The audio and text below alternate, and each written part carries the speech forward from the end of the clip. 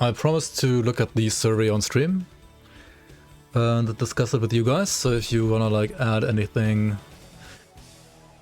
to this, to all of this, if you wanna say Kron is dead or something like that, then yeah, you can add to that now. The team and I have already gone through the survey last weekend, so we have already discussed most of the things. Or was it already like 2 weeks ago? I don't quite remember.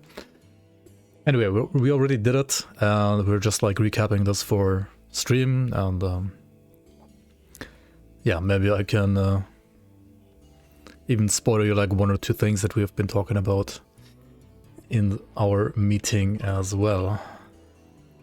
Stan, welcome on. Shazwa, welcome on. Bizarrios, hello. Okay, so first of all, we had these obligatory questions like, when was the last time playing Grim Dawn prior to Season 5? How many points did you achieve? And yeah, stuff like that. So, to no big surprise, not many people just bought Grim Dawn and then started playing this game right away. The distribution is very similar to last season. So, wait, wasn't there also a question with like how many hours you have in the game? Where did that one go? What? They changed the format of this for some reason, and it's like scuffed now. I don't know why. Anyway, there was also a question about like how many hours you've played this game before. It was also like pretty much like almost like very few like people that are new to the game play the season. I mean, it makes sense, like the season is generally like there for people that have played the game for like at least 100 hours usually. People like usually first play the like the base game and then they play the season, just like in any other RPG, I guess. So yeah, no big surprise here. Kind of the same distribution as last time. How many points did you achieve in the season?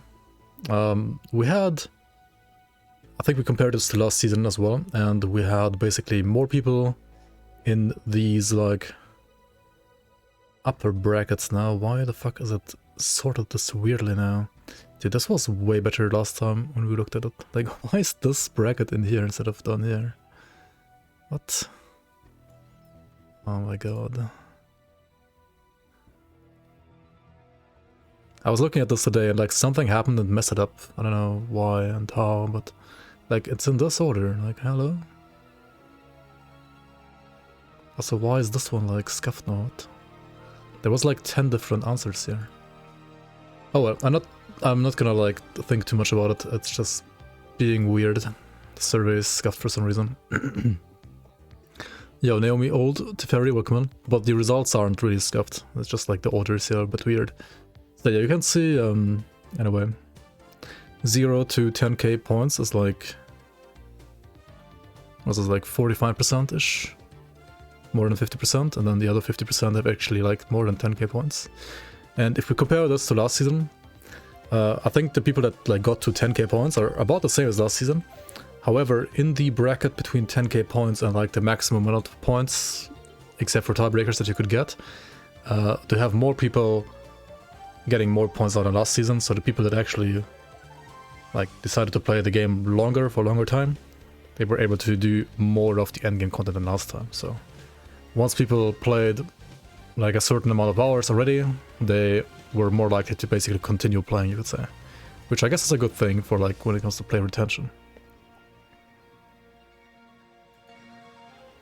How many points did you get, Scrub? I don't know, you tell me.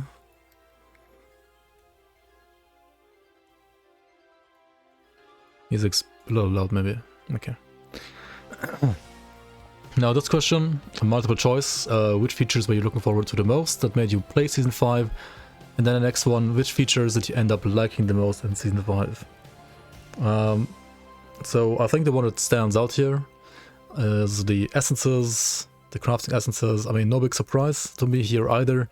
This was the big like crafting feature we introduced in the last season. And 73% of people were looking forward to that, and 67% of people liked them the most. Of course, like this question being like a bit weird because it's like which one did you like the most, and you can still like choose multiple. So yeah, I would say like anything that's like above like 30 to 40% is usually like liked a lot, and anything that's below that is either not liked a lot or just not like many people interacted with it. Like for example, trading, softcore trading, not that many people were playing softcore compared to like overall, compared to like other players. I think it was like a 60-40% distribution, something like that. So 60% of people were playing softcore and about 40%ish were playing hardcore, which is actually quite the large hardcore audience.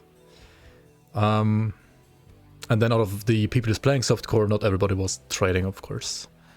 And yeah, I mean, the cloud stash and chat wasn't really like a new feature, but people still liked it a lot, as you can see. I guess people don't care too much about like voice acting and lore in general. It's just, I mean, the nature of RPGs, people not caring too much about that. Some people hated the monsters, apparently. More people were looking forward to the monsters than they actually ended up liking them. Kind of same-ish for like, I think, most things. Even for items, but that's still like kind of high. New ambushes, the reworked heroes and Nemesis were liked kind of a lot though still. And the ladder itself also was very popular. This is the Fire Skeleton stream. Yo, Tidal. I don't know when the last time was that I played Fire Skeletons. It was like probably, I don't know, 2 or 3 years ago, but yeah. For Season 6, we will be increasing the loading time by 2 seconds to increase player retention. Increase like the animation time on the on the portal by like 5 seconds, right? So it takes another 5 seconds to port out of a dungeon. Okay, then some more nuanced questions here. Maybe should I go for some different music, by the way. StarCraft music is a bit too hectic for this.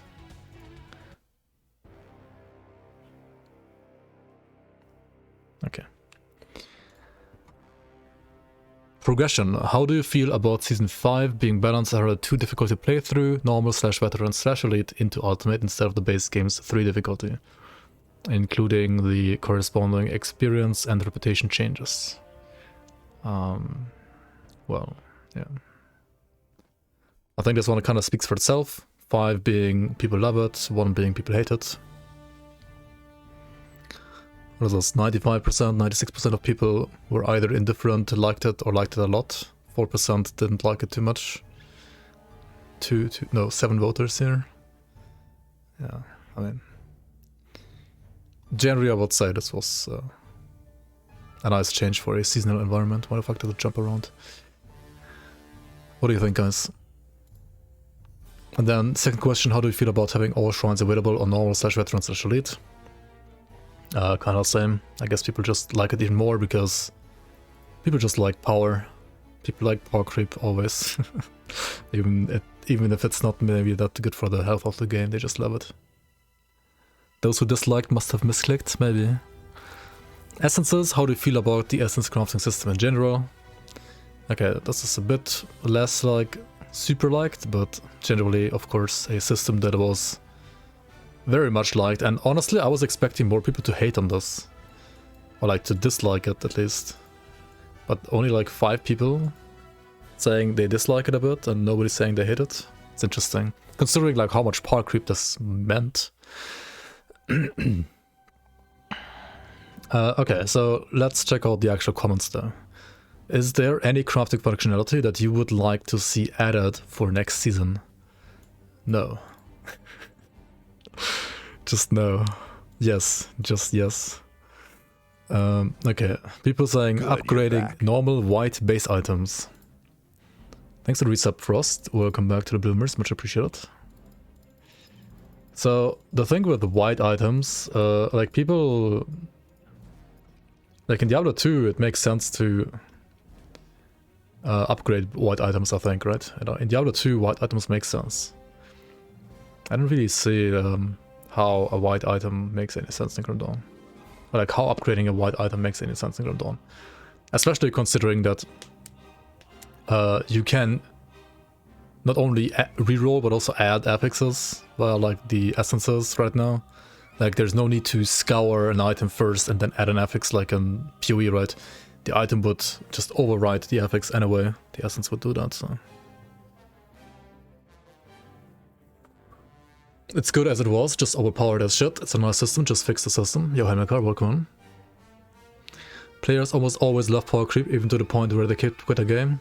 Yeah. You have to be very careful and always consider that as a developer as well, that... While people like power creep, you can't give too much, otherwise, like, where do you even end up after, like, 2 years, right? Like, you want to kind of, like, extend the power creep over, like, the course of, like, maybe 10 years or something like that, and not just, like, you know... give away all the power in the world in like 1 year. Your bar can't work, man. Recover? No, I just started. Just a couple of hours in Ultimate 94 Plus, and you already have a couple of triple rares. I mean, I assume you're playing on 1.2, right? Oh, right. No, you're playing the League. Right. You're playing the League. Yeah. It's arguably... I mean, the Essence system is arguably like a bit powerful, obviously. For a reason. But I think definitely for last season it was like fine to do this experiment, and then we'll see how we're gonna deal with it in the future. Is the Reaper being played on 1.2? Yes, the Reaper is fully played on 1.2.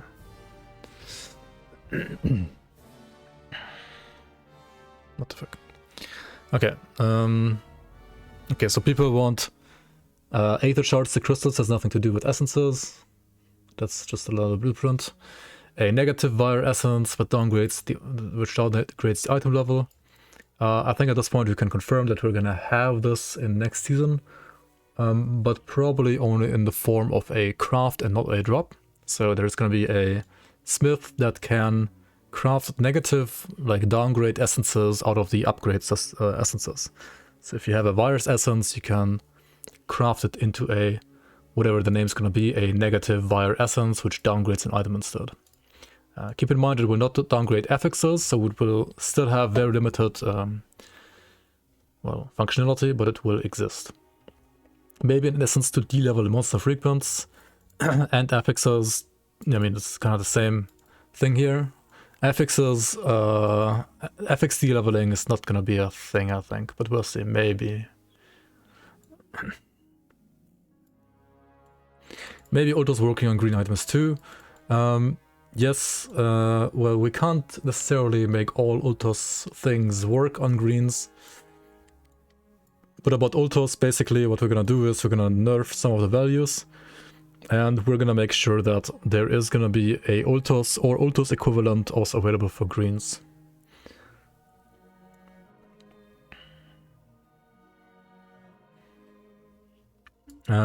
Same as upgraded essence but reverse. If container is banned for blues, then Ishtar should be more common. Ultos should have more variety and all items should have something useful. Yeah. So generally we're gonna not remove Ishtar or Ultos or the essence container. All three are gonna stay. However, all three are gonna be changed in a way. To generally make this system feel a bit more balanced and not quite as... I mean, I would say for like maybe top end, it might still be just as power creepy, but it's gonna be a bit harder to like get to the point that you could get last time, like last season. Yo, Tomo, thanks for the raid. Welcome. I didn't even know you were streaming. That's nice. How do you enjoy your Devastation build? Welcome on, guys. Welcome on, raiders. I was expecting a little bit more from the corruption part. In which way? Like more powerful or like more game-changing affixes? Or a higher chance to get scrap? Yo, Trashcan 1, welcome on. Not feeling too great, so I'll be right back. Okay, man, take your time. Dismantling into essences. Interesting idea. Essences to essences with rate like 2 to 1, etc. Yeah, there's gonna be some... I mean, there already was a essence crafting smith in season 5. I'm not sure if like everybody found it, but it already existed.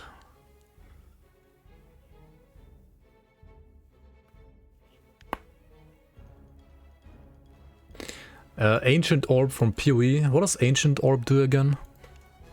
PoE Ancient Orb.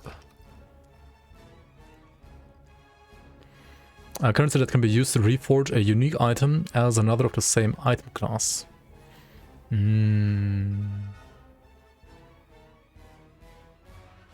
So it's kind of like the set transmutation that exists in the game, just like for non-sets. Like currently in Grim Dawn you have, like the inventor can transmute a set item into another set item, either of the same set or of a different set, but it doesn't work for legendaries, right? I don't know if this is necessary, to be honest, because you can also just gamble for legendaries, right? There are like the Smith gamblers, where you can just gamble like legendaries for rare mats. Yeah. I don't know. I feel like between having transmutation for set items as well as the gamblers existing, I don't think like you need an Ancient Orb really in Grim Dawn. And PoE belts, for example, have multiple subcategories, so it's easier to target specific uniques. I mean, you could do something similar-ish in Grim Dawn with armor slots, like there's heavy armor, there's medium armor, and caster armor. So if you use like whatever Ancient Orb there would be the equivalent of, if you put it on a heavy armor, right, you would get another random heavy armor, stuff like that. So, I mean, for belts, there are also like different armor values on belts. I don't think there are different armor classes on belts though. I think armor classes only exist for basically all armor types except for belts, because belts are technically accessory and not armor. So far we've only corrupted the armor, so it adds max rest, which is nice, or random conversions on gloves and auras and helmets, which is... does it have more unique buffs?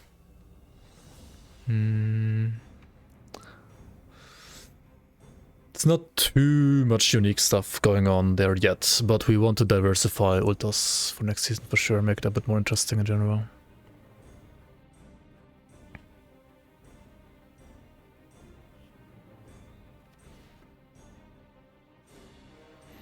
Vire being useless past leveling, yeah, I wanna have Vire basically be part of many future recipes that have something to do with essences. To change some essences, in my opinion, well, this is the best kind of feedback, like people saying, you should change stuff. I mean, how? Tell us how you want, like, how you would like things to be changed. Don't tell us you want things changed, but like how, and in which, like, just change it, I know, right? But I told you essence can be used to craft Typhus essence and vice versa. I mean, yeah, this would be cool, right? Ultus for greens, replacing an affix for unique affix. That is also cool, good idea. And yeah, we have actually something like this in mind when it comes to Ultus being working on greens. Good as they are, more reroll suffix and prefix, more materials dropping for crafting. I feel like drop rates were like really generous in the league, honestly. Like really fucking generous, at least in my opinion. Earlier one-click relic crafting. Well, this is debatable, like maybe we're gonna remove it completely because, you know, the base recipes have been made much cheaper and more straightforward and linear in the base game now anyway. So I'm not sure if we still need this even. What do you think, guys? I don't know, like for those of you who have played 1.2 and have crafted relics at 1.2, what do you think? Is this still needed or not? I would like to see some crafting that allows us to change modify set bonuses. Yeah, that's pretty much impossible. I mean, it's like super duper heavy effort, if it's even possible at all. Basically, that's not possible. Ability to craft all types of essences, including Ishtak and Ultos. I really don't know about the last part. I don't think we need like Grim crafting. I think it's fine for some things in Grim Dawn to be drop only. As many items as possible that have build enabling effects such as convergence, having craftable findable low level versions, potentially as low as 32 or 40. This would allow builds to be played correctly much earlier rather than only at 94. So what I've always been thinking about is like, why the fuck do legendary items not have skill modifiers on their low level versions? but their high-level endgame versions have skill modifiers, right? If you compare that to green monster frequents, right? Green monster frequents have skill modifiers at all levels, while do legendary items not have that either? Like I don't know. I feel like so many legendaries are just... I mean, they're supposed to be like legendary, right? Like great finds, great lucky, cool, amazing items that you find. But all of them that are not endgame, that don't have skill modifiers, are just... They're only useful if it's a slot where you can't get a skill modifier anyway. But if it's, for example, a weapon or something like that, like it just feels so bad, I don't know. I think that could be nicer. Ultos conversion on gloves, given this has potential to be outright damaging to builds. I've not even tried to roll for these, yeah. I feel like the conversion is maybe something that shouldn't be part of a pool of an item that's like there with other stats. Like if we add conversion like this in the future in the next league, maybe it should be like either its own essence. So you know, okay, if you're using this essence, you get conversion and nothing else. And if you use, well, normal ultos, you will never get conversion, for example. And then also I think conversion values were maybe like not high enough to actually make some wonky builds work. The best example of this is Havoc, for example. Yeah.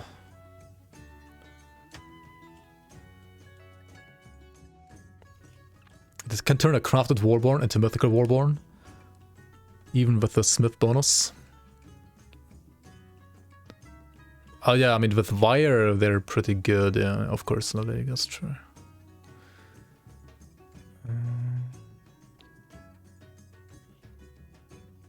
Why can't you read our minds? Shaking my head. One-click relic crafting was cool, but crafting relics at 1.2 is easy enough that it matters much less now. Yeah, I think so too. Okay, then we have some suggestions here for recipes. Ultos shatter, Ultos switch, ingredients, 1 essence of Ultos, blah blah blah. Breaks an essence of Ultos into 2 flask flakes of Ultos. 1 flake of Ultos, apply new glove conversion. Wait, what?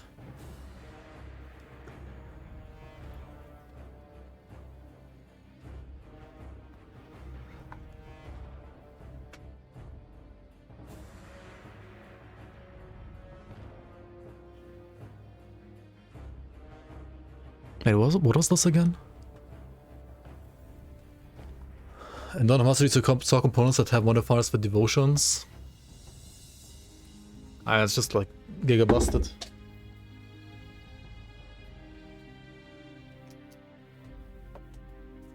However, it could be interesting on like Ultos, in my opinion. Like as long as the currency is very rare and or you need to do super high content to even get it in the first place, I think it's fine. The idea itself, I think, is fine. And I've been discussing like a bit more interesting and crazier stuff like that, like skill modifiers for skills or even devotions with Illuminator when it comes to Ultos, for the future of Ultos. Okay, so what is this? This would allow a successful Ultos glove to have a chance at a useful conversion without double dipping the breaking risk. We'll still have a reasonably high cost to flip it. You could even skip recipe 1 and just do it, for instance. What?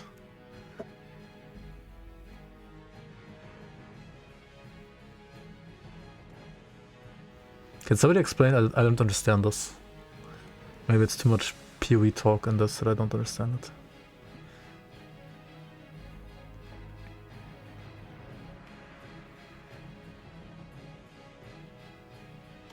So one glove with that already has a Ultos conversion. And this just changes the conversion, I guess. Ah, yeah, because like it gets rid of the bricking risk. That's what I was. Okay, I see. So like once you have a conversion, you want to just like, if you just want to change the conversion, nothing else, then you should have this be available to you so that you're locked out of working the item. I see. That's interesting in a way. Ultas should work on Emice too. Currently Emice, yeah. Ultas working on greens. Maybe a way to reroll crafting bonuses and gear relics. Doesn't Ataxaru already do that? I thought it does. At least the value. Rerolling. I mean, there is no crafting bonus on relics. There is completion bonus on relics. That's different, actually. But yeah, this might be interesting, yeah. MIs can't complete with blues. Well, in the league they couldn't. That's actually not wrong, really. I mean, in certain slots you're just using legendaries, though. I mean, if you needed the skill modifier, you still play the skill modifier, right? You used blues in the sets, like in the slots where you didn't have to worry about skill modifiers, and out of that you kind of like used Ultos legendaries with skill modifiers. Or in some cases you have to use greens, like, well, Skull of the Realm. Just give me a GG stash.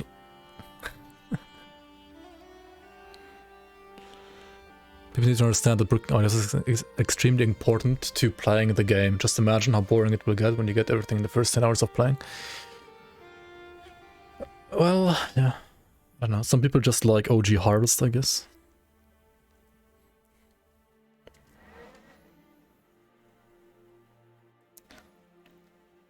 Orb of Chance. What is Orb of Chance again?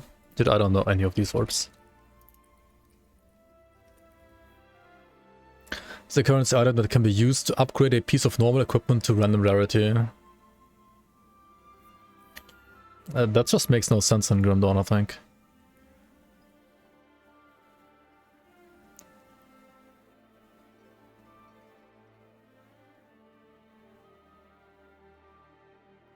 Like, white items just make no sense in Grim Dawn, I think. It just doesn't make any sense. I don't think we need to, like, force white items being suddenly, like, I don't know. I don't think so. Yo, Nigrit here, welcome on. Glad you enjoy the content.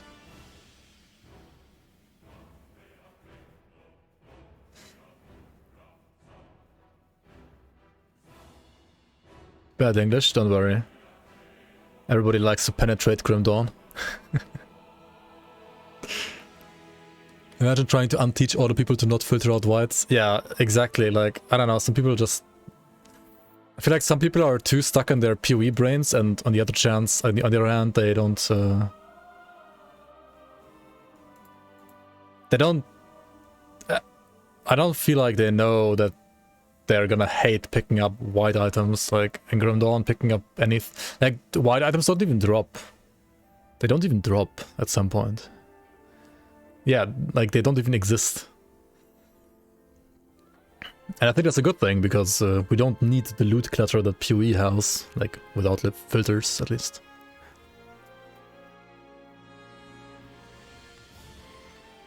You from check? Nice. Nice. Can you make this game a lot more like PoE, please, Omegalol? Yo, Koplank, welcome on. You're gonna penetrate some Grim Dawn later? Let's go. Okay, reduce level requirement for city leveling items. Huh?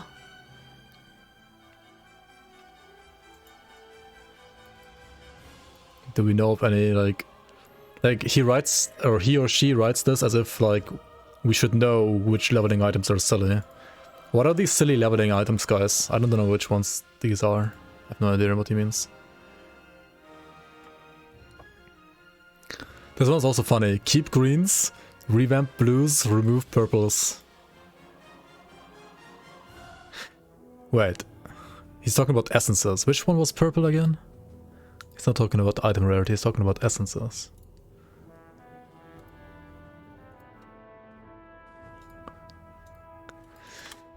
Essence. Which one was purple?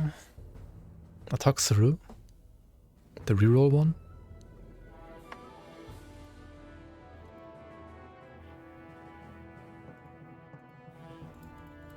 That was you?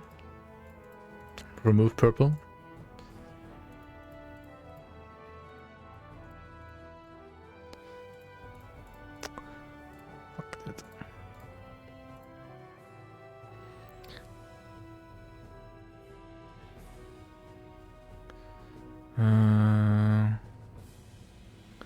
Purple is attack Saru, the stat reroll. Oh, you meant remove red. Ultos. Revamp blue. Blue's Ishtak, I guess.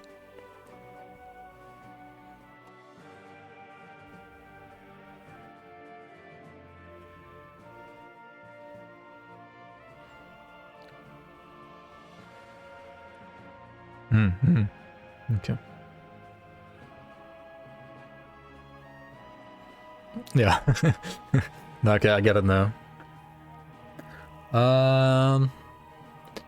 We're probably gonna do this, obviously. We're gonna... Not sure about totally, but we're gonna revamp these a bit. And we're probably not gonna remove these Ultos ones. However, we're gonna make these work on all items. And... well, if they only drop from like super... like... if they drop rarely from like high endgame, then you kind of need to like defeat the high endgame to even get them in the first place. And I think then they're fine to exist. Obviously this is power creep, and it is another additional layer of power creep that doesn't exist in the base game. But with like infinite content in SR or bonus dungeons, I think it's fine to still keep them in a way. Especially if we make them like more interesting and less about just like 9% away, and like that kind of shit needs to go, obviously, yeah. It's like only make like a third of the blue items viable. I agree, but the way to fix that would be to, well, go through all the blues and buff like all the blues that are absolute garbo. And that's kind of on crate in a way, I feel like. Maybe we should like make a blue item feedback thread on the forums and like, you know, tell them like all the blues that are utter garbage and need a rework. Like Blackwood Arbalest and stuff like that. Malagan is streaming Grim Dawn as well? Yeah, he is. Pretty nice, pretty nice. Remove level requirement in your local set because my level 1 can't equip it. They're talking about the ones that are barely above level requirement for low level boundless. Let's see. Envy has a clip about the set? Yeah, he has. Just know it and do it. Yeah, exactly.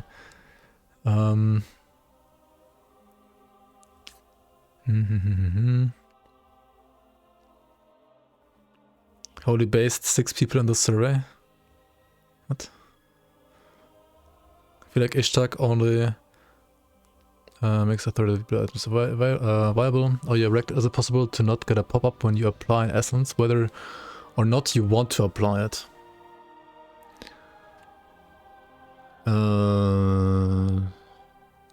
Well, I guess, but for spamming. Yeah, I can. We can talk to. I can talk to Mr. Monday about it and discuss it on the team. Whether or not we want that to stay there or not.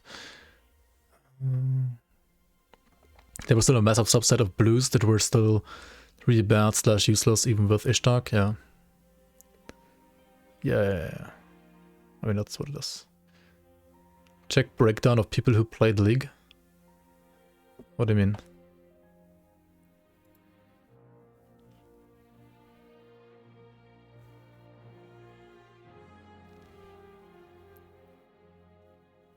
Imagine you want to apply 200 suffix essences. You mean this? 6 people buying Grim Dawn and playing Season 5 right away? Yeah, those are the based ones. Indeed, indeed.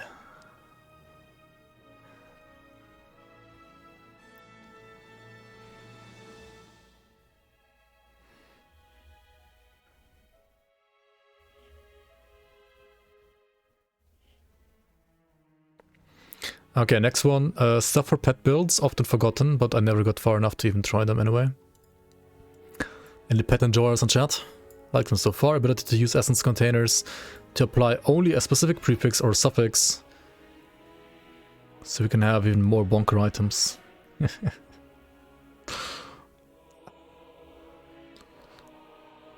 Like recombinators, pretty much.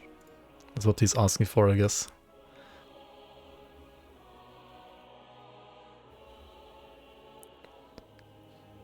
Yeah, there were discussions about like basically like partial essence containers that would like have a 50-50 on like extracting either prefix or suffix.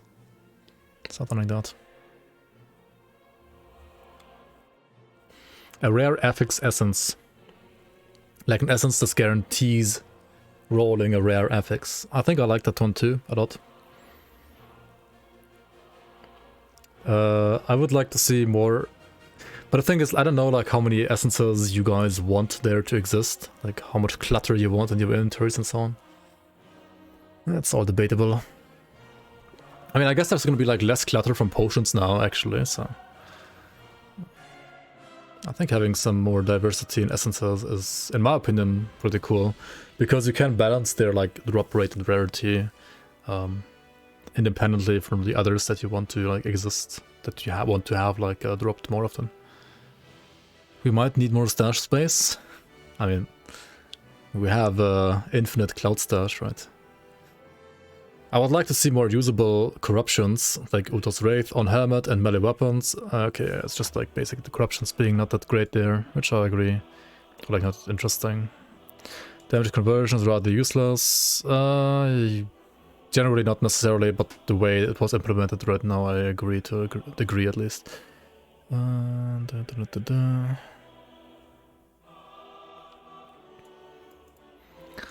Fine, downgrade essences, none. A middle tier of essences would help for crafting, for changing affixes on items between level 50 and 70. Wait, what?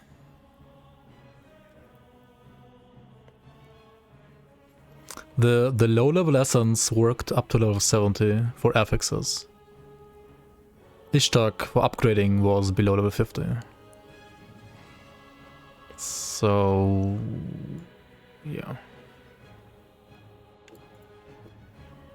I think this guy didn't read the item properly, because you can literally use the lesser essence of Retosh to craft on a level 70 item.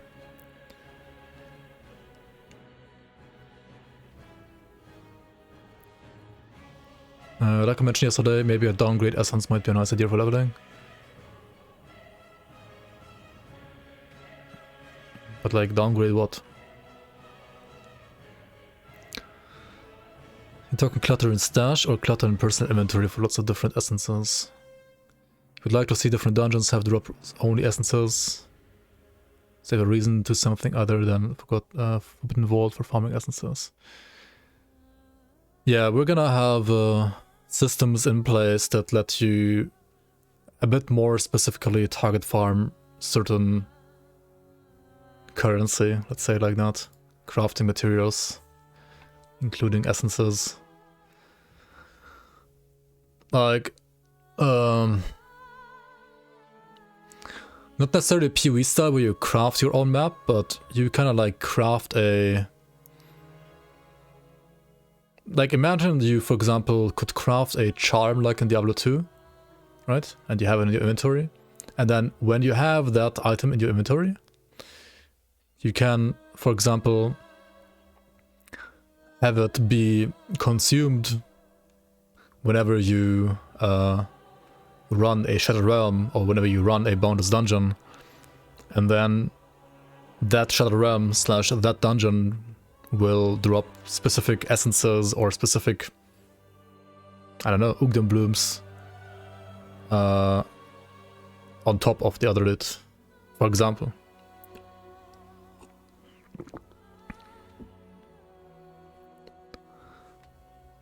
Downgrade like reverse wire, would it cause problems with higher level affixes remaining on lower items? Yeah. Like a base downgrade wire would not downgrade affixes. Fuck no. You don't like the idea? Don't think that fixes the FV problem, being that FV is the best because it has so many interactable things that spawn ghosts and the other. Yeah. I mean, we'll see.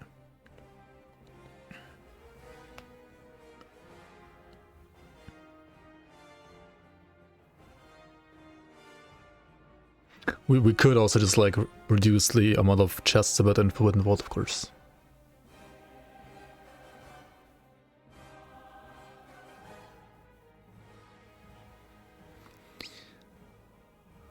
You could also have, you know, the charm that I just mentioned spawn different chests in different dungeons, or you could have it like only work on different dungeons and stuff like that as well.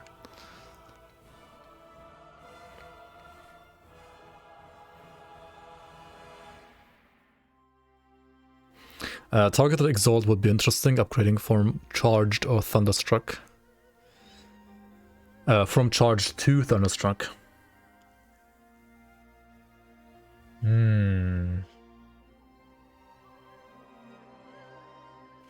That sounds like a pain to set up for Mr. Monday.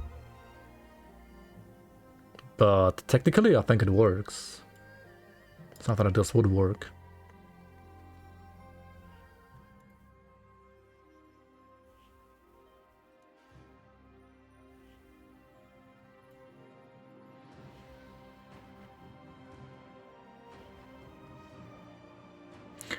But I mean, this would, like, if you have something like this, you would need, I don't know, like a lot of them, right?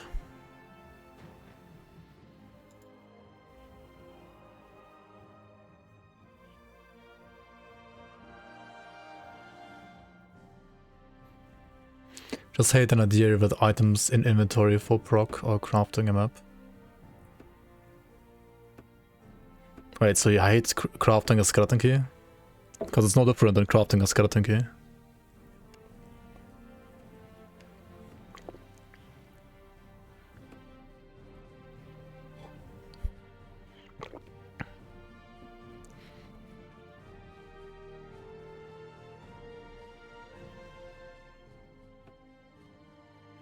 I think skeleton keys are a bit clunky game design as well. But then you would need key and this item. Maybe.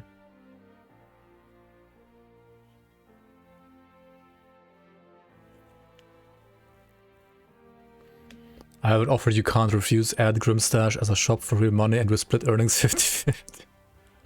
Yeah, just sell NFTs in-game, right?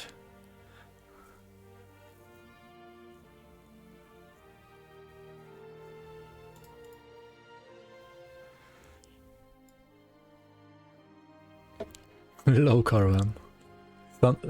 Master of the Thunder when?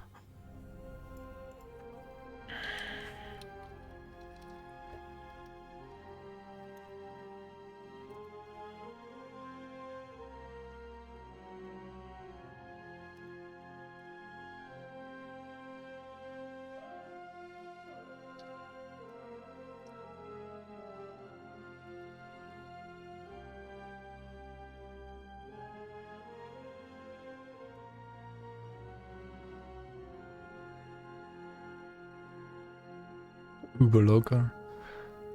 What if you can roll the essences on skeleton keys? Yeah, what if? What if indeed? Maybe you could make it an enhanced skeleton key to keep the clutches smaller, sorry. Yeah.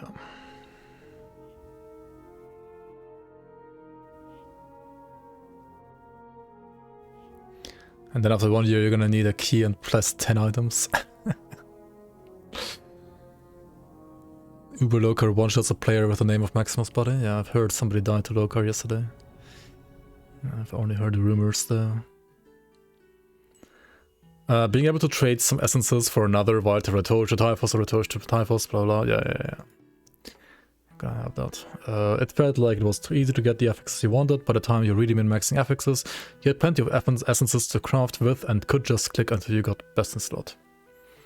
Yeah, arguably it's Drop rates are too high. Make new essences, crafting on yellows. When added, it will give prefix and suffix a 60% chance.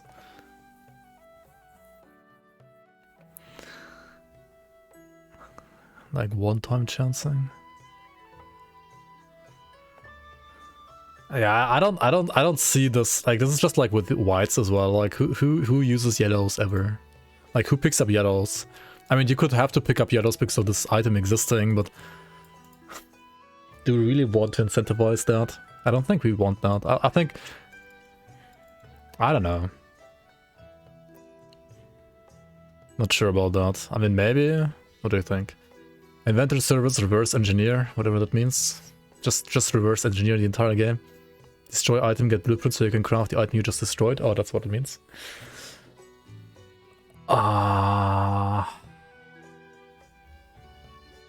Making a blueprint for literally every single item in the game sounds giga painful. I mean, it's interesting and cool in a way, sure.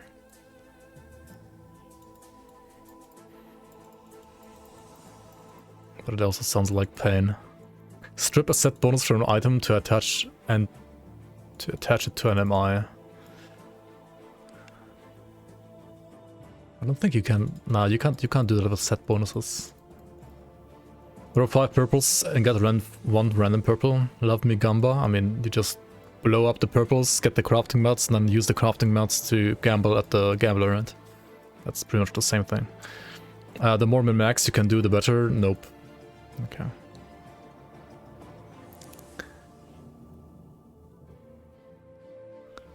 You can do that with the set bonus. Well, set bonus is not an affix. Set bonus is like its own thing. So I don't know if you can. I don't think you can. You can strip a... You can make it an affix. Yeah, but then it's not the same thing as this, right? It's not the same thing as this. It's different.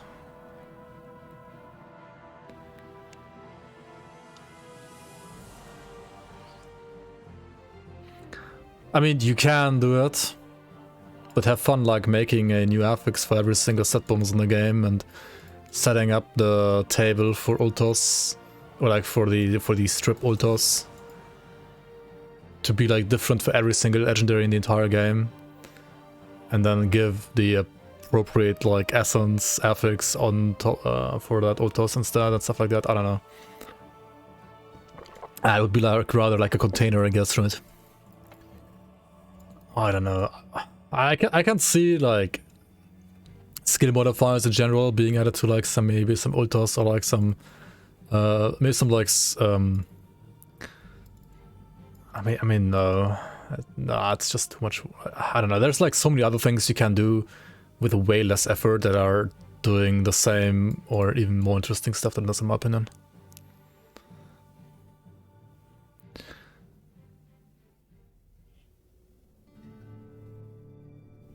Are there any changes that you would like to see to existing essences? Nerf ultos, less RNG. Bottle cannot be used in epics. Ishtar should have increased drop rate. Has anybody played in chat like 5.3, the post-league update? How does it feel with the essence drop rates and the Ishtar drop rates there? Because I have not played that one at all, really. But Ishtar is like way more common there, and bottles are almost non-existent. You can craft them still though. More balance between ultos bonuses across slots. I mean, yeah, we're gonna work on that. Empty essence bottle ability to put prefix directly on blue items instead of only a random prefix. I mean, you can literally do that if you do the trick correctly. Essence containers for greens only. Ultos powers being too OP. I would like to see ultos rolls nerfed a bit and containers not apply to blues. I would love for essences to drop a little more frequently and ambushes before getting to the higher tier bonus dungeons. It would help with the first/second character progression.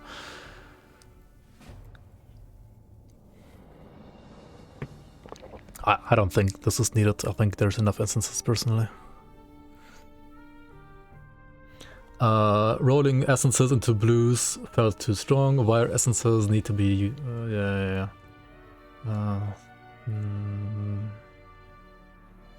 Increased drop rate for better essences, level 50 to 100. Wait, what? There's like the essences dropping like left and right and top and center. What do you mean? No, I think they're fine even with not with that one not intended function. They make blue items good now. See above, lower the power of ultos and buff Ishtar drops while restricting green affixes on blues.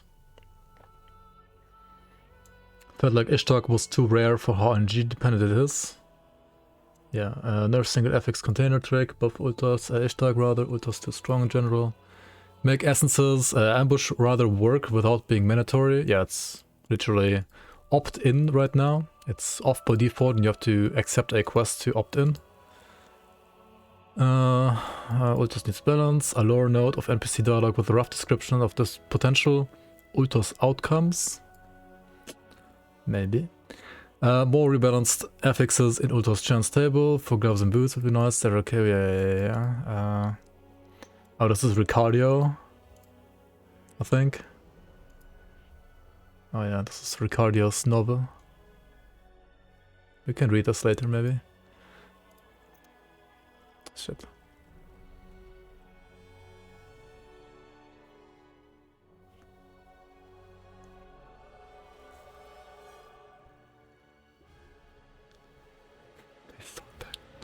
Yeah, if I can ultos, like, what is it?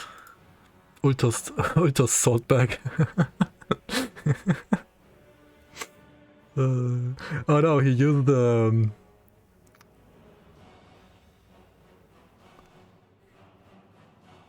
yeah, he put so he essence containered a conduit, put the conduit affix on the salt bag, and then ultos the salt bag with +1 shaman on top.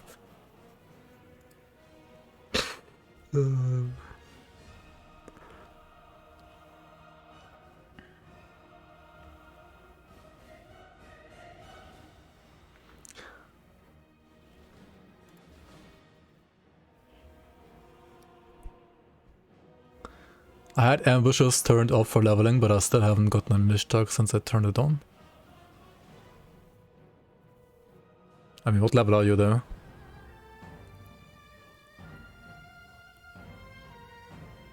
I've got good Nishtag roll once during the league, but that's Omega high roll on seams. My formidable obsidian grasp are completely reasonable.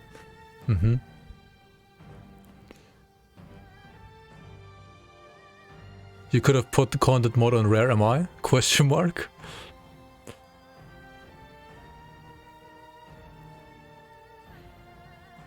Yeah, I think we might have hotfixed that. I don't quite remember, to be honest. Okay. So this is already done. This will be done. This, I don't know, maybe. This, yes. Yes. Drop rate. What do you mean drop rate? Drop rate higher? Drop rate lower? Drop rate fine as it is? Drop rate. Just drop it. Ultos Ishtag Essence drop rate felt a bit too low. Ultos too low. 100% is rarity changes. Give us a list of Ultos possible slams, match. Make them more balanced. You just cannot use purple pounds because of 9% away. Yeah, this is like, this was a slightly overpowered, obviously, affix or outcome from Ultos. Feels like a trolling if you're using greens and blues. Yes, I agree. Essences are too powerful and remove a big part of the game that I always consider to be one of the foundations of the game. The excitement in finding that item is gone, since now you just have to get one to drop and then apply essences to it. A middle ground would of course be to heavily reduce the chance of getting essences, but I also prefer to not having them at all. So this guy just is one of the people that didn't like essences at all. He just wants all of them gone. Alright. I can respect that. Drop rates and the risk system. Containers for greens, I think they're great, but as many people pointed out, they're way too strong for blues. More rare ultos drop and blue. One container should work only with the same rarity, from green to green, from blue to blue. Yes. Ultos for greens, good as they are, makes some more of them available in lower levels. Ultos crafting on below 70 would be fine. Would be fun rather.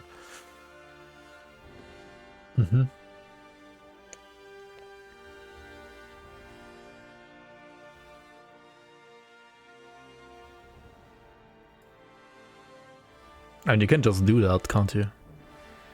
There's no, like, there's nothing stopping you using ultos on sublevel 70 right now. If you want, you can just do that.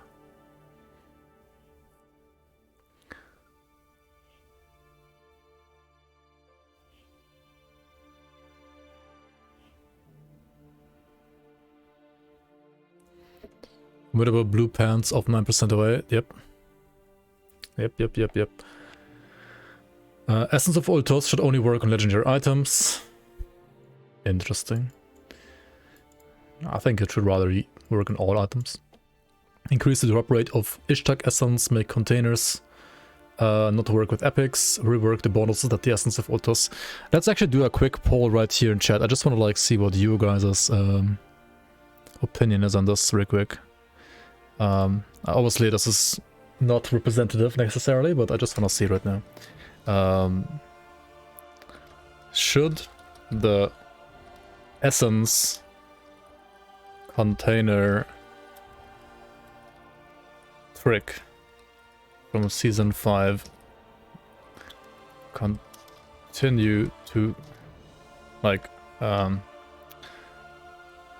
still work on blues?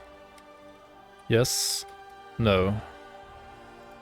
10 minutes, you can start voting now.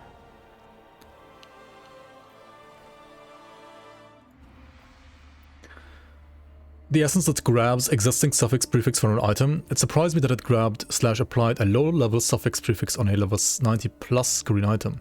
The only workaround for this I found was to apply a good set of affixes to a very low green level item, very low level green, then upgrade it multiple times, then grab affixes again. I'm unsure how this can be fixed, but I did it. But it did cause me to have to science for quite a while to find a workaround.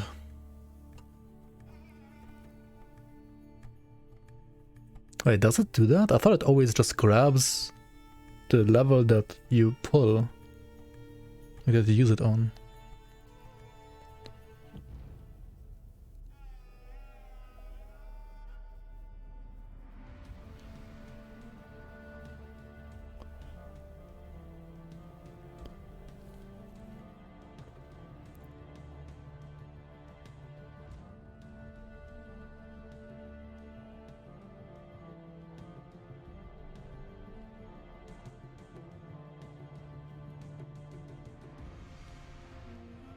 Yeah, I don't know. The essence that grabs... okay, ultus is too powerful. This is known. This is kind of like, this is a fact. If possible, the launcher could prevent blue affix rolling with Fizzus when the item has negative Fizzus. Native Fizzus, rather. The launcher can already tell at least what type of item something is. If it can be told which item it actually is, it could know whether the item is one which has Fizzus already, and roll from affix pool without dominator, formidable, durable, etc. If affix weighting probability isn't hard-coded, removing affixes from the pool would retain the proportional balance of all other affixes. This logic could be applied for both Typhus Retosh, Ishtak and Ultos. Definitely remove essence containers from blues, it's just plain bonkers. Rebalance Ishtak in some way to compensate.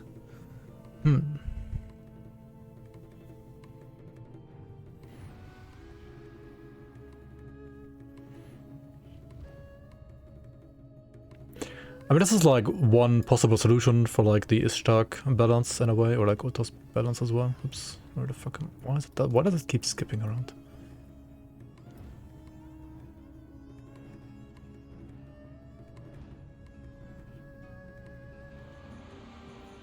Not necessarily changes, but it might be nice to have essence trading for rarer essences. For example, Vendo will sell an Ultos for 100 Ishtaks, etc. Yeah, just like more crafting options basically for essences. Blue crafting is far too powerful in Season 5 implementation. I don't know if making Ishtaks the only way to craft blues will address the issues, or just add more RNG, but it was far too easy to get the best mods using containers. A separate consequence of essenced blues and ultos for blues/purples is that greens lag significantly in terms of power in comparison.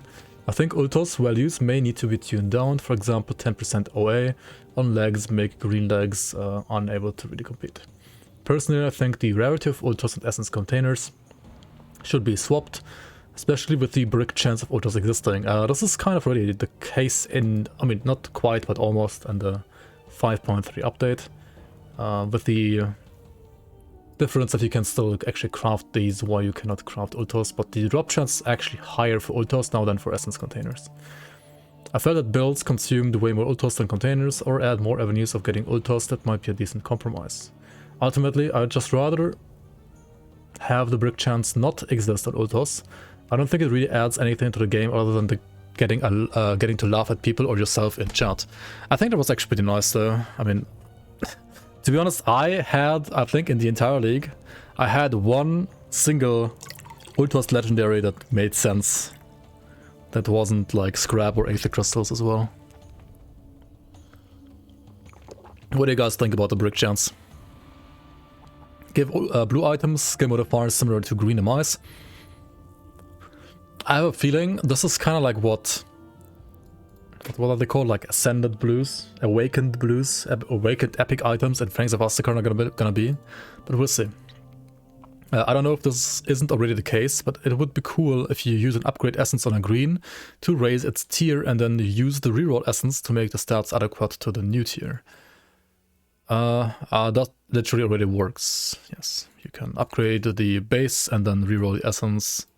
Like reroll the... Oh wait, no, you have to reroll the affix.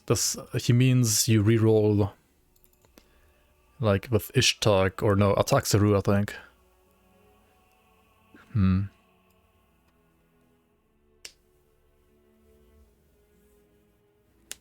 found crystals with ultos? You guys liked brick chance? It was good content.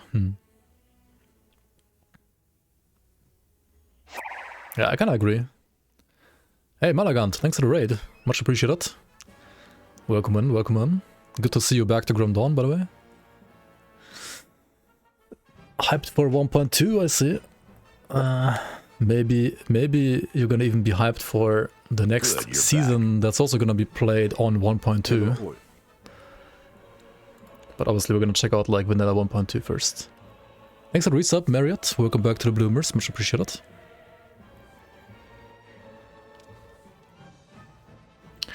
We're going through the feedback from the season 5 right now. And yeah, we do plan to... we're rather working right now already on season 6, which should release at some point after 1.2, hopefully at the end of this year.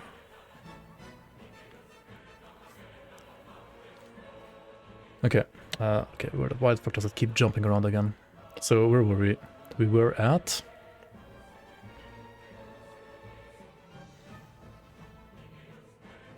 So this already works, almost. I mean, it doesn't quite work the way he wants it to work.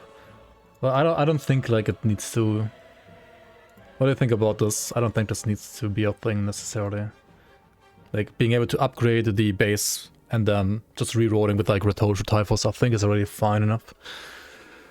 The essence that could transfer affixes was kind of busted, but not too over the top. It's a single player game anyway, okay. Essence of Wire, or whichever essence applied affix to epic items, that was Ishtar, right? That's too powerful. Maybe consider allowing it to apply only magic yellow affixes in the future, yeah. That is another, like, direction we could go in for sure.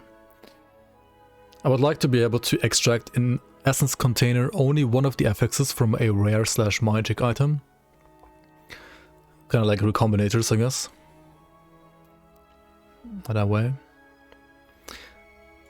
I think there's room for a like essence container like this. It's still a 50-50, right? Like it either grabs the prefix or the suffix. And then if you apply it... Oh no, if you apply it then you know what you're getting, right?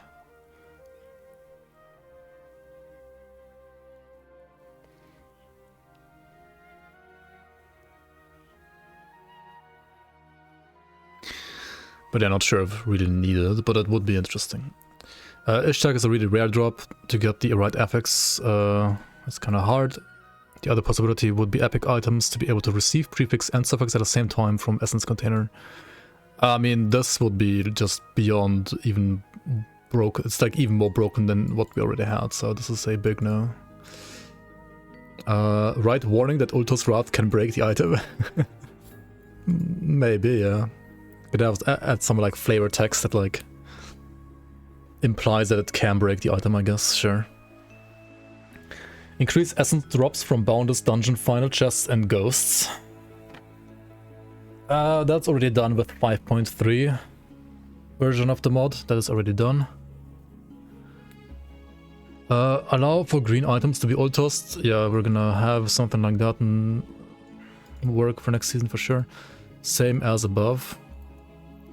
I don't know who you were in this one. Whoever wrote this, I have no idea what you wrote here, because it's not like... I cannot identify you, unfortunately, here. Nope, keep it as it is. I pass over Ultos effects to make sure they're all good. Yeah, I mean, generally like Ultos balance, sure. Please add more essence crafting and variation. Yeah, I think more variation would be interesting and cool.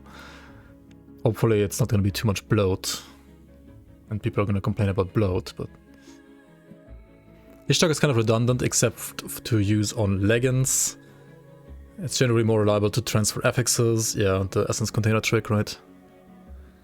On which people have voted 74% no and 26% yes right here in chat.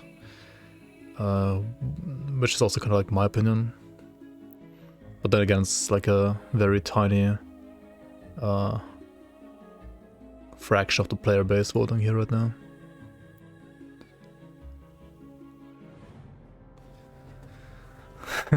Same as above, just drop rate. Can also craft items like squires, greaves, blah blah blah for single affix transfer, yeah.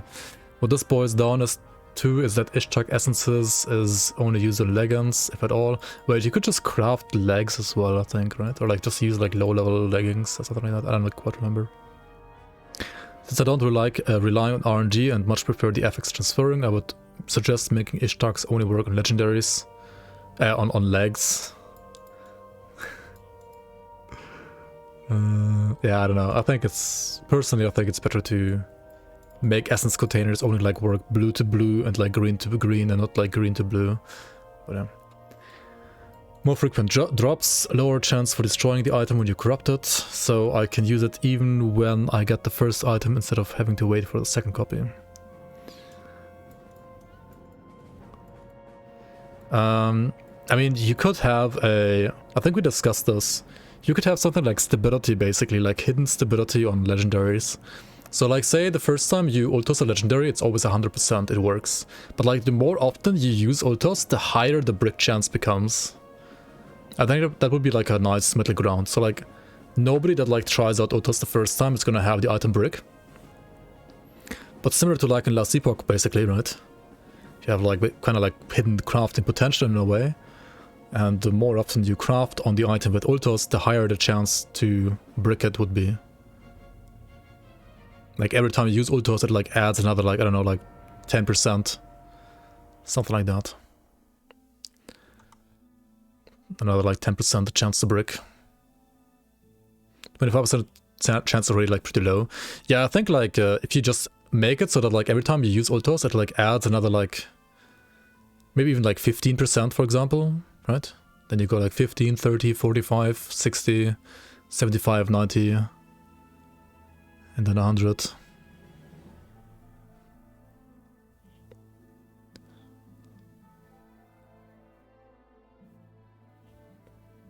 You could also have it approximate 100, yeah. That's the other way. But then it would need to like add... Say like it always adds another quarter. Right? Same as above. So like it becomes like 25 and then like 25 of 75 gets added on top, whatever that is. I don't know what the function is for that really. I would have to think about it, but yeah.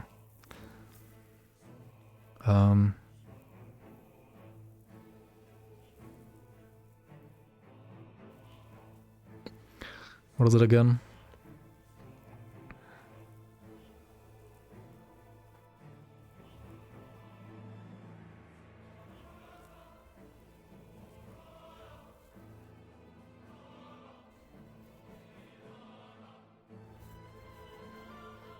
I could just do like some like exponential function, I guess.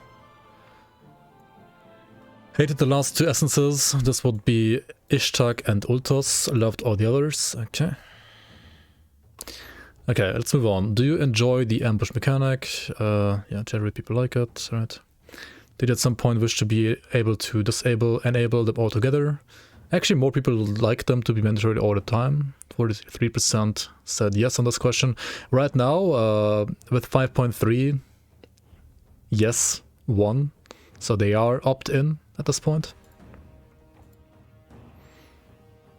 And I think for like the longevity, like for like long term, I think that's just, in my opinion, better, because if you like add more seasonal mechanics and they like overlap, then it might be a get like a bit too crazy if you have like all of them active at all the time. So I think at least having the option to disable it would be nice.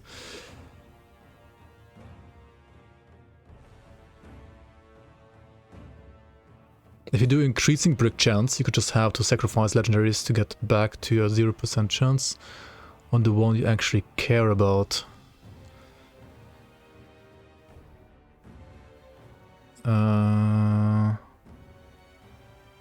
I don't think that's how it would work.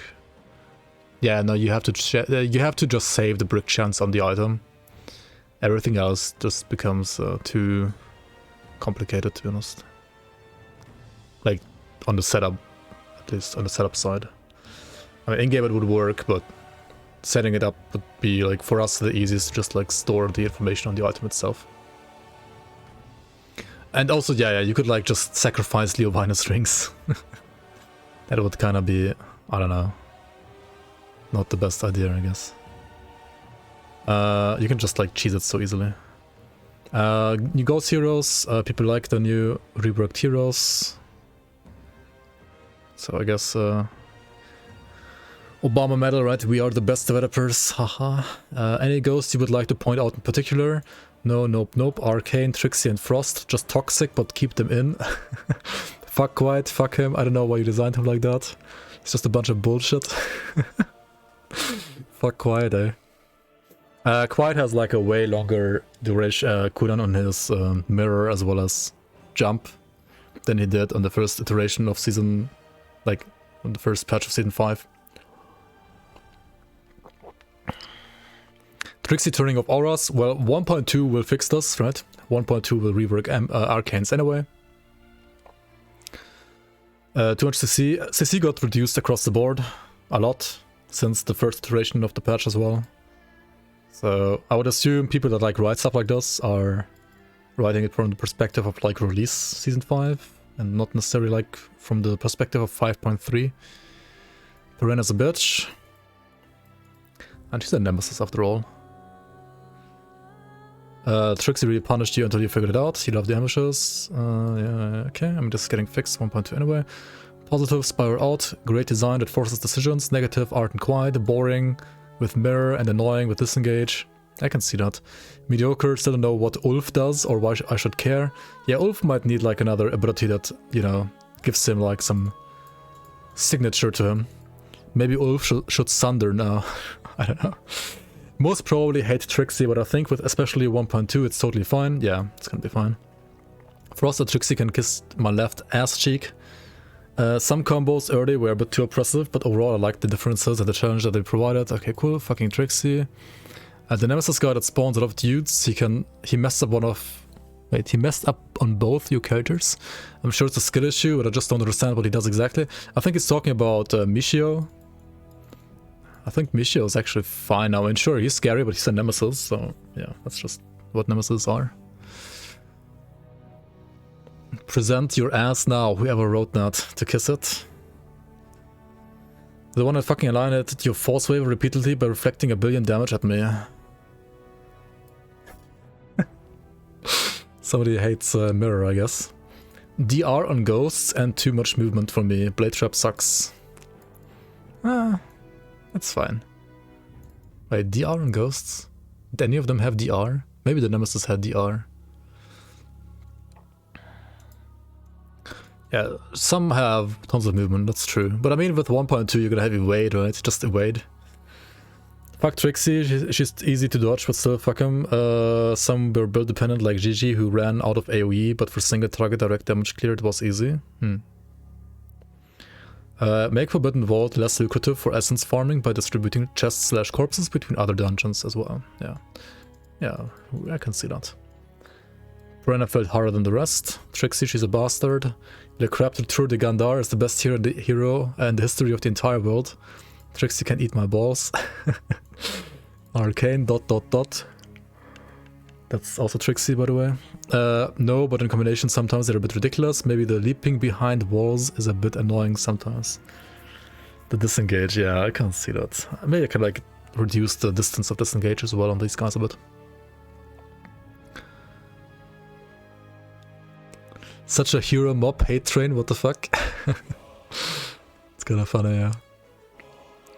I think all dungeons should have an equal amount of ambushes, so you can choose which one you want to run, rather than having FV be the best one. Yeah, we wanna like go into that direction, I guess. Brenna feel like it's a bit buggy, sometimes she just decides she never wants to take damage. Yeah, it's the blast shield. But you can't like, I mean you can try to align them a bit more, but you can't like ever have them all be equal. Like there's always gonna be one that's the best. Yo, crap turtle, welcome on. By the way, did you read this one? Or did you actually write this one yourself? Or is it? Le Crab Tortue de Gandar is the best hero in the history of the entire world. Trixie can eat my balls. Was that you? This one also said, I like the crab turtle. Okay, one of these is you, right? Maybe. Yeah, maybe. Higher spawn chance. I mean, just get more hunter coins, I guess, or get more of whatever we're gonna introduce for next season that maybe, you know, gives you more spawn chance as well in different ways. Obviously Trixie, but all together they have a good balance of danger for different builds. The ghost that can disengage a long distance is infuriating to fight as a melee, and I've seen it go through things that I think it shouldn't. Well, yeah, that's I could like reduce distance a bit on the disengage on the two disengagers. The 1000 Blades guy has maybe a bit too much mana leech. I think it really got nerfed. I think it's in a fine spot now, to be honest. Personally, at least. I don't know. What do you think about Michio, guys? Druid, but art isn't a druid. Who? I hate him. Michio's a clown. Druid fucker and disengaged pussy. What? He meant art, I guess, with this one, right? That's not a druid. The one that jumps away all the time, super annoying, coward, fight me. Yeah, okay. Michio is just not fun, and maybe Lucia, don't remember the name, with 2 random sleep hitbox. It's more than nasty combos that you can get on certain builds. It can be devastating to get stunned / arcane / crit early game. I mean, now you can just like opt out of them, or like not even opt in the first place, right? I wish Frost would jump off the cliff next time. In-game, of course.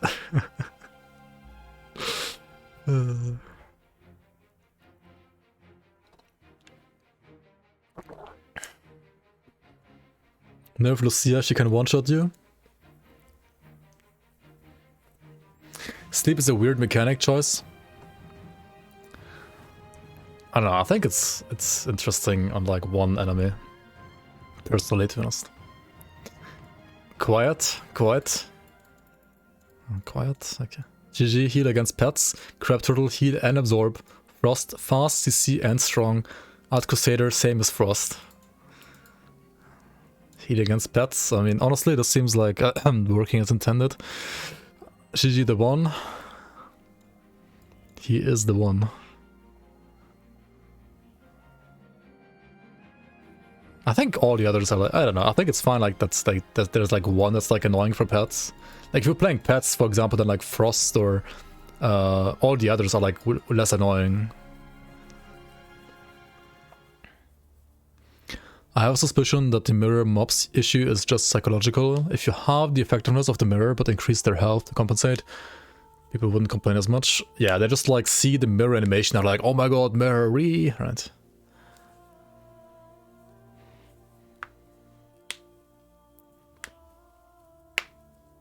I can see that. Goes a bit too tanky across the board, to be honest. I agree they were. They got nerfed. I think they're fine now, personally. But yeah. Unless they die to mirror. If Reflect is gonna stay in 1.2 as it is, I think all of these guys are a joke compared to that. Like, Reflect right now in official 1.2 is way scarier than any of these with their Reflect stuff. At least in my opinion. Ulo doesn't turn off the mirror. I think it should. They should be dispellable. I'm pretty sure like Nullification can dispel it, and if Nullification can do that, then Ulo should be able to do it as well.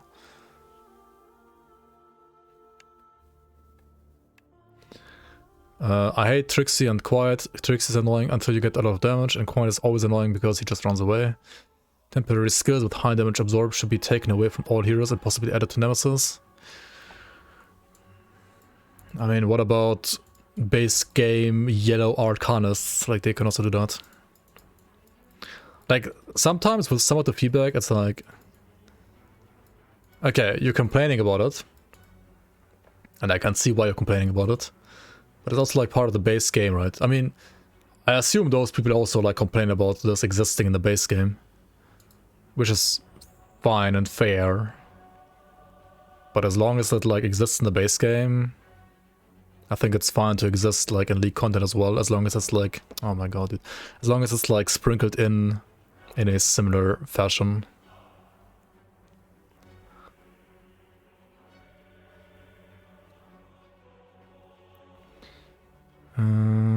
Okay, I really hate the Nemesis that use every CC in existence. Being CC'd is probably the least fun mechanic in any game where it exists. I mean, I guess the sleep is annoying. I mean, who else has CC? Michio has the leech, the energy leech. I mean, if you get hit by all the meteors from whatever he's called even, the one guy that's a meme, then you get stunned, I guess. Wait, who has a CC from the Nemesis? Okay, Tyler has like a slow. You were in sleep for like 15 seconds. I mean, if you're sleeping though, you're not getting, like, as long as you're sleeping, you're not taking damage. So I don't see a problem really. Bren has a stun, does she? Wait, does Bren have a stun?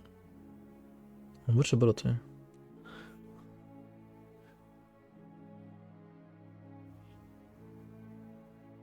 The shield throw maybe? Oh, on the jump?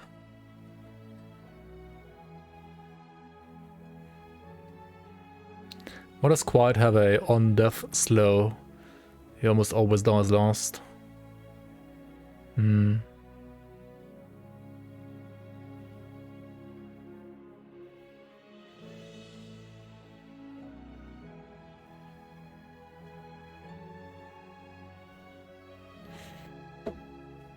Yeah, there could be an argument made to remove that maybe.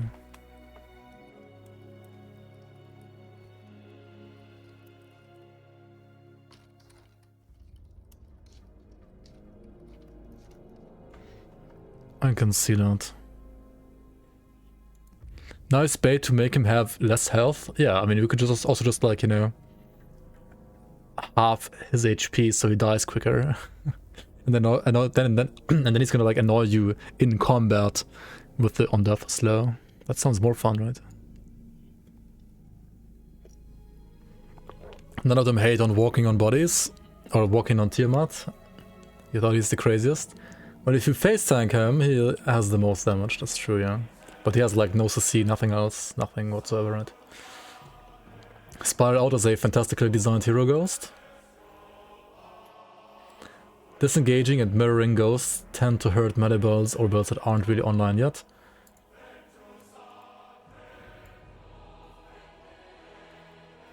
I mean, they don't hurt you though, right? Like, I mean, I know what he means, but they don't, like, physically hurt the character. But it's annoying, I agree.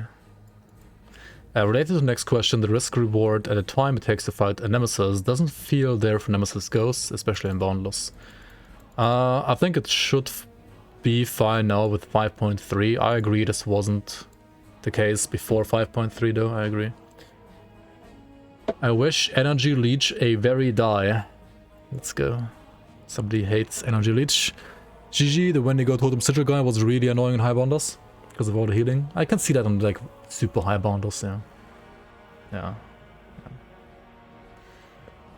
But like if Tiebreaker is not pushing the highest bounders anymore, then I don't think this is an issue. They hurt the soul. Yeah, maybe they do, yeah. You played Scuffed Aether Blitz from level 1, it was okay. Oh my god, dude, why does it... I'm not allowed to move my mouse, holy fuck.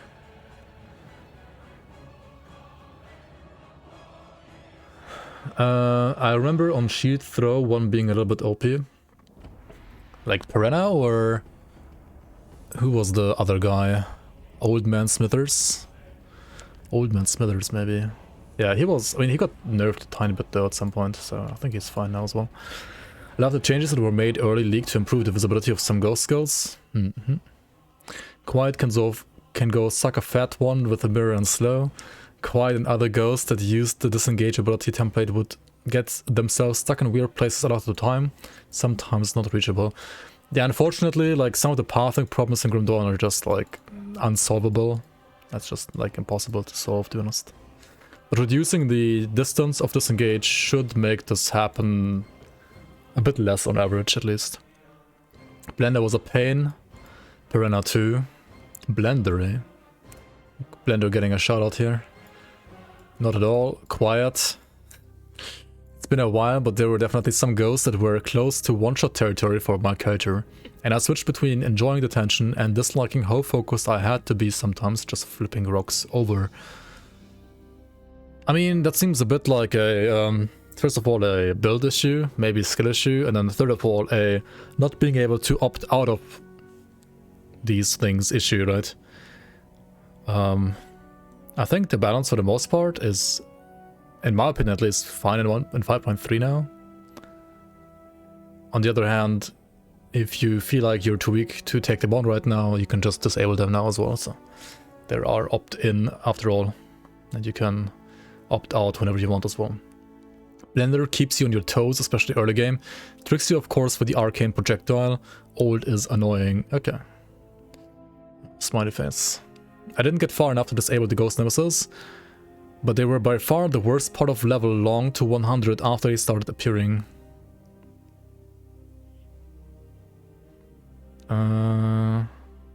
Wait, you can't disable them at any point now though, I think. Like before, you could only disable them after getting all the scrolls. I think now I made it so you can disable them at any point. So, yeah.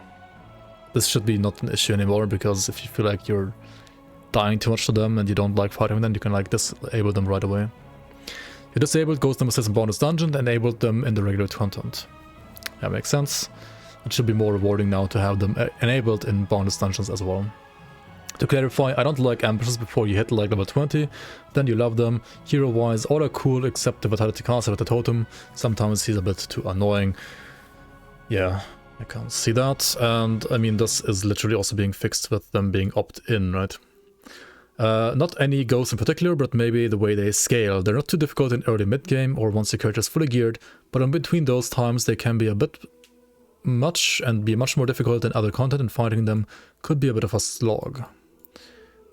So one thing I did with 5.3 was making the like progression curve when it comes to how many Nemesis or like how many ghost heroes in general spawn a bit smoother. So I think you're gonna get a bit more ghosts a bit earlier in normal and elite, and you're gonna get like 3 guaranteed ghosts only at level 99 and higher instead of level, I think it was like 17 higher before. So like level 70 to level 98 should feel a bit easier now in Ultimate. And on top of that, again, you can just disable them if you want.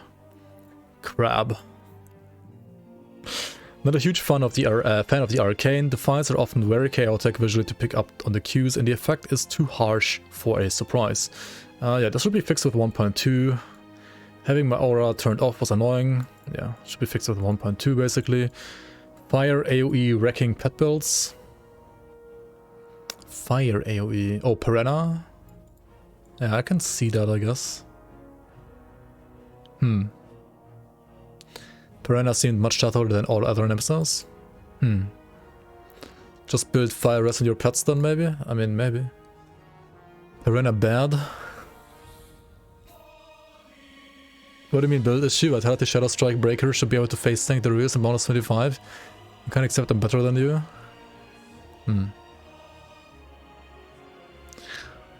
What's that? Flashbang stream? You can see what's inside your... Yo, Conan, welcome on.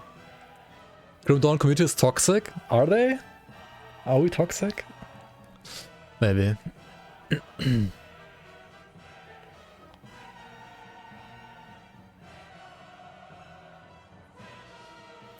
Don't copy the name when they copy the pasta. What do you mean? Yo, alongside, welcome on. Is Season 6 going to be before or after Fangs? Before Fangs, after 1.2. It's gonna run on 1.2.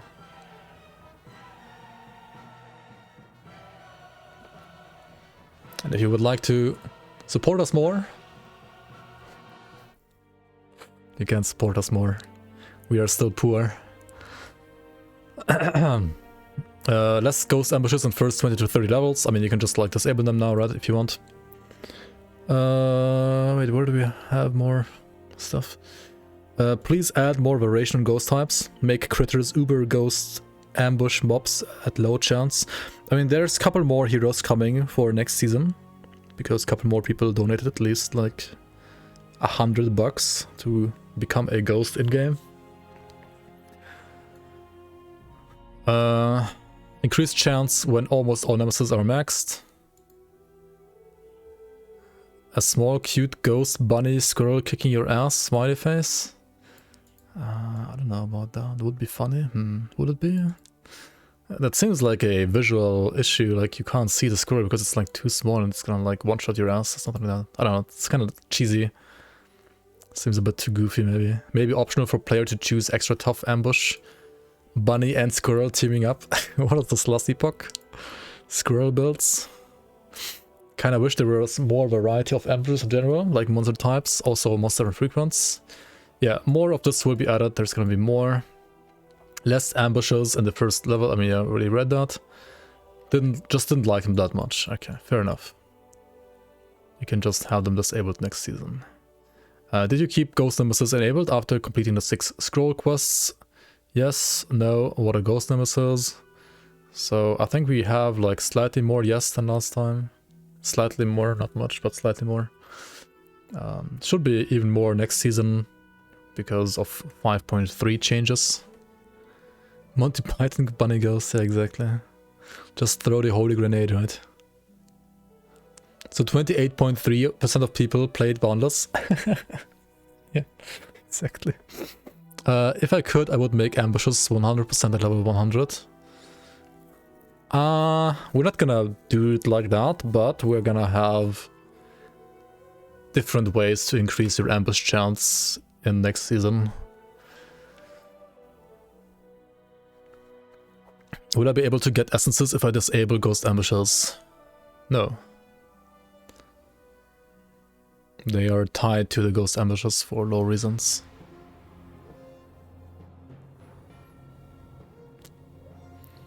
So it goes higher than the current chance? Maybe. They're what?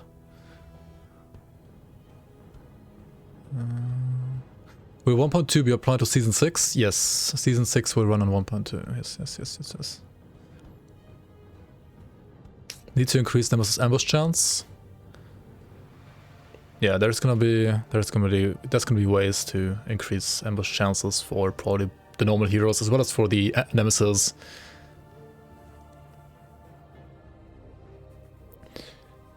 Make new content to farm them for variety. We might have different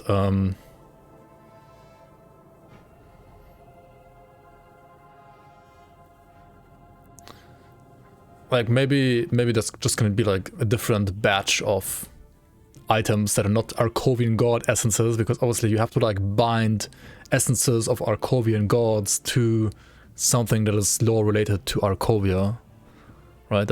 That makes sense. But I don't know, maybe there's suddenly gonna be like corruptions of Chthon or something like that, who knows?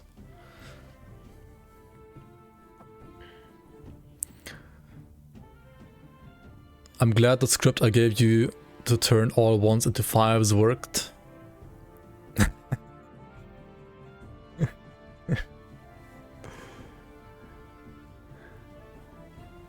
I don't know, the people that hate on this, they just like post a mad post on Reddit maybe instead of like filling out this form. Not sure. So yeah, how do you like the new act overall? Generally, people liked it. I mean, 1/4 still thought it's like whatever or didn't like it too much, which is fair. I think it still needs like some polishing. It's a lot better than last season, I would dare to say. But there are still some things that I can improve about it, or that we can improve about it, I'm sure. The people that just hated it quit, yeah. They didn't linger around for the feedback, probably. Yeah, good point. So yeah, always take these with a grain of salt. There might be like way more people down here, they just didn't bother to even fill this one out. How do you feel about the new act? Didn't access, or like there's just like people like this, right? Didn't even access. Seamless with the main game, well done. Could be compressed a bit. Dungeons and MIs are solid. Lore, Omega lore. Music good, commands Toma, map monsters okay. The fire zone at the end was kind of toxic. Yeah, the one fire portal maybe had like too high density, not sure. Map too big, too much pointless walking. Stupid bridges that require repairing should be available straight away. Everything else is great. Fair enough. Map and quests feel like a time sink, too much backtracking. I mean, okay, there is backtracking if you don't know where you're going. But the same is the case for like many acts of base Grim Dawn as well. Like if you have no idea how to like plan your route, then there is lots of backtracking, yes. I don't know, maybe you should just do like a YouTube guide on like how to run Act 1, how to run Act 2, how to run Act 3, and then like one for like the new act as well. Not sure.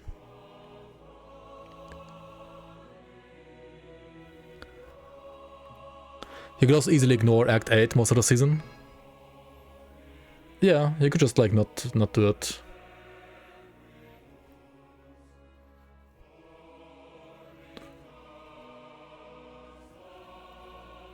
Redditors don't know to fill up forms, so it makes sense. I was playing with Grim Tools map opened. Fair enough, I mean many people do that for the base game as well. It's not that much at all. I mean, when you like optimize the paths, it can be kind of quick actually. But yeah, you have to like optimize your pathing, just like you have to do it in every other like act to a certain degree. It's generally kind of longish now though, I would say. It's still, I think, shorter than Forgotten Gods, map-wise, a little bit. Not much though. Being a new player and going through the base game, I found the ice theme to be quite cool, pun intended. Act 8 was great, really good addition to the base game in my opinion. The only thing I didn't like was how giant the mobs were in the new act. I would rather have tougher enemies than bigger mobs. So this guy thought the mobs were too easy. Interesting. Lukewarm on it. There's some cool stuff in there, but the steep increases difficulty is less engaging. So this guy says it's too easy, this guy says it's too hard.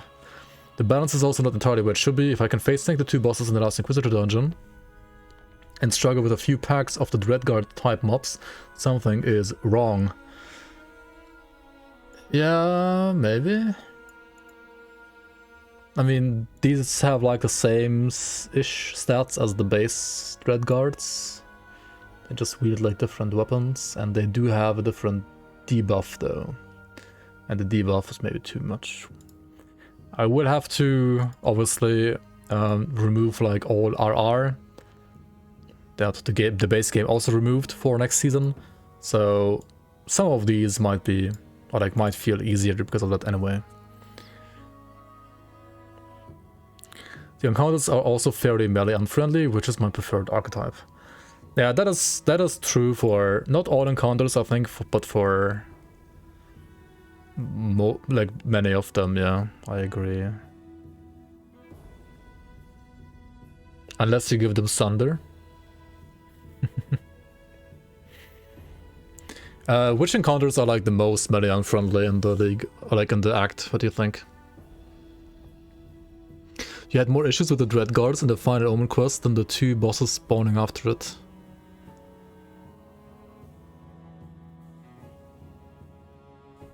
Oh, you mean like the... wait, like the corrupted ones? The tentacle guys? Fire Giant can be a bit spooky on melee.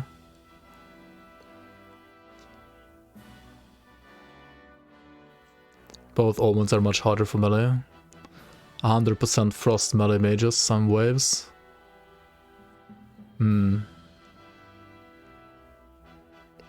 Dread Guards, melee, like Ice Watchers. Okay, so like melee unfriendly mobs in Act 8. You guys are saying Dread Guards, the Omens. Like, which Omens? All of them? All, like, the 2 gargoyles and the other 2 versions of the actual Omen. And then what else? Ice Watchers. Fire Giant. Unam Rab. So just every single boss. What?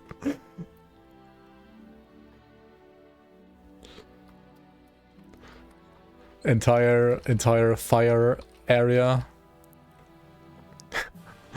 But like, I don't know, it's like pretty much the same as the entirety of Grim Dawn, is it not? Hiding portal in village behind bridge that should be repaired with rare shards is a dirty move. Yeah. Yeah, I can see that.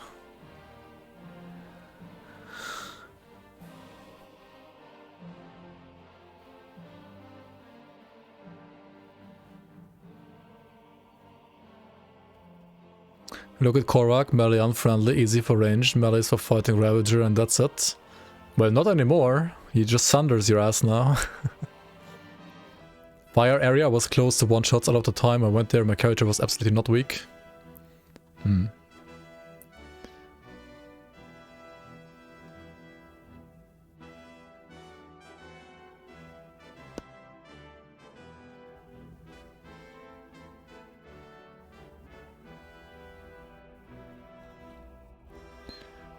How should the mobs have AI that reacts differently to ranged versus melee?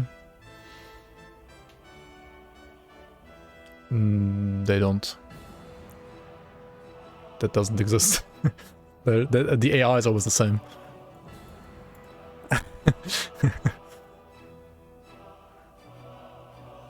Yeah, density and fire area is just like, it's mostly a density problem, I think, there.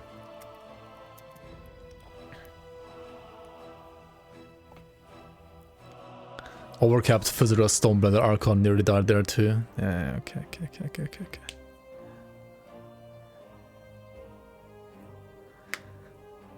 Would this be too hard to implement?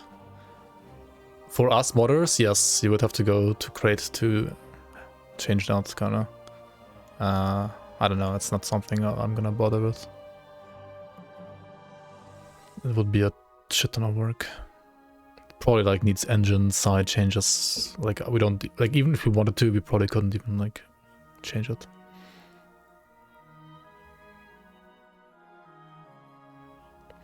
The density is really fun on a block build though.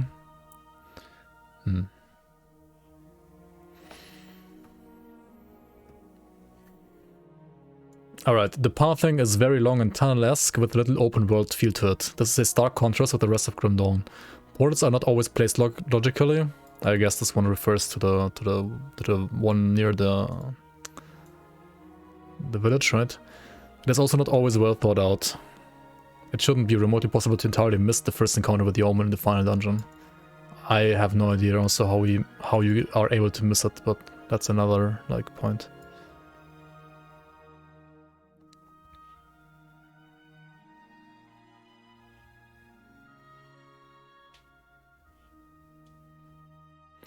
Very long and tunnel-esque. I mean, okay, like some paths, like when you run up the mountains, there's always like it's kind of like you have a plateau where it's like big and you have like monsters with different paths, and then you have like small connections that you just like go up there. But I mean, there are some maps like that in Grim Dawn as well. Not enough open world feel. And other people say like the maps are too big. It's like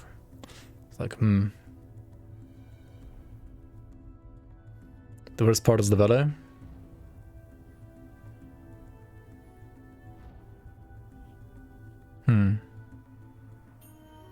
The valley is way more like open world feel though.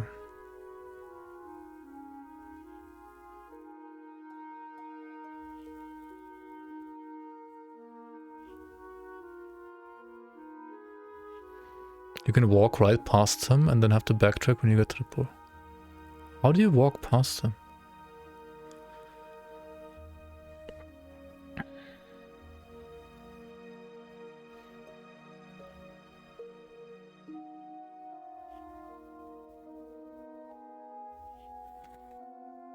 Wait, how do you... What? Okay, I really don't understand. How do you walk past him?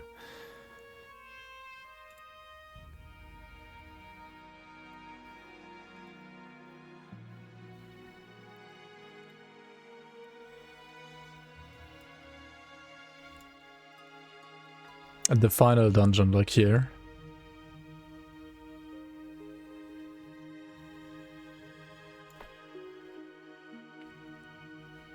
You mean this one?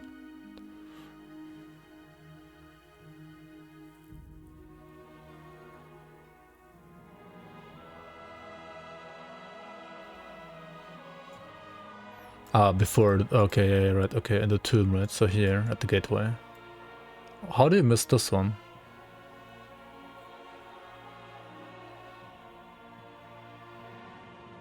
I was in the right map, okay.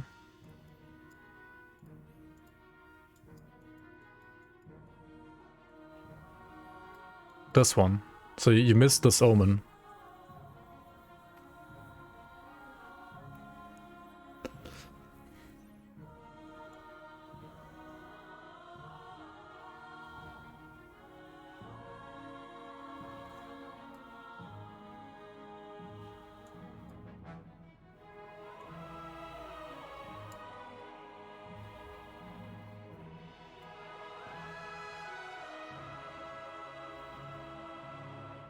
Who?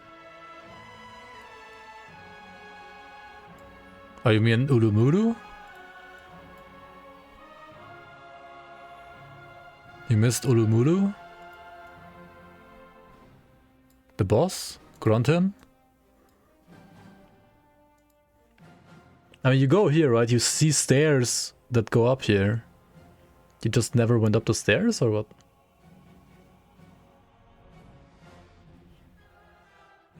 I don't quite understand what you're talking about. Like, yeah.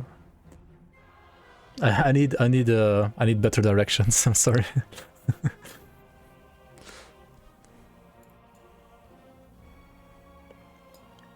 Like, you had to sometimes. Okay, so if you found this guy, right, and you know, like, you knew you had to like collect the things, or even if you didn't know about him and you collected to the two like effigies, right? And then you wanted to like give this guy, Ulumuru, the effigies, then you had to, because this one was blocked here, you had to go from here and backtrack like this in a way, you know. But I mean, that's like, Like this takes like 10 seconds to like Shadow Strike as well. Or 20 if you're walking.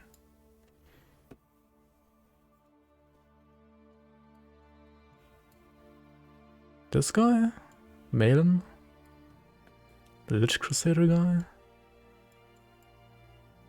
I mean, he's just an optional boss.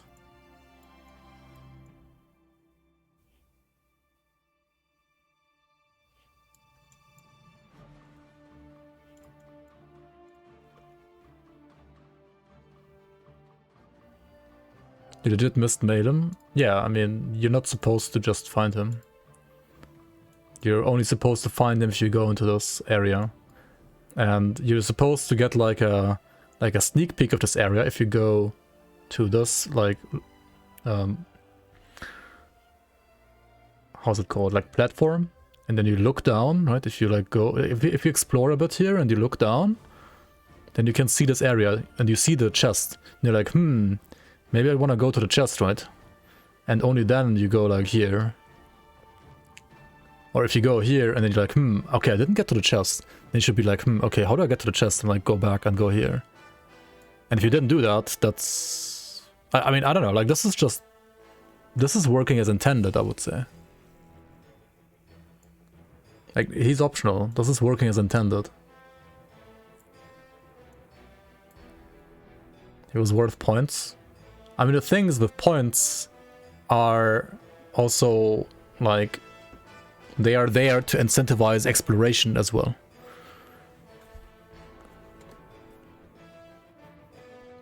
I would say this is totally working as intended, like 100% working as intended. I see no reason to change this, like personally at least. I mean, Unam Rab also gives you points. I think Unam Rab is way, way easier to miss, personally, right? He's like in this side area over here.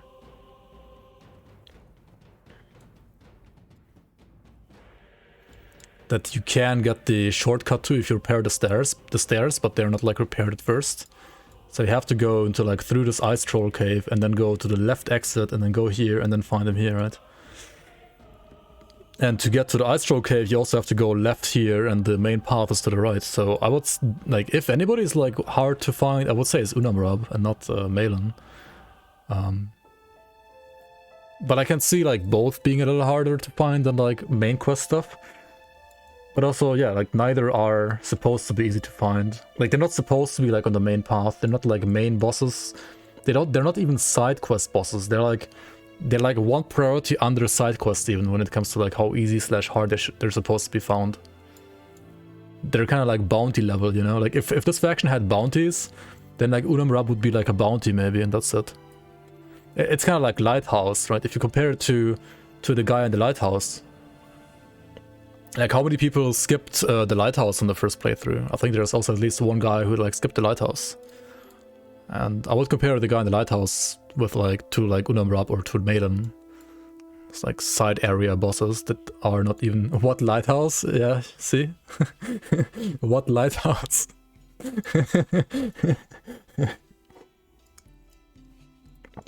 Steel Cap District. Ransacked Lighthouse.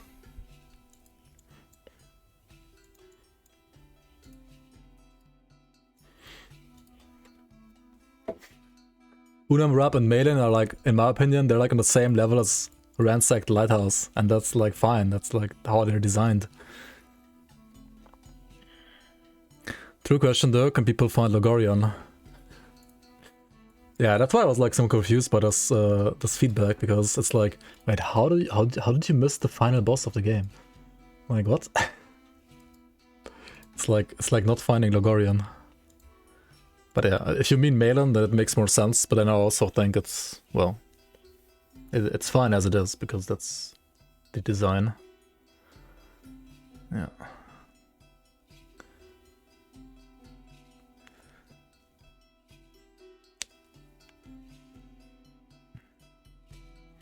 Can you make Cron more obvious, please?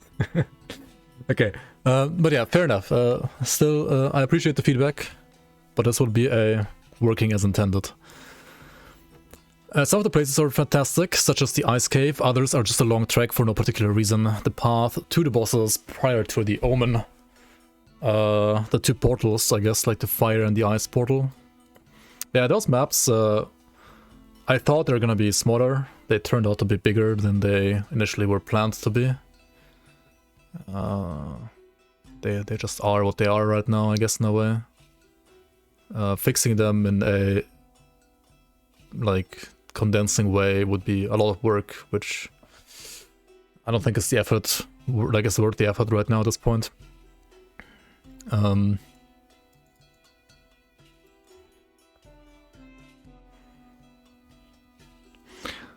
If I had to change some stuff with Act 8, and I would rather change some of the quests in the valley, probably make less of them be like part of the main quest and be more of them like side quests and optional. Like the cabbage and so on. I think we've maybe like collected enough cabbage in the last 2 seasons already. I mean, I like the cabbage, but I can see maybe why it's a bit frustrating. We'll see though. Not sure I'm gonna actually approach it yet. I have some ideas though. Yeah, Warmoo, welcome. If I may interrupt your deep dive for a second, could you explain how exactly damage conversions work? If I buff Vitality with Master of Death and then convert Vitality to Lightning, does the damage boost carry over? Percent damage, like global percent damage, does not carry over. So if you convert Vitality to Lightning, you want to scale it with Lightning only and not Vitality. 50 cabbages per act, like MMORPG. Yeah, yikes. Yeah, and then like milk some cows on the way as well, right? Feed some pigs, milk some cows, collect some cabbage.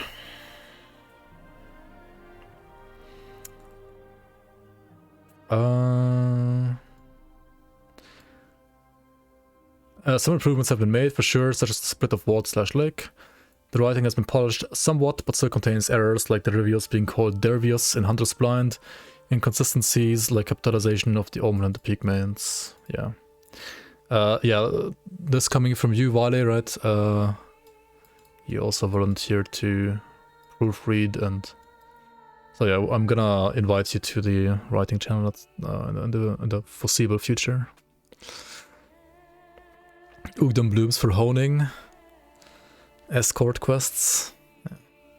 I strongly dislike losing access to skill points and set points until I finally get through Act 8 in Ultimate. Yeah, for those of you who like generally dislike getting stat points and skill points in campaign, I will most probably have a system in place for next season that, at least for alternative characters, will make it so that you can get those skill attribute points in different ways.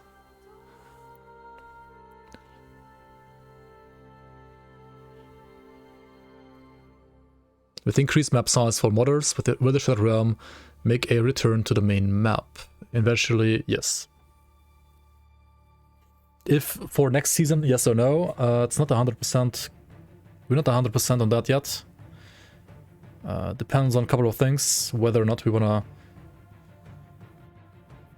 invest the work already now or a bit later. But eventually, yes. Eventually all the content will be in one map at some point again. I strongly... oh yeah, that's what I just read. The eyes are my favorite part of the season. I enjoy being able to make new builds. Yes, yes. Maps, beautiful. Monsters, great. Energy leads is a little toxic. Got actually tuned down a bit, but still exists, yes. Quests, sorry I didn't read anything. It's a little confusing at first, but I remember now when and where to go.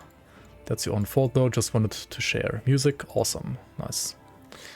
The quest could be a little bit more streamlined, smoothed out in the early stages of the act, like Vanessa being tied up in a somewhat easy to miss spot. Yeah. It's harder to miss now than it's the last season, but I agree this still needs to be, since it's like main quest, it needs to be more obvious.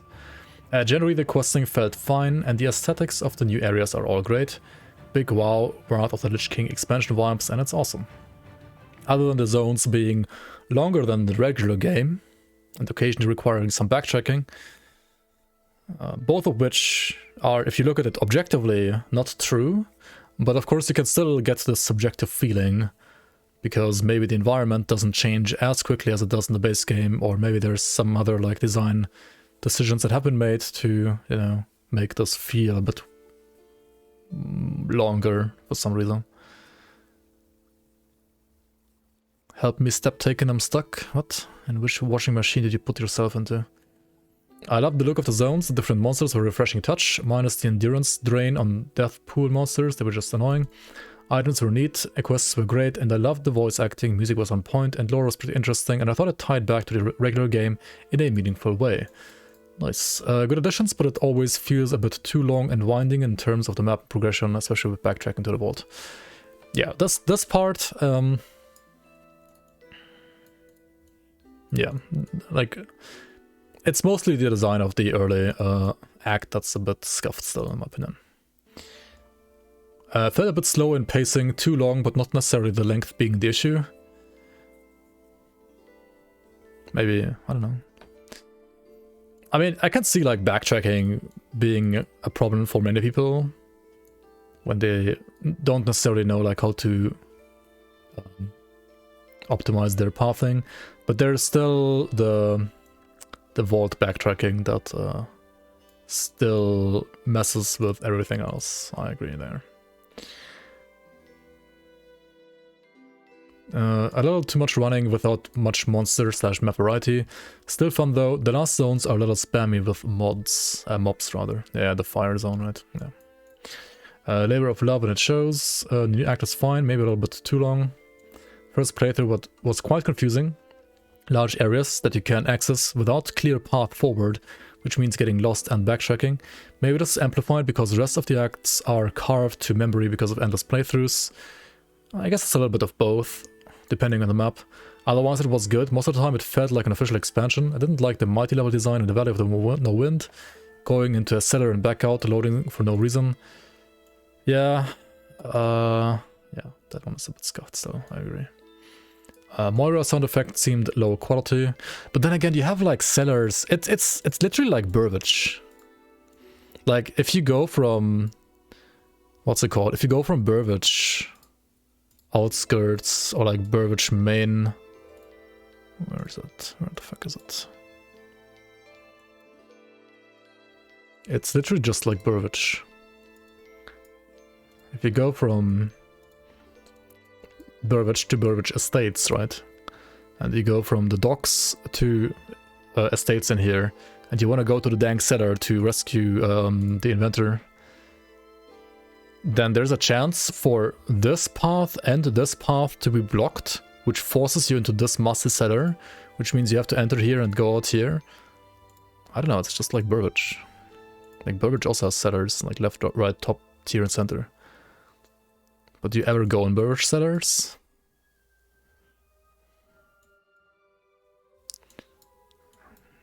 I mean...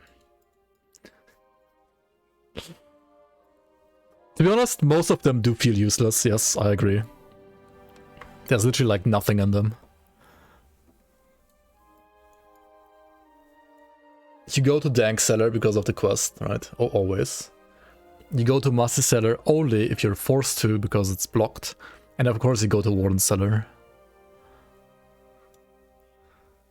But like, do you ever go into Infested Cellar over here? Or into Flooded Cellar over here? Do you ever like do that? Do you ever go into Infested or Flooded Cellar? I mean, I guess you can maybe sometimes go to Flooded Cellar if like this is blocked. But I don't think this is actually ever blocked really. It's never blocked to the point where you can't go through. It's either blocked here or like I think here. But never here, I think. For bounties. I mean, okay, so you have like one cellar, right, in Burbage that's important. The Dank Cellar. And the Valley has also only one cellar that's important, right? I mean, to be fair, there's two cellars, but for the main quest, if you don't repair the bridge, which you can before going to the cellar, you would only have to go to the root cellar here, right? You which has, well, it's only one setter, right? All this is one setter, that just has like 50 entrances. Like here, here, here, here, here, here. Okay, maybe it has too many entrances and it's like confusing for that reason.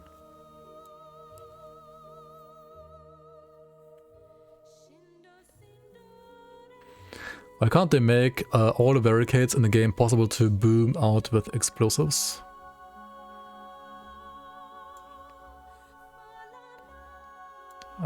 Well, it's too much effort, pretty much.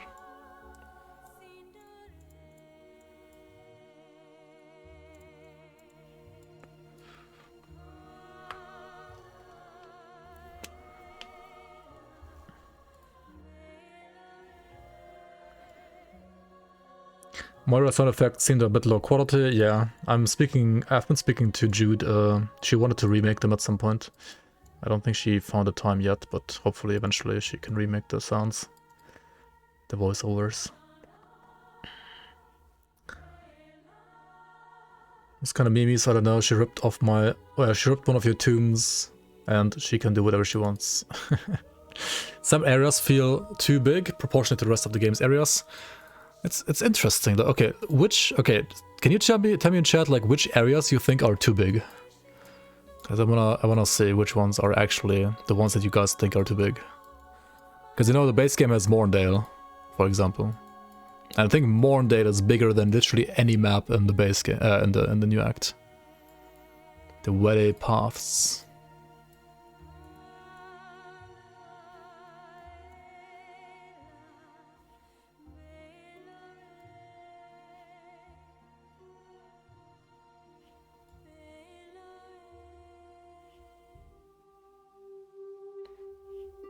Like this area down here, you mean?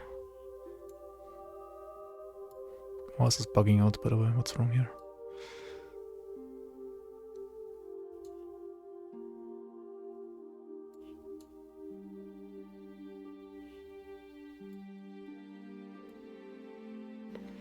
The map is smaller, but the distance is longer due to the winding paths. You have like a winding path here, you have a winding path here. I mean, a bit. And like this one up here, I guess, as well.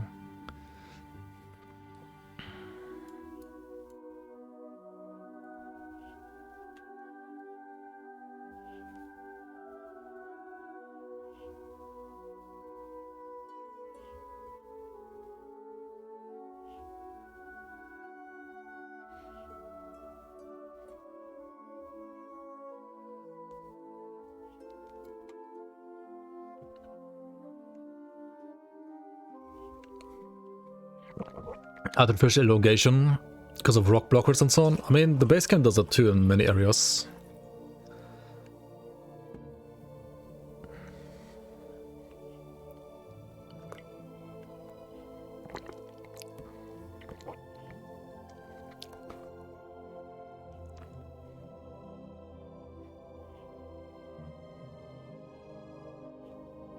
Stuff like currently on the screen, shot on the left.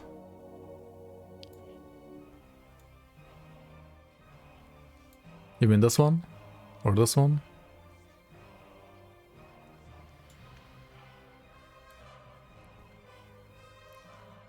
Welcome back, Kerplunk. All. I mean, this one I saw as well, maybe, yeah.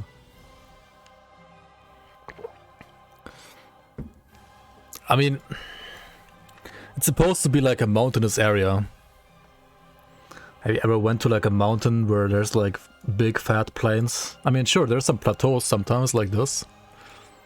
But other than that, it's usually like, I mean, okay, here's like only one path, so you can't really get lost. Here's only one path, so you can't get lost.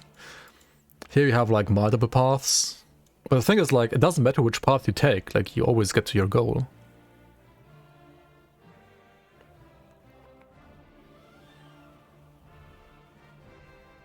This is part of a season map, yeah.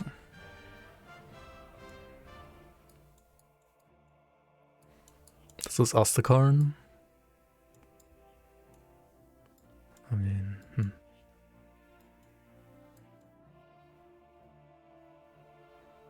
Oh yeah, Bloodgrove can be quite a mess as well. Take a look at Shaded Basin. Okay, let's see.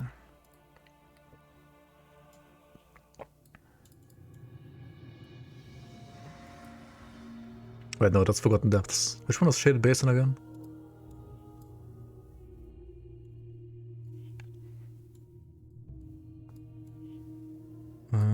Wait, or was it this one? No, Briars and Forgotten Depths is here. Wait, which one is Shaded Basin? Oh, it's just this area, right? This one's just called Shaded Basin, right?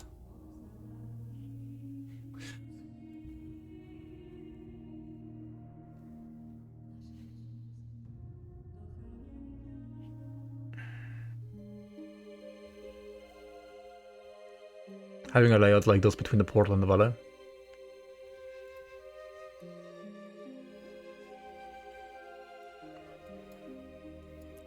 Yeah, I could see that, I guess.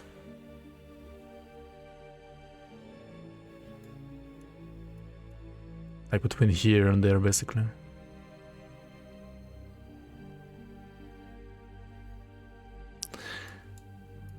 I agree to a certain point, Rexo. I agree. I mean, what we can do, of course, is like try to not have maps like this in the future. There are a couple things that I might want to change in this area of the map, though. And maybe here. Because... basically because of, like, Fangs of Ostakarn.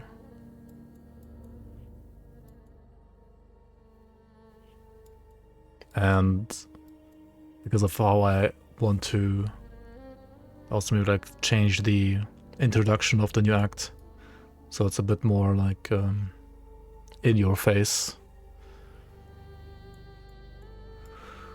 But yeah, if you like, this is way more flat than like this area. You know, like the paths are different because if you go to the mountains, right, you can't just like walk wherever you want, and this is kind of like you can walk wherever you want kind of style.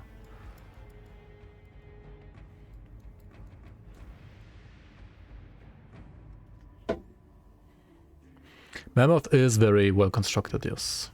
If Grim Dawn didn't have a problem with stairs, then Mammoth would be an awesome area.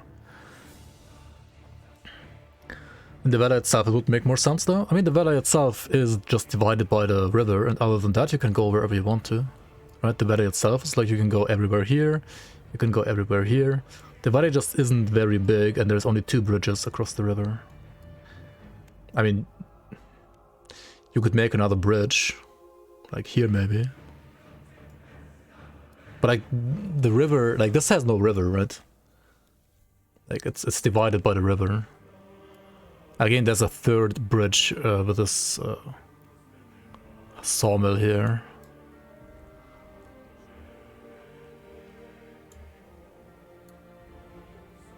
Yeah, it's also this house with the stairs that has a problem. I tried being cool with this house, but yeah, it obviously backfired.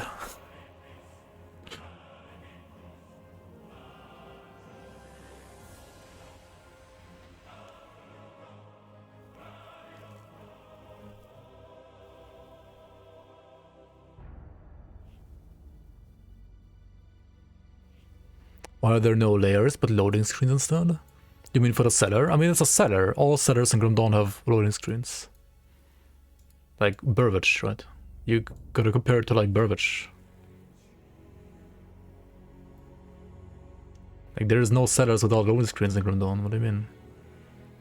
Mammoth just doesn't have any cellars. That's the difference.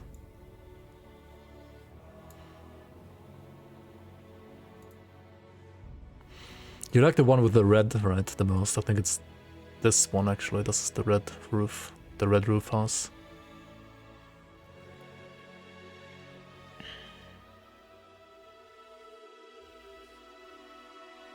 Yeah, Lighthouse and Red Light districts are cellars in a way, or like, well, areas with a loading screen. Or also the one where the council is in, right? The Insurgents Council, whatever. I mean, like every single cellar has a loading screen, that's just how it is. It's just Grim Dawn. This is not Titan Quest. There is no seamless transitions in this game. between up and underground.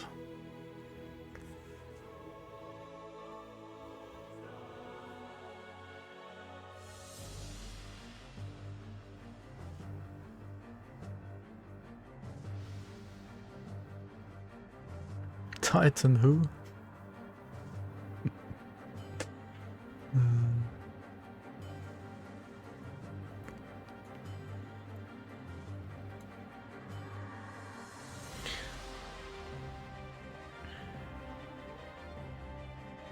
Okay, so the part before the second portal is over here, right?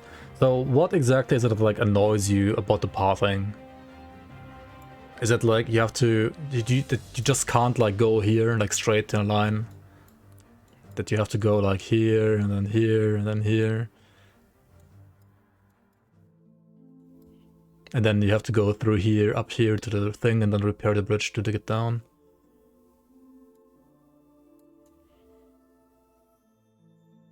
Because of backtracking? There is no backtracking though if you do it right.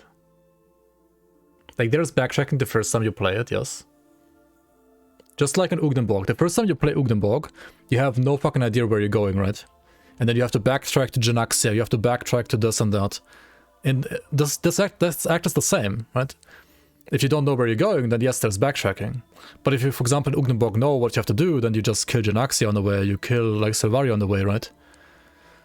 Here it's the same. You collect like the fucking cabbage and the pumpkin and so on before. You can go up here, you can collect the ice crystals and then go back here and just hand in everything at once as well. But it's a rather big open map. Here it feels like a chain of tunnels. Okay. That is fair enough in a way. It's the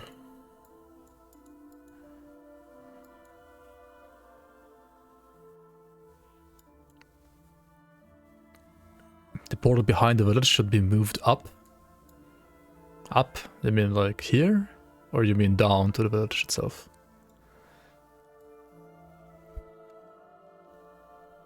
If you do the bandit invasion quest, you can't portal to the village. I mean, you can, if you collect the crystals.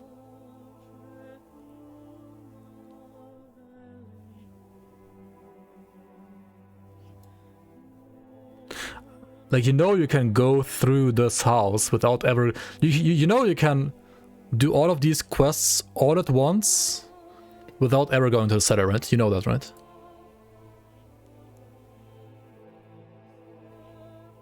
It is after the village quest chain is completed. That is not true.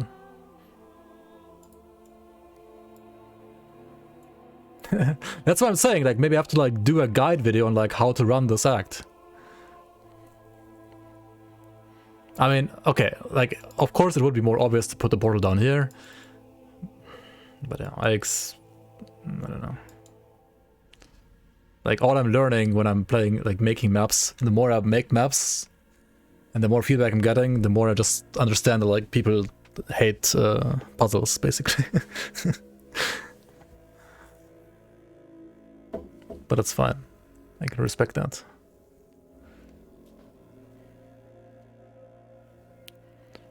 There's a random rubble that can block a path in the mountains. There's always multiple ways, and it always only like blocks one of them, so it never blocks you actually. You can always go to your goal. There is no full block ever. That is also not true.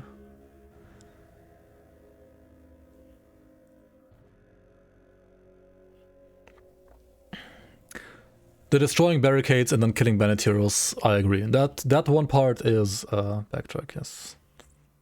That is backtrack, I agree. And that's also a quest that keeps on bugging out even after having tried to fix it so many times. So yeah, I guess at some point we just have to like ditch it. That part I agree on, for sure.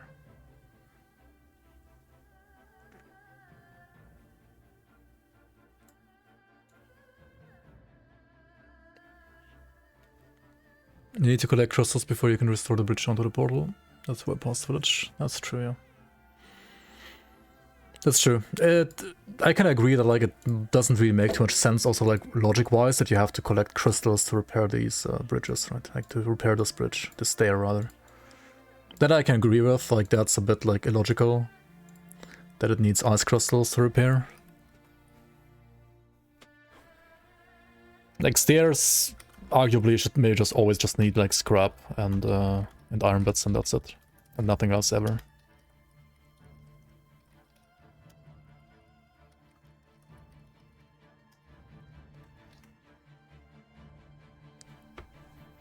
It is in the first run though. Yeah, I mean you can just like okay, so how you could play it in the first run, once you know, is right, you go to the village, you pick up cabbage, you pick up pumpkin, you pick up not thread but flour, right? You go to the bandit hideout cave, you kill the thing there as well. I mean, okay, you enter like here, right? I don't know, like here. You either go here, or if this is blocked, you have to go here. I mean, either is fine. Or you can also go just over here, there's nothing blocked here ever.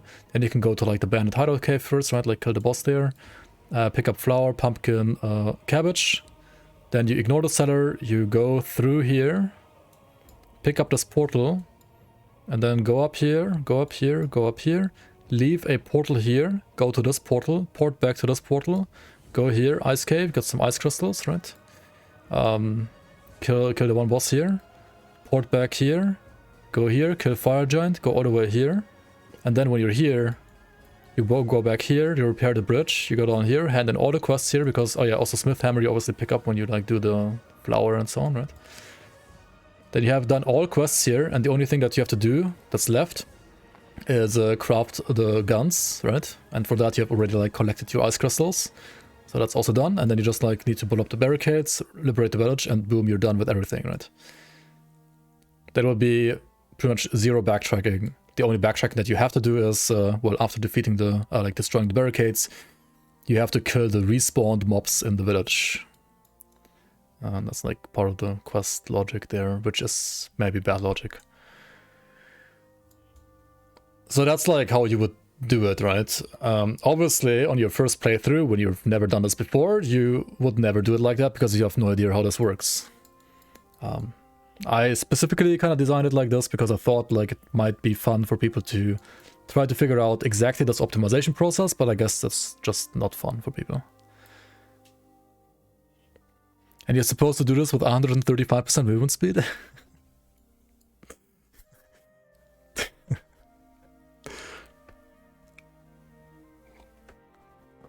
I don't think most people will kill a giant before turning in village quests. Well, no, but that's the efficient way. I mean, people in the past also maybe didn't kill Janaxia or Sevaria before, like, you know, getting the fetish from Barrowholm, but now they do, because now they know how to play the game efficiently.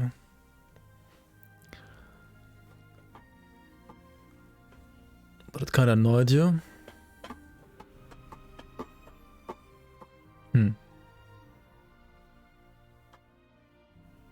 Feels a bit more fluid in the base game.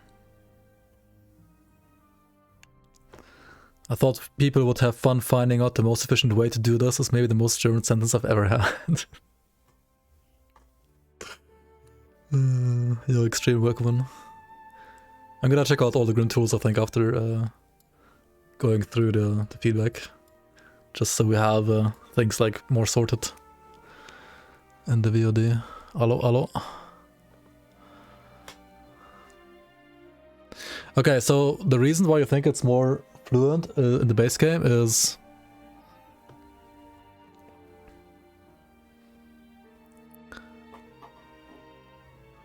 why?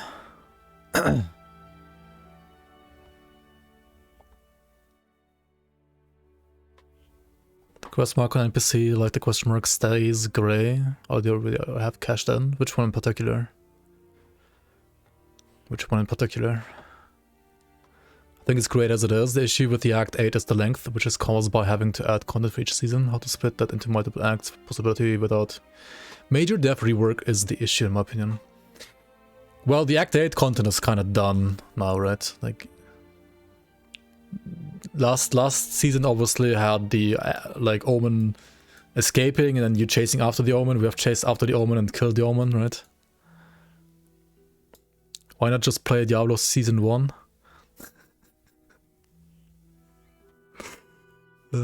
Just play Diablo 1 instead. Welcome in, Crow Lord. I should have wrote it down. I believe it was a silversmith, for example. Yeah, he has... I mean, with the silversmith, it's because he has like multiple quests attached to him. But that's like a game issue. It's not really like anything we can do about it. Korean noodle soup. Sounds good.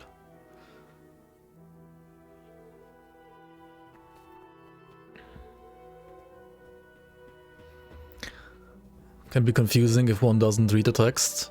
I expect everyone to be confused if they don't read the text, though, to be honest.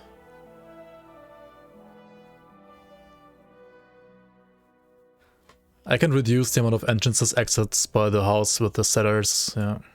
It doesn't need to have that many.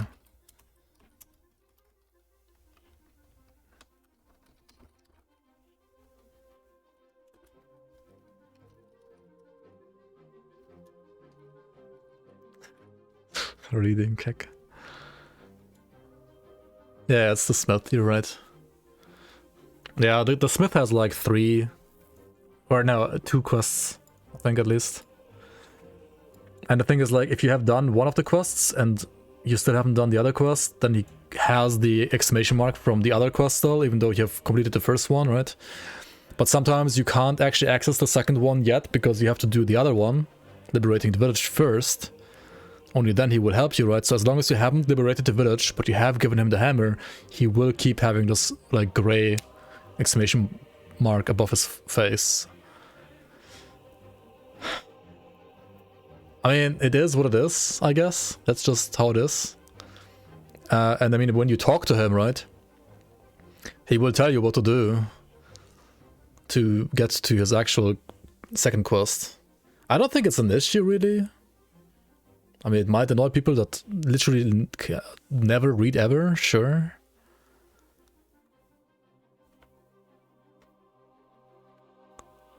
It's a game pace loss. Yeah, it's that's a game issue though. We can't really fix that.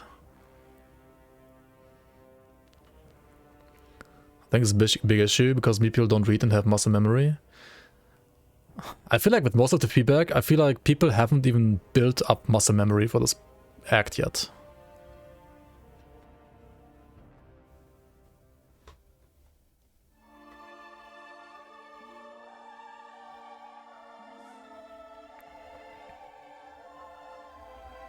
Oh yeah, Act 7 Phaeton guy as well, yeah. The Rover Elder, true, same.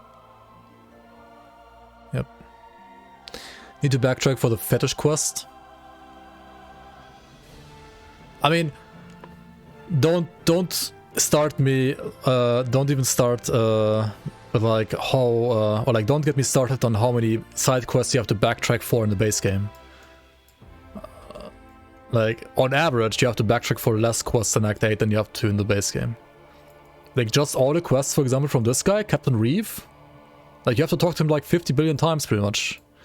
And, like, backtrack to fucking, like, Asakarn Valley and stuff like that. Like, I don't know.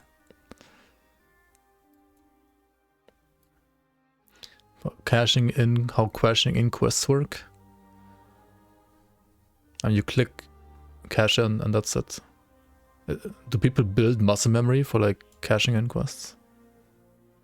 But reset the waypoint next to him?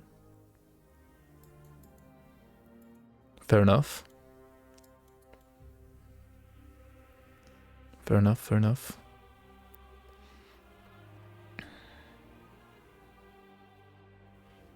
You see gray quest marker, no quest to cache in. Yellow marker, quest can be cached in. Yeah, so I would...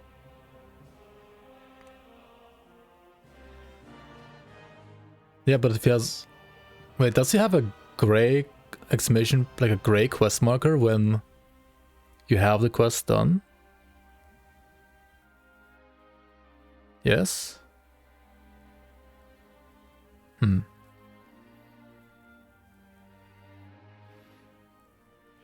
interesting.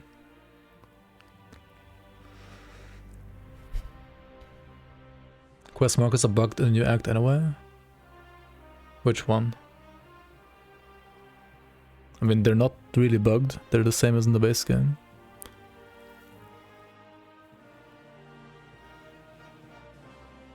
Lots of them. Which one? I can't think of a single one right now.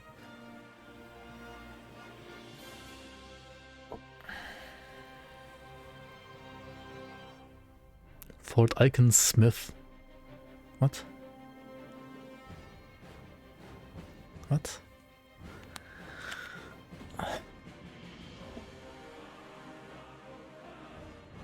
Nani? This one has no quest. What do you mean?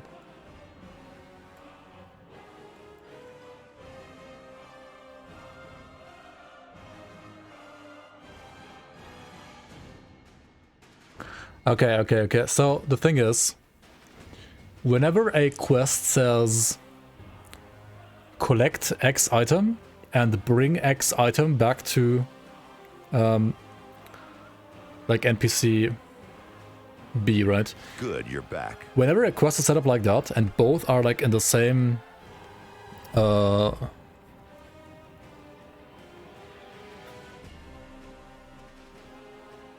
like in the same stage. Thank you so much for the resub, Captain Ox. Much appreciated support. Whenever it's set up like that, then as long as you have the quest, the NPC will have the quest marker whether or not you have actually found that item that you need to retrieve, right? That's just how it is. So the alternative would be you split it up in like two paths, like into two things, right? So first it's but it doesn't work. Like it's just scuffed. You can't. Like with these, all of these like fetch quests, you can't change. Like they just have to be like that. Like the base game has the same issue. That they are just like that.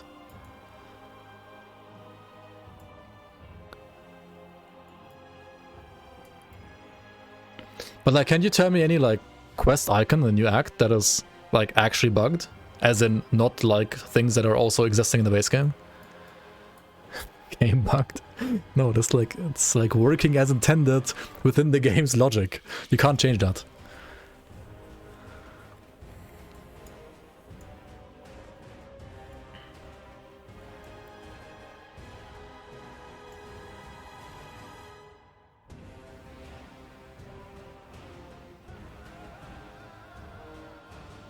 It's not working as intended. It's working as the tools of the game intended to be, yes. They don't bother fixing the tools and they don't bother fixing the logic behind some quests, and thus it is intended, working as intended as the current logic is set up in the game. So it is working as intended by the logic of the game.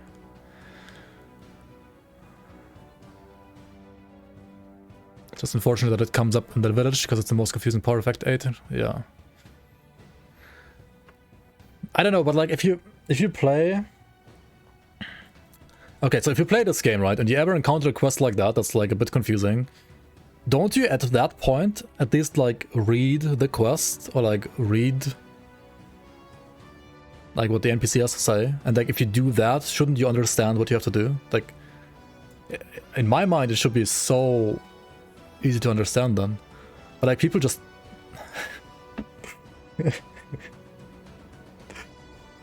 like I feel like instead of like reading the quest, people are like, fuck this game, uninstall.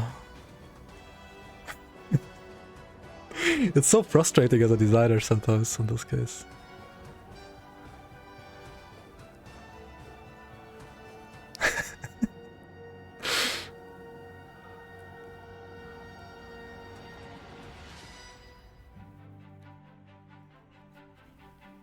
You can teleport actual human beings all across the entire map back to Devil's Crossing, but you can't teleport items to quest quivers. Fucking what? Know your audience. Know your audience. Yeah. Know my audience.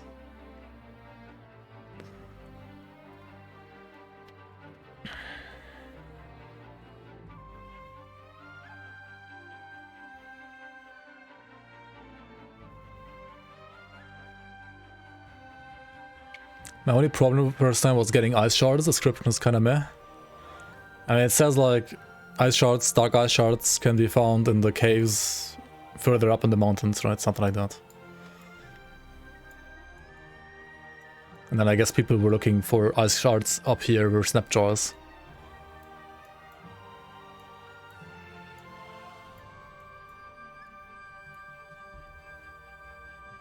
What is a cave?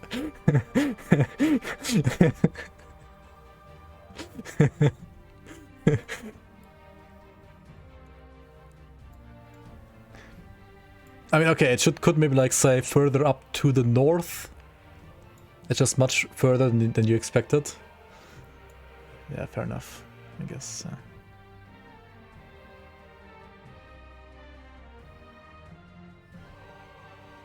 So what you're saying is you want more caves? You can also do the invasion path before you even learn dark ice crystals exist. Invasion path, this one? I mean, yeah, that's like a side quest though. I don't see a problem with that. Yeah, like you just hate this one portal, I guess. Yeah, makes sense. And you hate this portal because, like, if you don't have ice crystals to repair this bridge, you have to walk this path every single fucking time. And it gets annoying. And you can also miss this portal because you might think you can't even go through here because you missed this part, right? And then you just, like, found a cellar, got here, got the quests, go back, collect the stuff, and then you walk back here, and you just do this back and forth all the time because you don't know this one exists up here, right? Like, I agree, this like, if there is a portal as a problem, it is this one.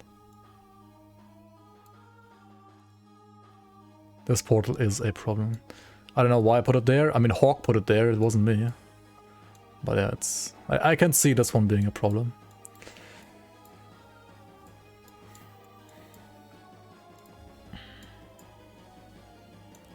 Playing Hawk, classic. Okay, I mean, this one you can't miss, right? This is not a problem, this portal, is it? This one is not a problem, is it? Like, can you miss this one?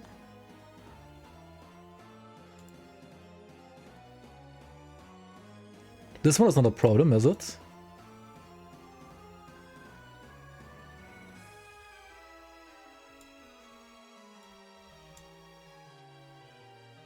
It's only this one, right? Okay, so like when you guys say portals are a problem, it's literally only this one, right? Because you're saying like portals are a problem as if like the entire act is scuffed and belongs in the trash can. It's like when people say 1.2 is gonna destroy Grim Dawn when it's really like only like 1 or 2 issues. It's just like the wording is a little debatable.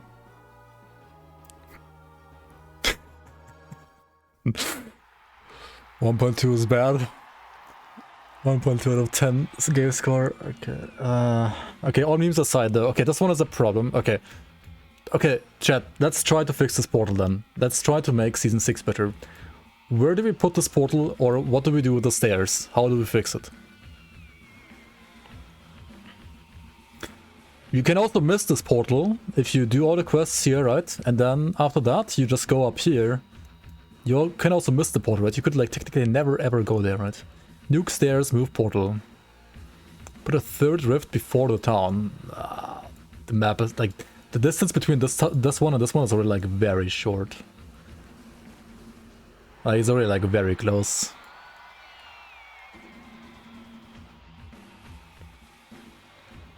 Move portal to the bridge. Wait, here? Like it's already at the bridge. What do you mean to the bridge? It's already at the bridge. It's not. Did what? You can literally like fit both portals on one screen here.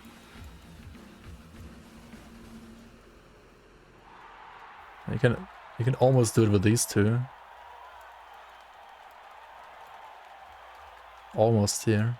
Like these are technically closer. I guess there's more like, you know, yeah, like paths that you hate to walk, right?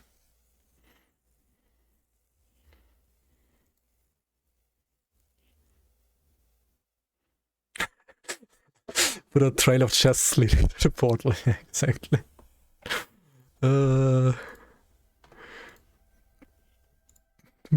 Put portal in the cave and hide the cave.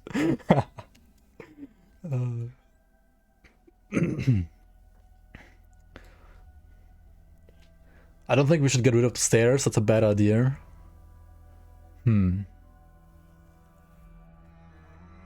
Is it though? I'm actually open for like everything here, except for like some ridiculous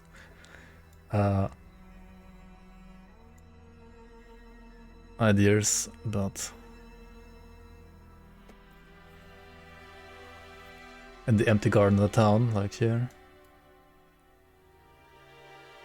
Just put it where the NPCs are, that's basically it. Yeah, we could do that. Remove useless smith in the village. The smith is there to craft dynamite for the detonation sites.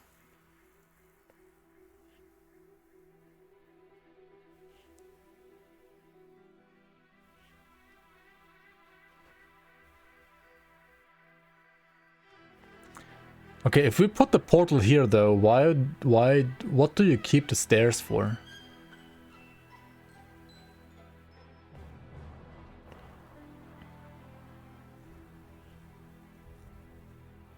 I think if you move the portal here, there's literally no reason for the stairs to exist.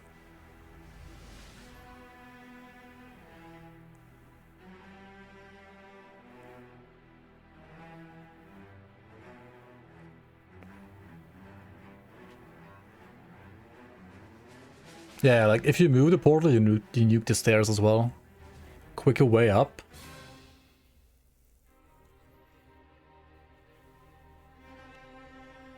Is it though? Like, okay, say you wanna farm Unamrab, right? Then you went from like Astrakhan, then you go from Astrakhan Plateau anyway, right? I mean, okay, if you nuke these stairs, you can also nuke these stairs, because these stairs only exist because of farming Unamrab if you wanna like go from this portal when it's up here. But if the portal is down there, then that one is useless. We could just like nuke both stairs, honestly. Okay, so if you move this, you remove these stairs, you also remove these stairs. And you would just like farm Unamrab if you want to farm him from this portal, right?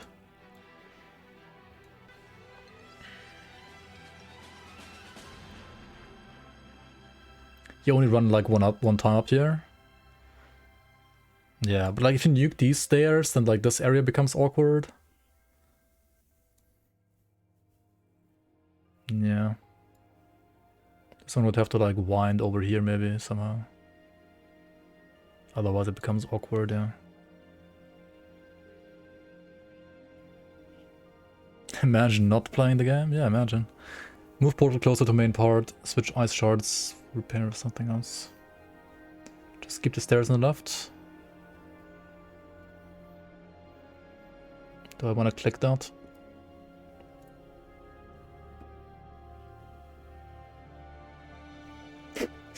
Okay. New rift spot. Remove, fuck this. NPC dude goes over here. Do you mean this guy who's already here? He's already here, by the way, he's not here. This is the NPC for the stairs. The NPC, the actual NPC is here.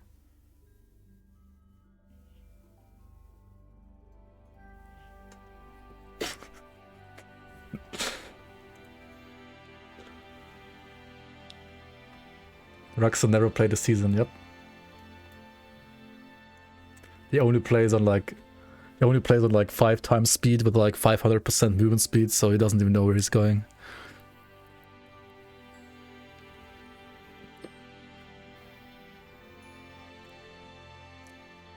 Petition to remove all maps that aren't what? What do you say, Envy? That aren't a straight line. There's an NPC above the rift. He starts here. And then he moves here, and if you complete the quest, he moves here. This is Ori. Ori is all the same guy. But he always starts here. So when you go up here the first time, he's here. What's the function I'm trying to gain from moving the portal? I'm trying to not have this exact same conversation next season.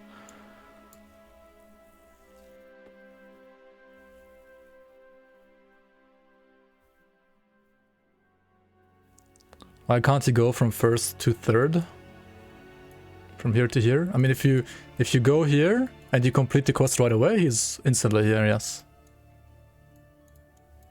He only moves from here to here if you have already met him and you haven't completed all the quests, so that if you go to the rift, he's gonna stand next to the rift. That's the only reason why he has like these two. But yeah. He has this one so that people don't miss him. He has this one so that like when you go back here, he's here when you haven't completed the quest. And he's always here once you have completed it. But yeah. That's like kind of besides the point. Like he's not the issue here.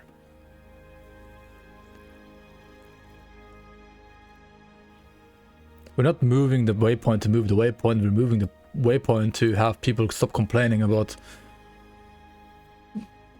this area being like scuffed quest-wise. How challenging would it be to make a new class for Season 6? We'll just wait for Crate to do that for Fangs of Asgard instead.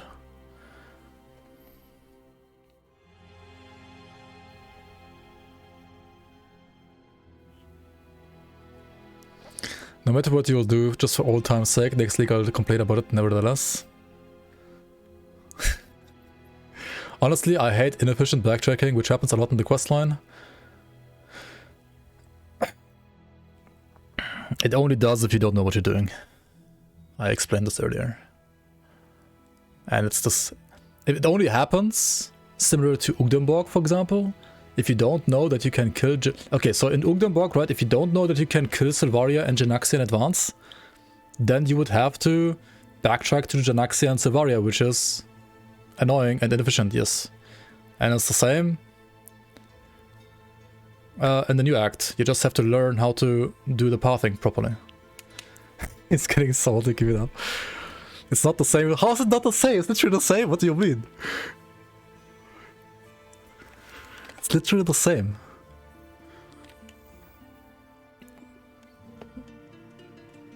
The fuck? It's literally the same. Apart from one thing, that Ugdenborg is designed to be a broader area and this one to be more tunnely, yes. But that's like not part of the like backtracking.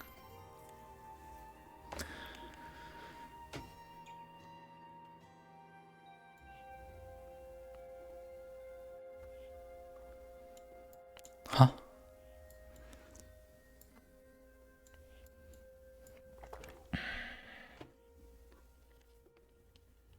But now it's an empty wasteland? Like, there aren't enough mobs on the plateau, or what? There aren't enough, like, crawny gang members down here? I mean, maybe not, I don't know.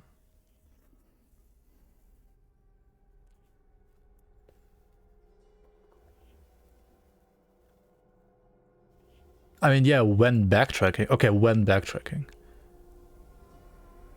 Wait, they didn't say that, though. Wait, who said when backtracking?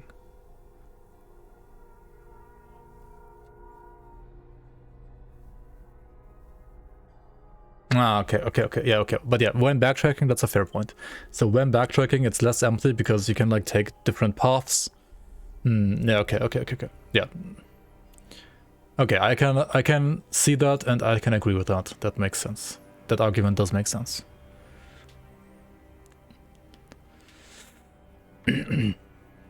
Forgotten Gods just needs a hot woman.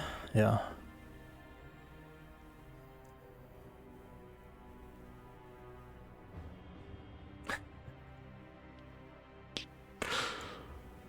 Okay.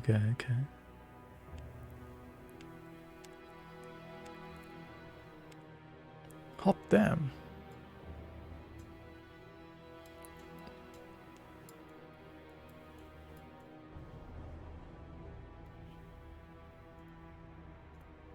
Magic the Gathering. What? Why are we lost? Why are we?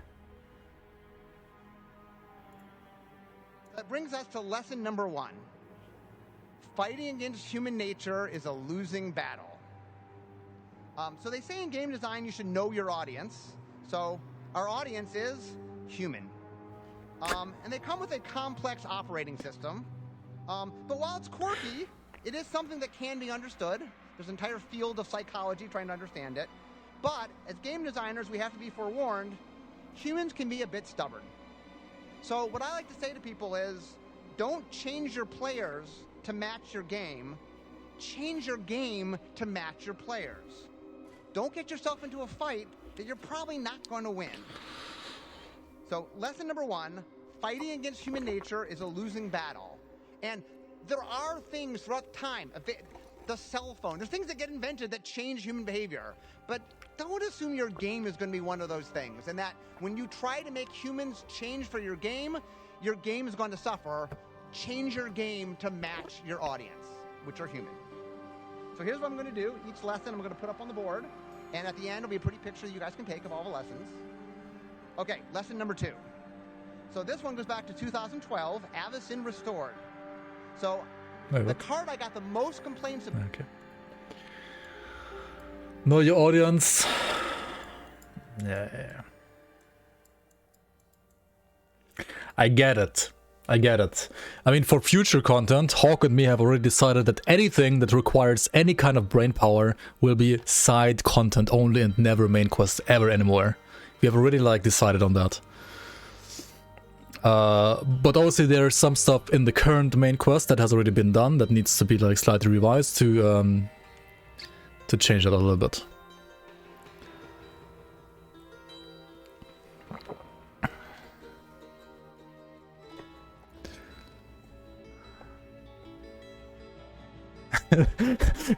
Depriving me of side content.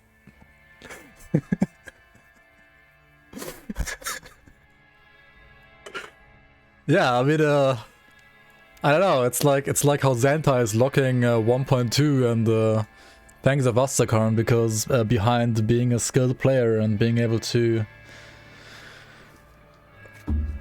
get anywhere, and the new act, I guess. Main quest must be streamlined on a fucking rails. People will feel right when others... Yeah. No, I have understood this now. I have understood this, which is also why, for example, fucking these 3 keks shouldn't be the ones you meet here. It has to be Vanessa, and she has to be literally in your face when you go after Keros. She has to stand here waving, hello, save me, right? And then you talk to Vanessa and the other lady, and she's like, okay, yeah, blah, blah, blah, go there. And then you go there, right? And these 3 keks, they can be inside the dungeon in this one side area where Vanessa is right now. Right? That's how we have to design the first part of the act. Otherwise, people aren't even gonna find the act in the first place. She has to, I don't know, flash your fucking tits or something like that so that you see her, right? So you get, big booba eyes, and then you know, oh, there's a new quest line here, right?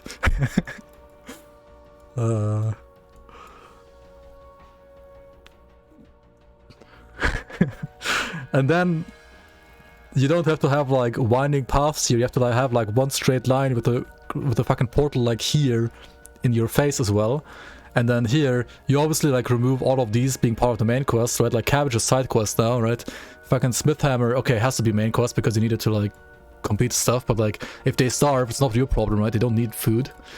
Backtracking for bandits, I mean, I guess you just kill them, and then once you've killed them, they're already dead, so why would you have to kill them again, right? So you just instantly free the village because you already killed all the bandits.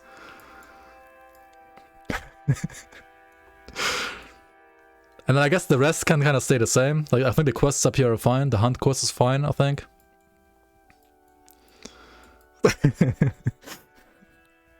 I know. I have exactly this concept in the back of my head all the time already. I guess I needed you guys to trigger it out of me.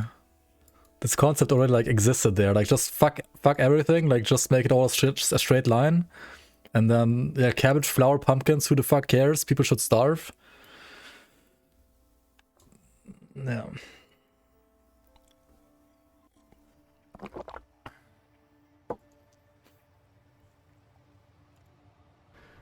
She has to, I don't know, flash your fucking tits or something like that so that you see her, right? So you get, big booba eyes, and then you know, oh, there's a new quest line here, right? She has to, I don't know, flash your fucking tits or something like that so that you see... Yep. Food is for nerds. Exactly, who else even eats in this game, right? Nobody eats in this game. Why are these guys, eating cabbage? Yeah.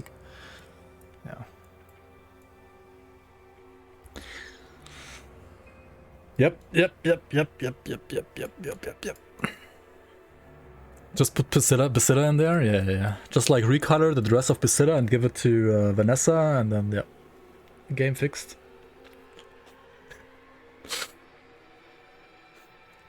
Just order food. Yep.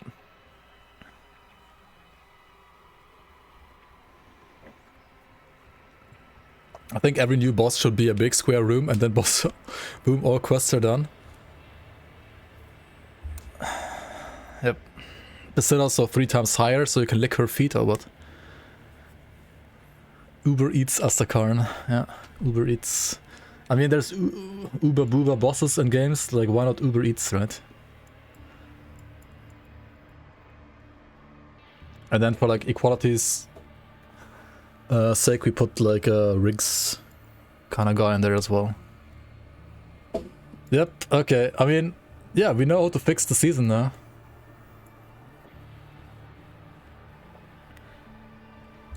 Now I just need to have someone like rewrite the thing with, or actually no, it doesn't have to be rewritten. We just put like, you know, like how you have to go into that one place where like the Inquisitor locked the one place where you have to go to Twin Omens and so on.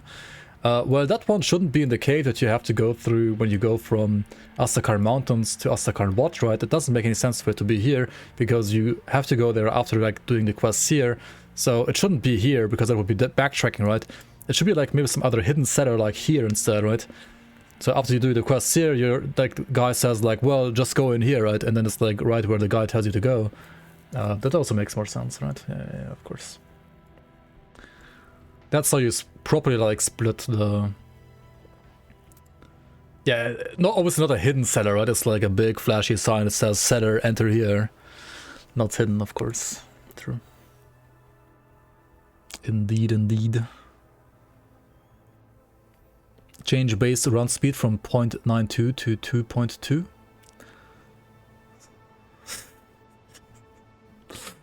Sounds good. No, actually I want to do that change as well. Like, I'm not saying this now because I'm like getting riled up by this whole situation. I actually also had literally that planned for next season because, yeah, that split was nice and all, but it doesn't fix the actual backtracking part into the cellar, like into the like gargoyle dungeon. It doesn't actually fix that, right? You no longer know what is sarcasm? Yeah, you haven't watched my stream long enough, I guess. You get a sarcasm crash course and advanced course all in one here.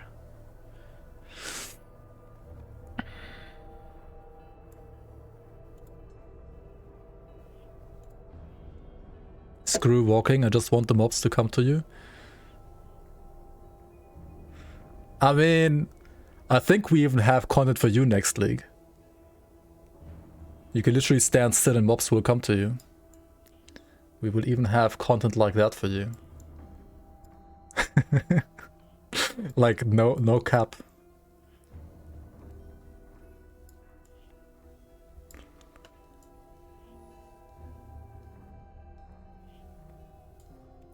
You will get extremely disappointed if we don't get Vanessa Flash. It should be like something like text, right? Like you talk to the NPC and then this like, hello there, Taken, and then like, you know, like with the stars, how you like indicate like people not saying stuff but like doing stuff, flashes tits. That's just like what it does, right? Like the text just says like, hello, Taken, flashes tits, and then it goes on, right? Yep.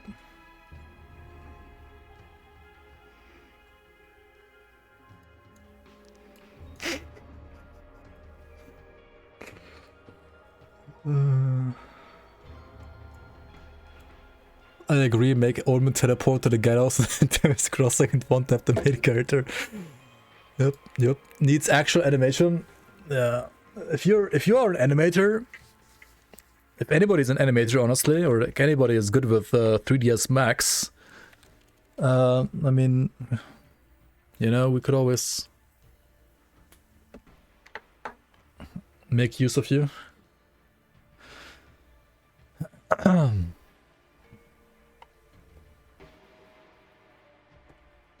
Or Maya, yeah, whatever, I don't know. I mean, wait, are they? I wonder. I need to ask Sentai, which, I mean, yeah, it's probably Maya, but yeah. Can you load in Grim Dawn Assassin to Maya? Have you tried?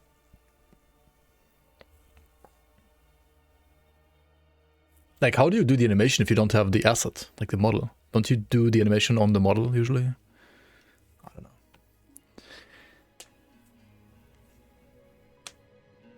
As far as I know, there's only like a plugin for 3ds Max, but there has to be something else for like some animation program, right? Unless they've done all their animations in 3ds Max, which I doubt, yeah.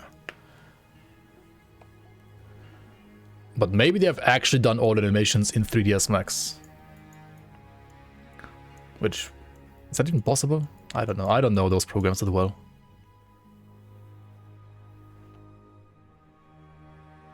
Maya just has it built in. Yeah, but does Grim Dawn work with Maya? That would explain the jumping animation. Yeah, I guess so, yeah. Yo, DMT, welcome. So will you make Vanessa hot or what?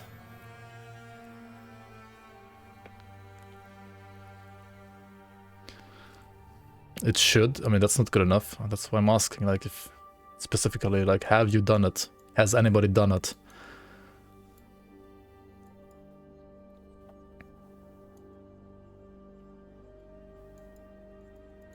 Okay, should we move on to the next question?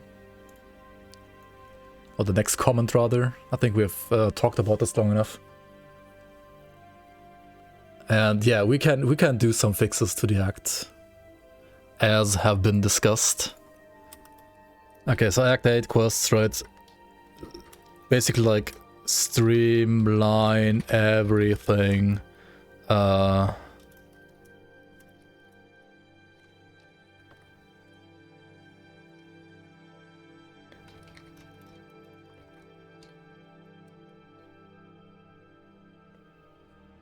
Make more winding passages and blockers. Yep, exactly.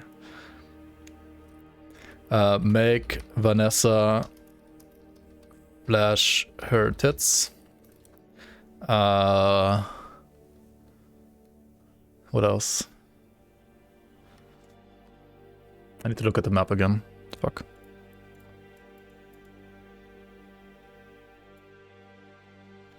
Oh, yeah. Make bandit kills not ever require backtracking. Just kill them and then it's done.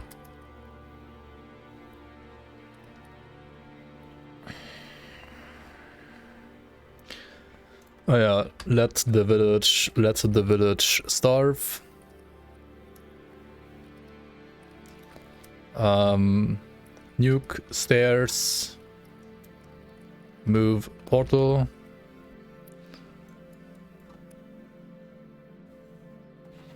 Inquisitor room relocate.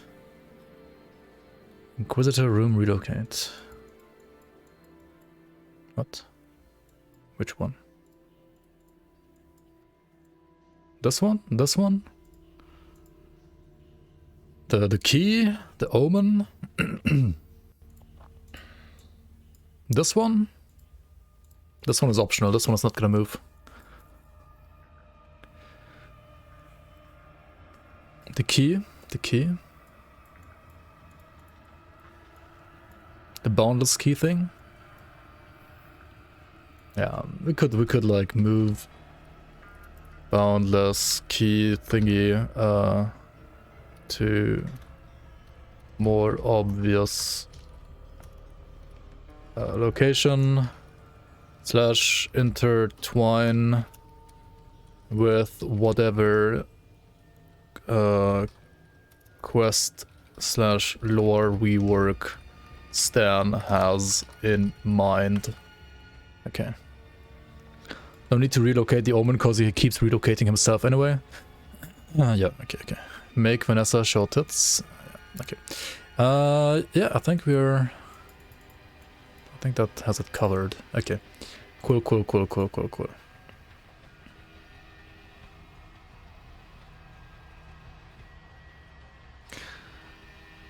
Okay, we're like halfway through, guys. Bear with me.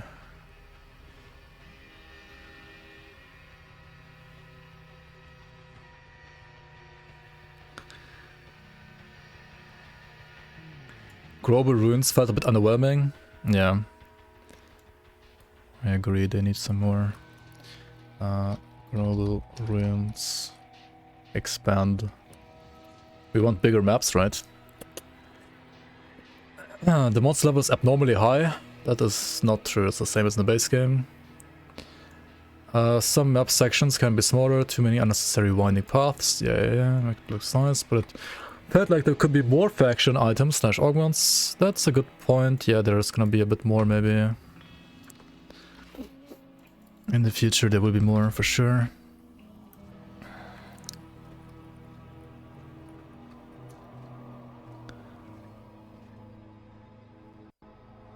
Hope we get 3 more Grabowski in Season 6. It's incredibly well done, but when doing multiplayer times, doing multiple times for character feels a bit too long since the latter is designed around only doing normal. Ultimately, you spend a lot of time there. Great job, new actor's great. Wasn't a fan of mid-season change moving the key outside the vault. I think he's the only guy that ever hated on this. Like, why would you hate on making it shorter? The key being outside of the vault, I think, is way better in my opinion. You're well enough, welcome in. Quite long, but good quality. Excellent work, blah, blah, blah. Short, needs more challenge. Look at this guy. He thinks the actor's too short and needs more challenge. Fucking Giga Chad right here. Giga Chad, this guy. Feels a bit long, just enjoy it. New cases are interesting to go through, especially the one with the ice as a floor. Haven't made it to Act 8, sorry. Really like most of the design choices. I think the bridge shortcut leading blah, blah, blah, blah. Kind of excessive, unnecessary compared to the rest of the shortcut building. Yeah, just nuke all the stairs, right? Just nuke all the stairs.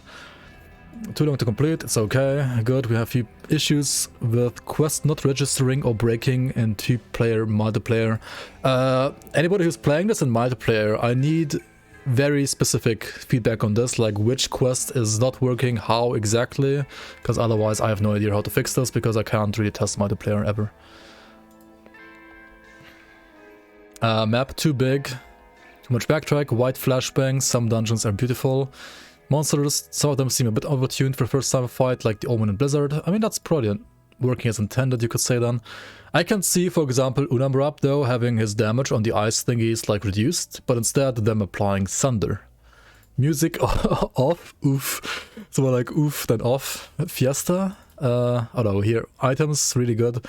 But not all of them I saw was used by people, need some adjustments. Quest equals backtrack Fiesta. Yeah, first time you go through it is. Other than that, it's just like more a learn to play thing. And lore, nobody cares. Cool. It is large, it means that I can't stop whenever I want, especially since there's a skeleton key dungeon required for parts of it. Yeah, this is kind of like weird content, I agree. It's a tad long, but otherwise fantastic.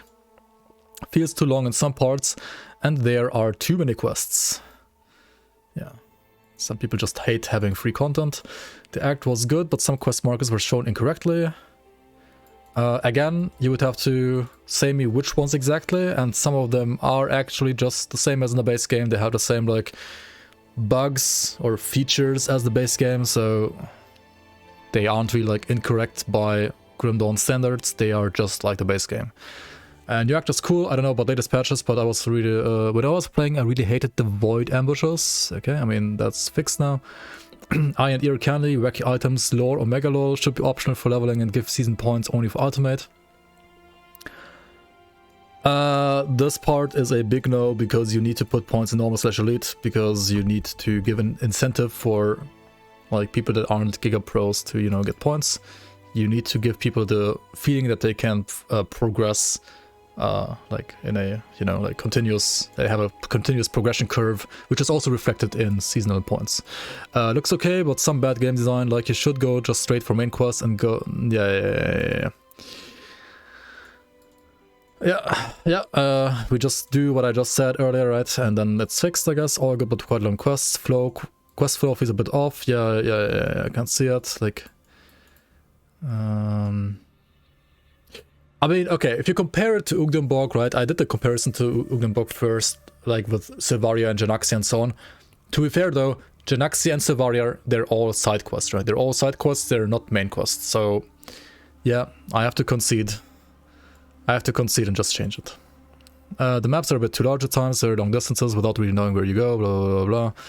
Maybe add another waypoint. I don't think you need another waypoint, just maybe like move the one waypoint, and then it's probably fine in my opinion. Love it, main reason I play it. Great challenging. Overall, I really like the new act, though the Omen final form is really rough. New act turned out to be quite high quality. As the minus, I note the absence of any drop from the final boss Omens. Yeah, this will change as well in the future. Overall, I did not enjoy Act 8 very much. The amount of mobs that can see you is very frustrating. And the last boss, really? I mean, it's the last boss, like, what do you mean? It's supposed to be hard, but yeah. The quests feel quite vague as to where to go and appear to drag out far beyond the area you might guess they should be completed in.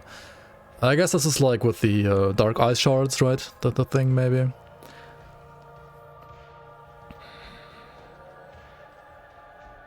There's a particular issue with quests, with respawn location if you haven't gotten enough of the new crafting component to fix the path back into the Act 8 town. You end up spawning below and you have to walk, yeah, this is basically like related to the what we just said with the rift gate, right? Blah blah blah. On the positive side, the crystalline caves look super cool. Some of the voice acting was pretty neat and or made you laugh. The new dungeon is also quite enjoyable. Specifically noted how many bodies / boxes were there to facilitate ambushes in the new dungeon. Scene 5 Fortress of Medan is sexy, really looks beautiful. Omen 2 fight is excellent. Both realms of death life are fantastic. Yeah, I mean, I'm glad somebody just enjoyed it as well. Act 8 overall was great, but yeah, I agree, like the fire one probably needs like still some reduction in density, maybe.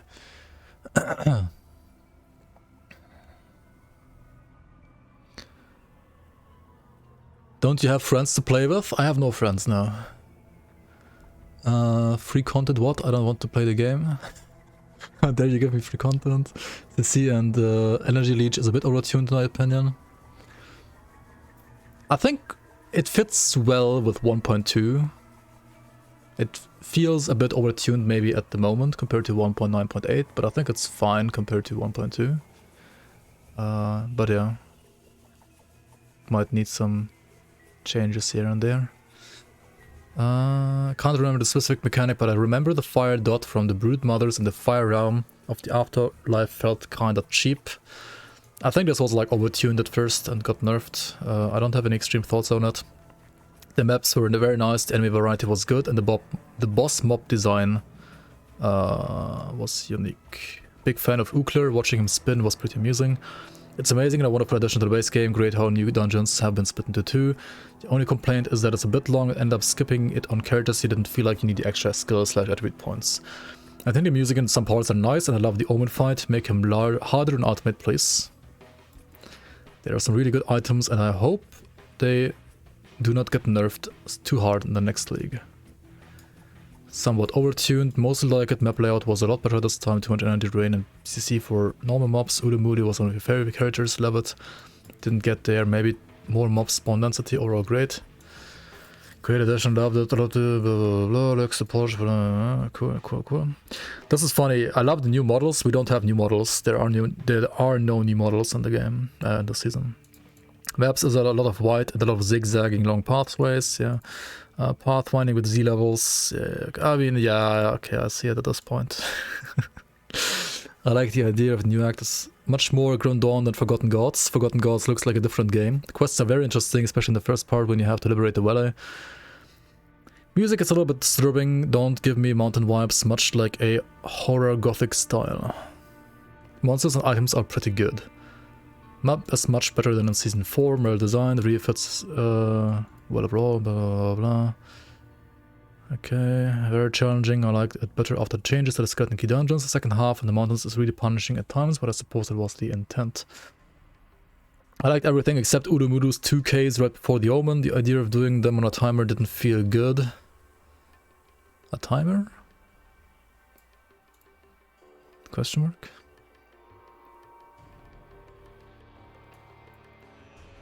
What I liked, what I didn't like. I felt like some of the maps were too big, blah blah blah. The quest to defeat the Omen is such a tease. Kill the Omen, haha, whoops, he escaped. Now chase through him through a long dungeon. Haha, whoops, yeah, it actually wasn't the Omen, now it's just two gargoyles. Now chase him to another dungeon. Haha, whoops, actually now there's two more dungeons you have to chase him through because there are actually two Omens. Anyway, I like the quest so well, but just not this one. Unlike Madbone. What? I did not know the exact amount of visitors needed. Nerf, please. Wait, who's Madbone? Who's Madbone? Generally good. Tuning is a bit hard for new players, but probably not a big deal. You're mostly serving pros here. Oh yeah, right. It's Madly is yeah, that was like a Madly meme with like knowing how much visitors you exactly need. True. Could adjust waypoint placement, yeah, that's one, yeah. And my drop rates are too low. It's gonna probably change next patch anyway, because of like, you know, 100% on bosses. Difficulty spike was quite hard, but doable when I knew what was coming. I really love the new map design. Special mention to Fire Cave, Fire Giant Cave, Ice Troll Cave, and Ice Plateau Cave. Really like the design of the new Crony Gang dungeon and the final area with the 2 portals of realms. Ice and Fire, blah, blah, yeah. The new music is really cool too. The quests are well designed, but it would be cool to have some new optional quests and new areas related to it. I mean, yeah, if you just like remove some of the main quests and make them side quests instead, then you have optional quests. Boom, right? Issue done. New items are really cool. This season I have a blast playing different Archon builds, one with Lutra Seal and one with Gillius Ribbon, and another one with the Troll Ice Club for leveling, and with Fire Ice Shield at endgame. Okay, cool. Enjoyed it a ton. I thought maps are looking great, although sometimes they're a bit confusing to navigate.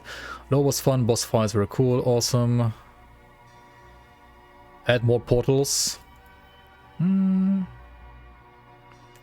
Way too much CC. Not being able to play the game is my least favorite thing when playing the game. It also makes a requirement to have freeze rest maxed, which takes away from the total number of viable builds, which undermines the game's main strength. I mean, is there still too much CC? Maybe. Let's backtrack in the snow region. Pretty good. I think the dialogue could be better. Feels tonally a bit different from the game. I think you could add more quests. Okay. Season items, rate their design. I mean, people love more items, right? How do you feel about mid-league's nerfs? This is 50-50, just like last season. How do you feel about mid-league buffs? Everybody loves buffs, obviously. Yeah, generally I'm gonna try to do even less nerfs and only if they're like absolutely necessary. Would you like to see more nerfs / buffs to existing items made by Crate in order to shake up the meta? Actually, more people wanna see more stuff here. It's interesting. Compression of bonus dungeon. Okay, I mean, nobody disliked this. How do you feel about the removal of class-specific mutators from Season 4? Nobody disliked this. Would you like to see class-specific mutators from Season 4 make a return as an optional challenge? Yes, no, don't care. It's like kind of 50-50 or like more like don't care. Nobody's like super hyped about it, I guess. If class mutators made a return as an optional challenge, should they always be able to be countered by consumables? Don't care or yes. People don't like things that you cannot counter. Did you enjoy pushing boundless dungeons as a tiebreaker? Yes, no, don't care.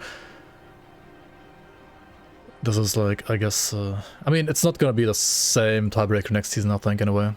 We want to go away from like having super tank tiebreakers for next season at least. Lawless nerfs weren't well received. Maybe not. Maybe you can give like a buff item on normal to let casuals learn the mechanics of the new bosses.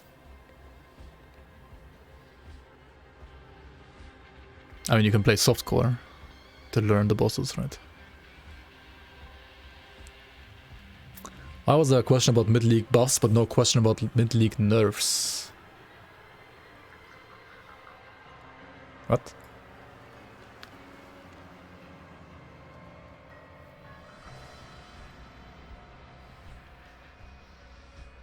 And yeah, there are freeze-rest augments now as well.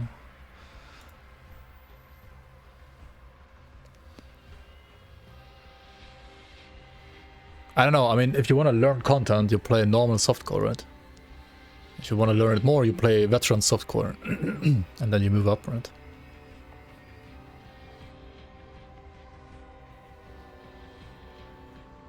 Like, nobody's forcing you to play hardcore. You just play softcore. You forgot about softcore existing. Fair enough. Okay, what do you love / hate about bonus dungeons? I think they're a great farming option, but a horrible tiebreaker. I quit the league because at the end, I just couldn't do bonus anymore. I was in physical and mental pain just when thinking about pushing more to place higher on the ladder. Understandable. I also personally didn't bother with this at all. All bonus dungeons end up being a tanky kiting snooze fest. Yeah. This is like with this being like tiebreaker. It's like high SR. It's also at some point like a tank snooze fest, I guess. What about a tiebreaker that requires you to kill as many mobs as possible in XYZ minutes?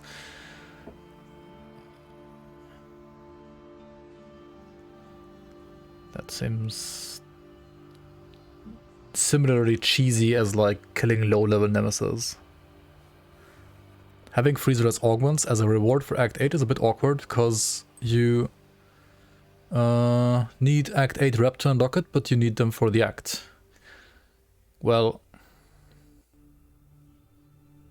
that actually is the point of it. Kinda. You first serve the problem, and then you provide the solution. You don't provide the solution for the problem before, like, seeing the problem. Also, you can just farm Cronley, yeah. Because you get reputation from like killing outlaws.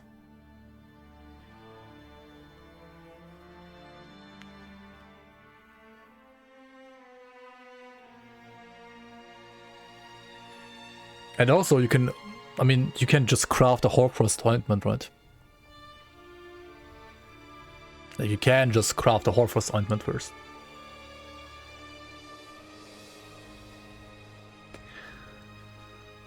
Love the new Rift Gate to shorten the runtimes. Hate Soul Scorcher. Being new, I didn't get to the point of experience bonus dungeons. Really enjoy the challenge of them. Hopefully I can do better next season. Think mechanics are fine. First and foremost, Essence Drops, a great incentive. Getting additional challenges over the increase of levels is great.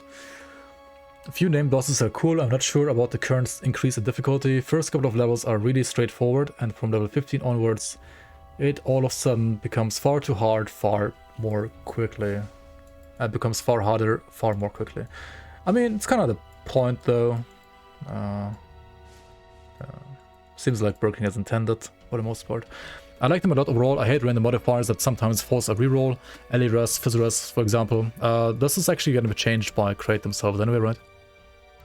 Overall, the mechanic is great. Adding a timer and fixing small exploits, like pulling Slathstar away from the room adds. Yeah, we're gonna have like all of these like exploits work a bit differently now. Like you're gonna have like Slathstar, for example, spawn only when you go into the room and not already have him spawned outside of the room, like when you're outside of the room. Stuff like that. Basically like make all of these like bosses or like events in confined areas be like ambush proxies instead of normal proxies. Really like the gradual increase of difficulty. Vault was the best for farming purposes. It would be best to have them equally viable so you weren't spamming Vault for essence farm. Yeah, we're working on diversifying this even more. Currently you already have this like monster and frequent bias in different dungeons. We could increase that, and we're also going to add like some other incentives to do different dungeons and only like Vault. Great concept, but a little too grindy to push to the highest level in my opinion. It's always going to be too grindy for some people. I think 15 levels is a fine...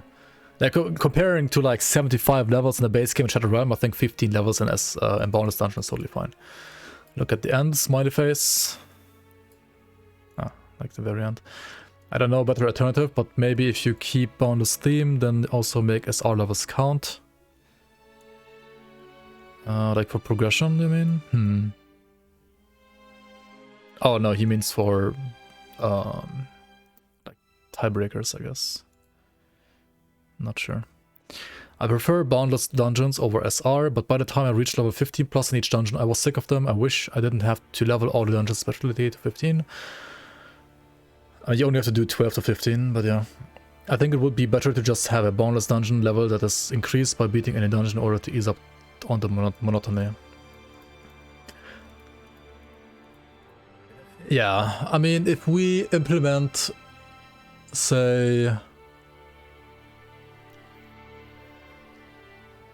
Yeah, I can see this being like unnecessary once you don't have bonus dungeons as a tiebreaker when it comes to pushing. Consider adding a time limit. The idea of bonus dungeon was awesome, but as soon as I learned the meta was hyper tanks with 70% Physrus, I was discouraged. Yeah, I can see that as well. Timer would be a improvement already. This was my first season, but I wish that alts could skip to any key level. Hardcore players probably wouldn't like that though. They kinda can though. Like once you have the blueprints, you kinda can, can't you?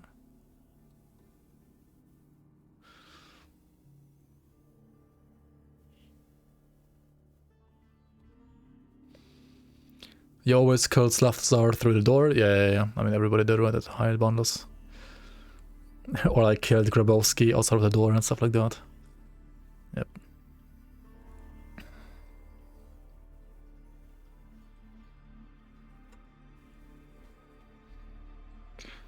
I think racing is not that cool. Rewards players for no-lifing is kind of toxic.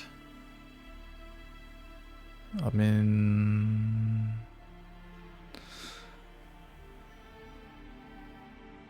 What does racing have to do with no-lifing? I mean, being on top of the ladder is always gonna be no-lifing. Doesn't matter what you have as the tiebreaker, right?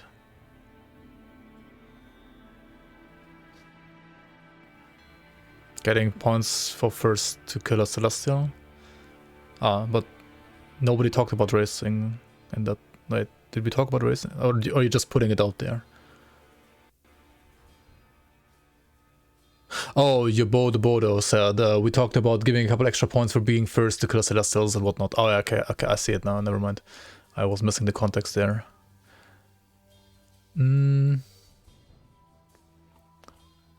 we don't wanna have it be a sprint, a forced sprint at first.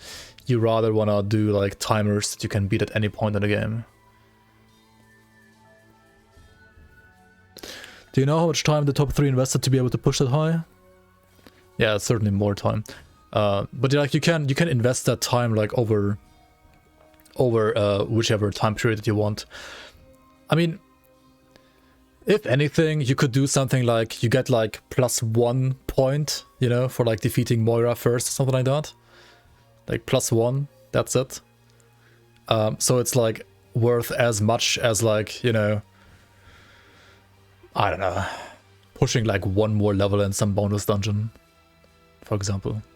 Which obviously is not going to be the tiebreaker anymore, but yeah. Be it like worth like a very, very, very tiny amount that can easily be beaten by, you know, just like playing the marathon game better.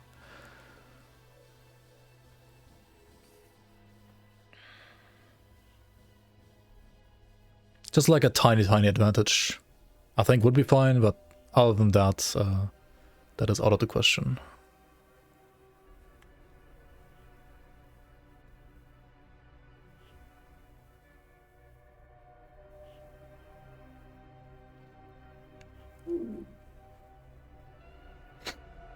Okay, this was my first season, but I wish that alts could skip to any key level. The hardcore players probably wouldn't like that though. I mean, yeah, this is, I think it's a little weird, like you can really like skip to the checkpoints once you have the checkpoints. I think that's all you need. I don't think there needs to be like any more skipping than that. My character would have been able to push a lot more than what I did, but it was very grindy and I lacked the motivation to do so. Yeah, okay. So I guess you didn't enjoy the game mode enough to grind. Or like you just don't like grinding in general, which is fair. Didn't get to bonus dungeons, but really like the idea as a dungeon, as dungeons are my favorite endgame. Nice, nice. Love new dungeons, hate some bosses can be abused. Yeah, we are fixing that latter part. Didn't go past 16, sharp difficulty jump at 15 and 16, understandable, maybe a little crazy. A little extra challenge at 12 to prepare you for the jump at 15, because 4 to 14 felt kind of the same the whole way. I mean, it's just like a thing with numbers, right? If you have like a linear increase in difficulty, then once you're like around that breakpoint where you feel like it's gonna be too hard for your character, every single like +1 number is gonna feel crazy. That's just kind of how it is, I guess.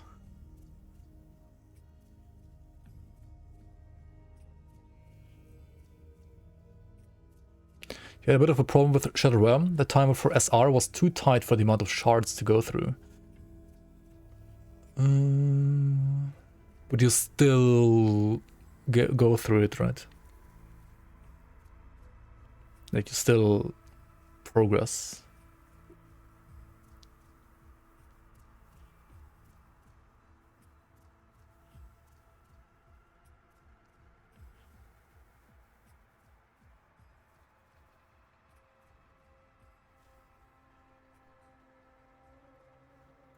In your feedback doc, yeah, this is Ricardo's thing. I don't know if we're gonna read that one today, honestly. I didn't enjoy having to run 13 to 15 every... yeah, sure, I like it, but didn't like it as a tiebreaker because you're forced to play like 1 or 2 builds. Yeah, I mean, that's just like because of the way the tiebreaker worked. At some point, tanky snooze fest, right? And also like with the way essences actually synergize with those builds as well. It's a nice feature on paper, but way too tedious. Works in favor of people who can spend a ridiculous amount of times playing for the tiebreaker. Yeah. You just don't bother pushing after 15. I mean, I did the same.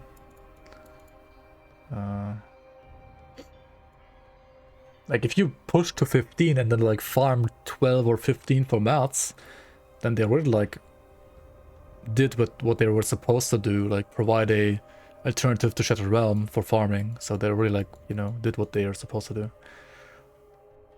Cheese Fest on top of just being one-dimensional building-wise. I mean, this is like all like feedback that like only refers to the actual pushing of bonus dungeons, right? Like for the tiebreaker. And I think like most, like all of the issues that have been like listed here are not an issue like up to level 15. It's like saying SR after level 76 is like tedious and terrible, right? Which I guess I agree in a way as well, but yeah. Some bonus dungeon monsters were way too overtuned, like Tomb of the Heretic and SRT, with super rippy bosses, where others, like BOC, felt really smooth. Should be some more balance here. Yeah, I agree. There should be some more balance here. We can work on that. Random in trap rooms.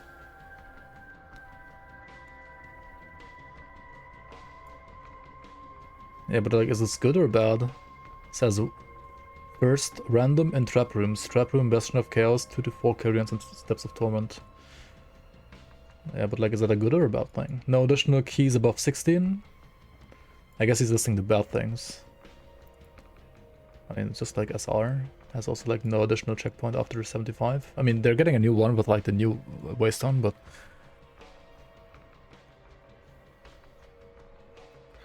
This greatly affects your desire to try new builds and bonus dungeons, and start each dungeon with 16 and going through 10 plus boring levels. Wait, this guy says this guy basically says every single boundless dungeon between 1 and 25 is boring, and then it only gets interesting at 26 or higher. So this is interesting. I guess, yeah, for pushing it's kind of toxic. I quite enjoyed the bonus dungeon mechanic. How to achieve doing them is very unclear though. Yeah, that's true. Bonus have been a lot of fun. Splitting Forbidden Vault and Crypt was a really nice move. Did all 16s, don't stop pushing. I mean, same here. The time commitment is ridiculous. That's just, yeah. I mean, time commitment to get to the top of the ladder of like any game is always ridiculous. That's just kind of how it is.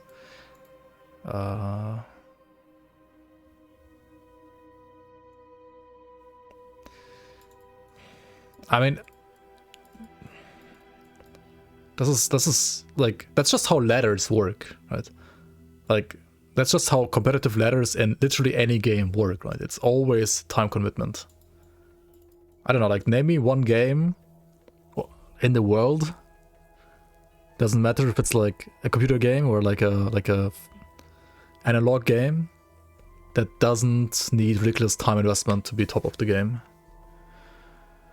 I think augmentable ambushes would be the perfect tiebreaker. Instead of increasing dungeon tiers, just increased ambush tiers and require doing XYZ amount of ambushes to advance in ambush tiers. Say you do 50 tier 5 ambushes to advance to tier 6. You need 60 tier 6 ambushes.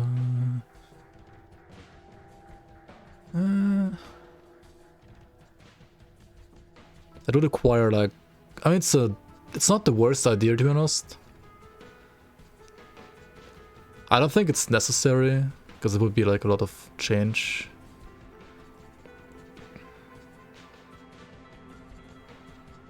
Chess? Huh? What? What do you mean chess?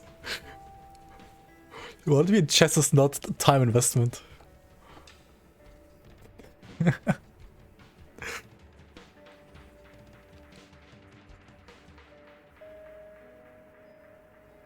So people will only spawn ambushes in the one place they can't explode? Yeah, I don't know. Uno? I don't know, like tic-tac-toe maybe, but like how do you get to the, like there's no tiebreaker in tic-tac-toe, right?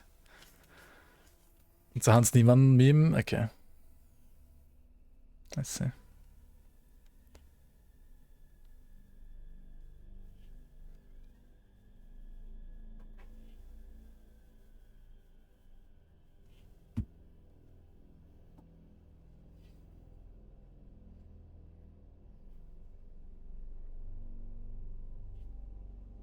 Just punch the opponent in the face as a tiebreaker for tic-tac-toe. Love them, but Tomb of the Heretic dungeon is hard. XD, yeah, XD indeed. That's maybe part of the thing. Also content bad as only tiebreaker because damage doesn't matter as much. Yeah, never played one. Okay, I think we like get all the same responses now.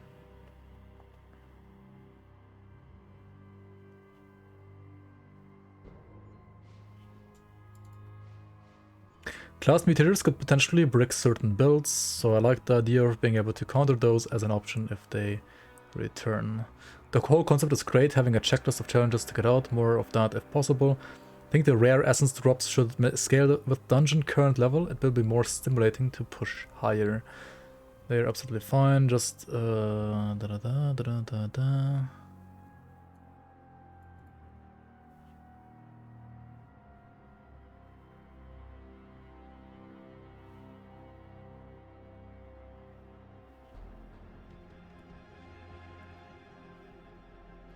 Right.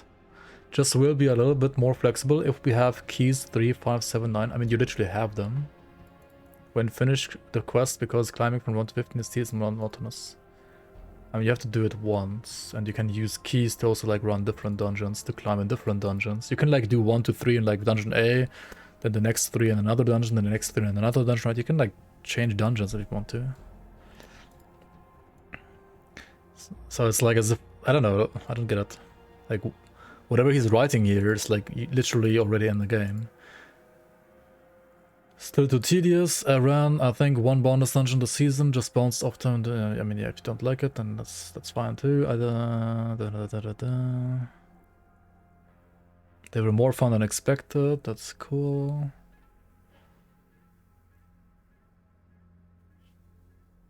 The alternative blueprint for relics didn't really do anything for you, prefer the regular ones.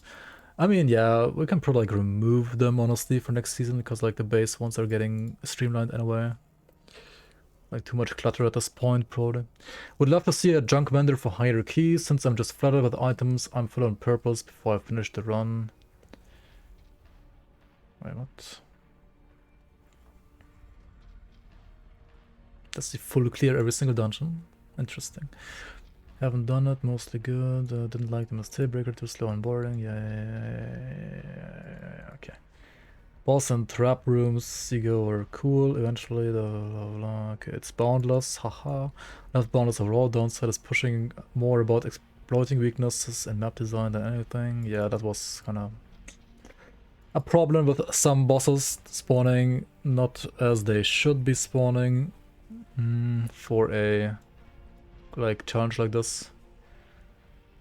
It's not a big bonus dungeon runner, only 1 point per dungeon level is not enough. That's a I mean, makes no sense. That's just how you do it, if you want to have it be intuitive. There are the boundless, the Hunter Blind portals though. Yeah, maybe he played like the Hunter Blind portals actually were a feature that didn't exist when the season launched, right? That was a mid-season feature, or like something that got added like a month into the season, I think. Or I don't quite remember. Anyway, would you like to see more or less campaign challenges for first character? Yes, and amount feels good as it is, and only like, yeah, these people want less. So this is like for first character, you have like more like, I don't know, like side bosses to kill and stuff like that, maybe. This is more or less low-level challenges that require a new low-level challenge character. So like the challenges that are actual challenges in a way. Yo, Chronic, thanks for the Prime. Much appreciate the support. Welcome into the Bloomers. Welcome, welcome. Never watched your stream, but all the videos. Thanks. Glad you enjoyed the content. Welcome in, welcome in. So I generally got a feeling that these are, I mean, these are probably fine as they are. These are more controversial. Some people really like those like challenges. Some people don't.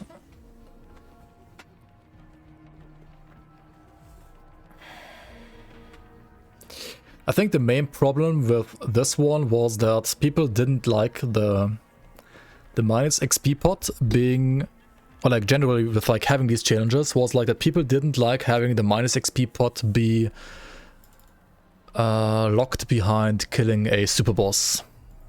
So if we provide a different way to get the minus XP potion, like maybe for example from the, I don't know, like Hunter's Blind faction vendor or something like that, then this would be probably not as disliked as it is. At least that's what I got from like further comments down below. Yeah. Future seasons. Which potential new content would you be interested in playing in future seasons? So most people said more roguelike dungeons and a mechanic similar to ghost ambushes that you encounter in the main campaign. And then a bit less people said more campaign maps, new super bosses, and the Crucible. KW. Ways to level outside the story. Yes, those will be actually available in some way or form in future seasons. Nemesis monster arenas.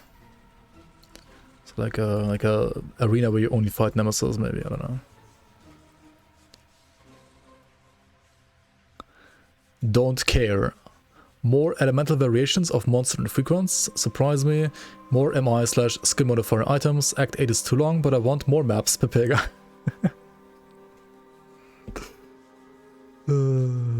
Content that requires less time for attempts, like new bosses or Crucible, then Boundless Push.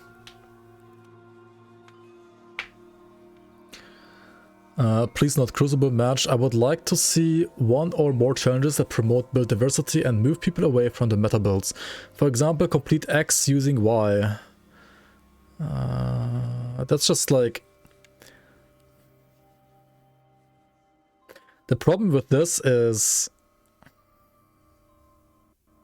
So for example, sure, we could have like challenges that require you to do like X content on like Mastery X, or like Y rather. The thing is, though, that this doesn't like make people not play meta builds, right? It just makes you play the meta build for that mastery. And when it comes to like automated point tracking, there isn't really much else we can hook into other than the player being a certain class or mastery. Like, everything else would have to be, like, non-automated. And that's just, like... It's like you would need, like, a separate referee that we have to pay for that. I don't know. Any Crucible enjoyers? I don't think Crucible is that bad. I think Crucible is fine. Defeat madly as a defiler, impossible. Rank 1 Soldier player, rank 1 Arcanist player? No, I have no idea. Okay, we can do a quick poll right here. Right. Do you love Crucible?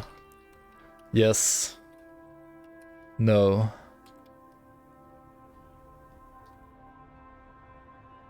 Should we do like something in between as well? I'm indifferent. Let's go. You have 5 minutes to vote.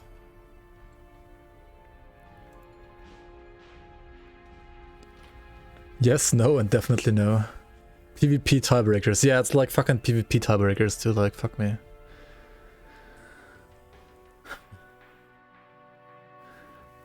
If we actually get this full to 10k, then we can do like PvP tiebreakers, sure. Otherwise, no. Like, no.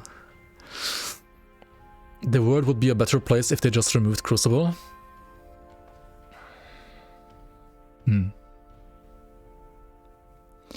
Make a tiebreaker require one to open every single chest in the entire game while raising the difficulty with each next one. What?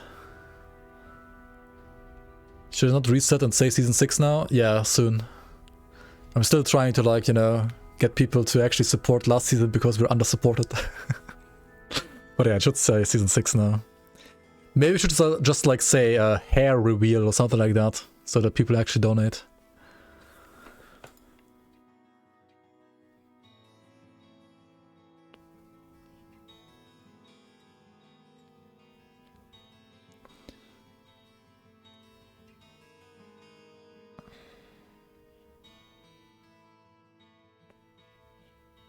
OnlyFans goal, hot tub soap, sud squats at 10k, yeah.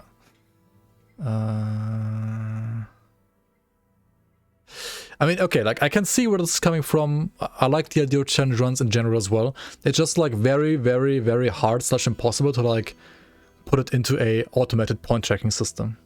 And that's the thing, right?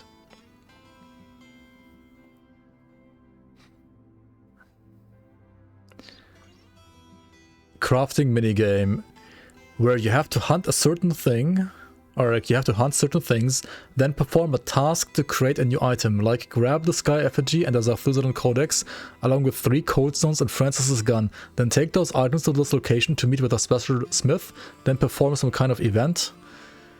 I'm imagining DDR style, whatever that is. Diablo Dungeon Remade. No, I have no idea. But something that fits in the engine. And perform on how well you do, you get to make a new crafted item. It might be something like bring 2 eyes, 1 legendary, 3 components, and perform a game. And in that game, it has certain forks and options you can choose and allow you to alter the crafting on top of the QuickTime events. Yeah, but people can't read, right? So this is like not an option.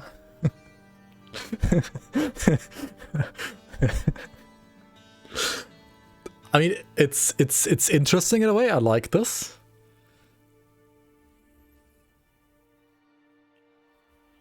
What is DDR? I think it's easy to make it impossible to gain progress points from the same chest that was just opened. I don't know.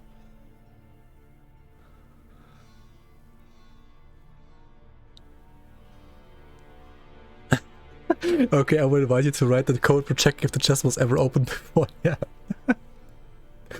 Yeah, I have fun writing the code for that for every single chest in the game. And then like have fun doing object replace on every single chest in the game as well and stuff like that. For one-shot chests? I mean, for one-shot chests it can work. There's already like a check for that. That's a different thing. That's a totally different story. For one-shot chests you can make it work, because it already exists. You don't have to write any code, it's already there.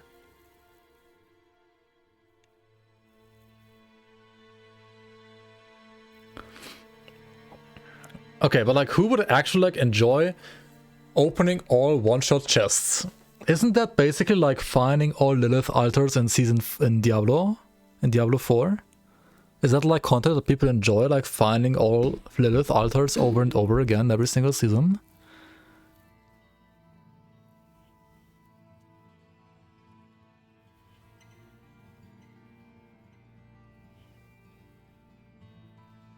maybe if it was like 25 out of 50. So maybe if there was like a big surplus, like there is with shrines right now in Grim Dawn, right?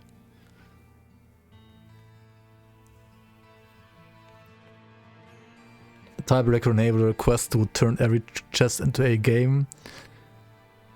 In the game into a one-time only. Okay, yeah, have fun writing that code. Have fun writing that code. I'm not gonna do it, and I don't think Stan is gonna do it either.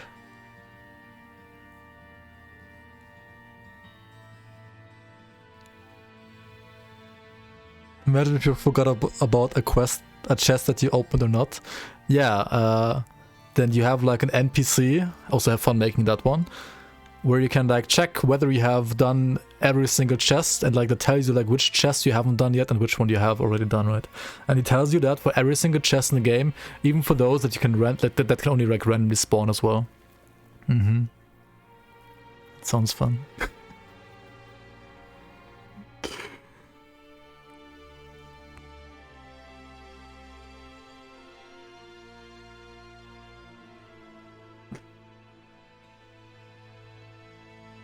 Okay, I will do it.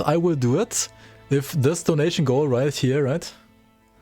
If this donation goal right here says 100,000 instead of 10,000, and if we actually meet it, then I'll do it.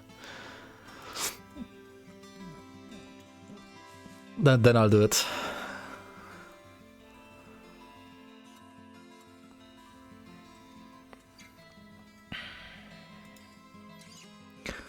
Okay, new builds are generally why I want to play Grim Dawn again, so anything that facilitates that, especially if it's a build that is playable largely throughout leveling.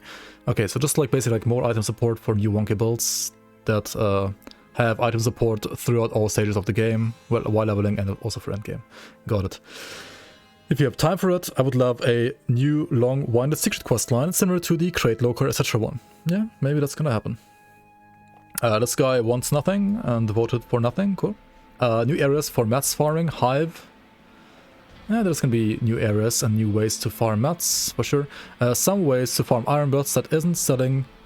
I mean, Quaid is kind of like just fixing this already, right? Quaid is already fixing this. The Forbidden Vault dungeon has like iron bars you can drop, and Quaid is already like just fixing it across the game, kind of, so it's fine. Super boss concept is great, but in my experience very extremely difficult. Also, and having the only way to get the potion to prevent leveling for low level challenges is defeating the one of the impossible super bosses. Seems unfair. Yeah, the potion's gonna drop somewhere else. The minus XP one. Probably not from any super boss, but like in a different way, maybe like a quest or something like that. Something to improve bounties cause seems unplayable content. Yeah, bounties are terrible indeed. I need to ask Zentai, I still haven't, whether or not he like plans to revisit and revamp bounties, and if he is not gonna do that for Fangs of Astakarn, then I guess I have something to do instead, yeah. Veteran mod for Ultimate, coming with Astakarn, like Fangs of Astakarn expansion, right? The Ascended mode is gonna be exactly that.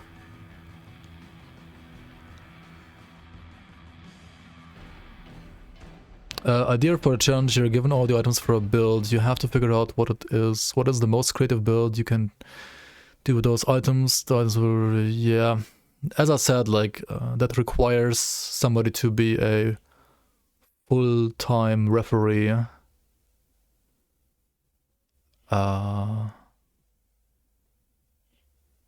So it's something that just doesn't work for automated point system, which is fine. It requires somebody to be a referee, and I'm not sure how we can do that in a unbiased and objective way. Like, that just doesn't really work. I know it's cool.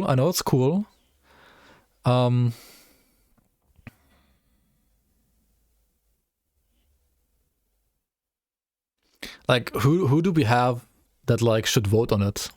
Like, do we just make like a Reddit post and like whoever has the most upvotes wins, or how do we do that?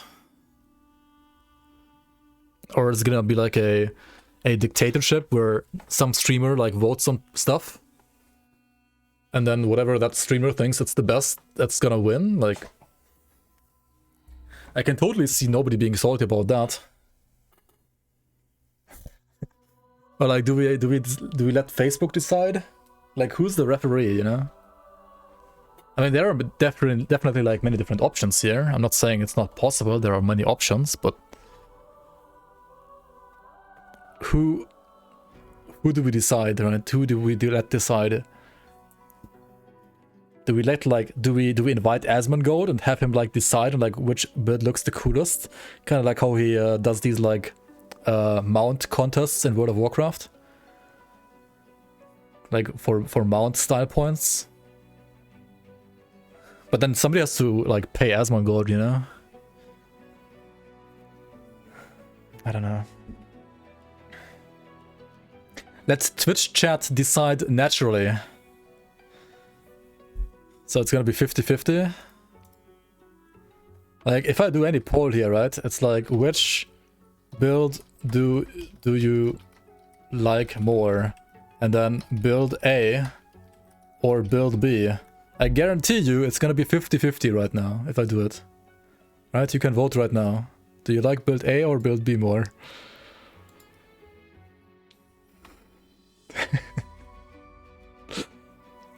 It's gonna be 50-50.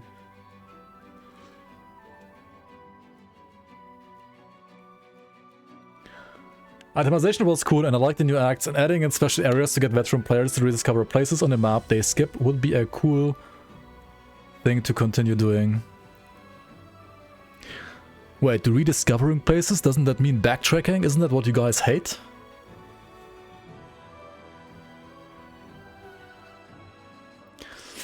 Nah, but I know what this means. It's kind of like adding areas like Narankur area, where like you rediscover some areas like, holy shit, oh, this is not like a mindless skip now, you can actually go there, right? Season 5 already was. Yeah, this is the like post-season survey. We're like discussing feedback from people that have played the season, that have given feedback on the season, and we're discussing this in preparation for season 6, which is, well, the next one, obviously. I would like to make more builds and spend less time doing bonus dungeons. Don't care that much about points. Well, I mean, then don't do them. Like, if you, especially if you don't care about... Okay, like, that's what I don't understand at all. Like, just don't do them, right? Especially if you don't care about points, there's nobody forcing you to do them. Like, just don't do them, right? You don't get enough ultos, though? I mean, if you want to get power, you need to do hard content. You need to farm bonus for essence.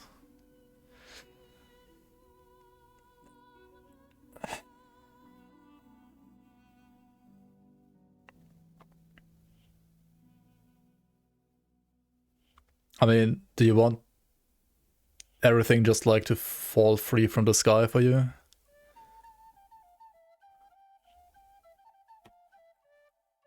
Yeah, but like it's the same in the base game with like triple rare MIs and greens, right? We already talked about this. Like, you also don't have 100% gear in the base game.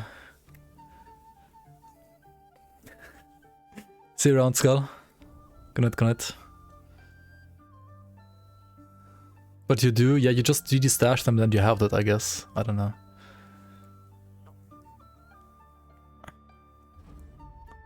Like, this always confused me so much. Like, what do you mean? Like, just... Do I have stats so many people killed Ubers? Well, I do technically. I would have to calculate it by hand though, but yeah. Yeah, like, challenges. Just look at the challenges. Like, everybody has those. Like, just look at the challenges. You have stats on like how many people killed all of them, you have stats on how many killed at least one of them, etc, right?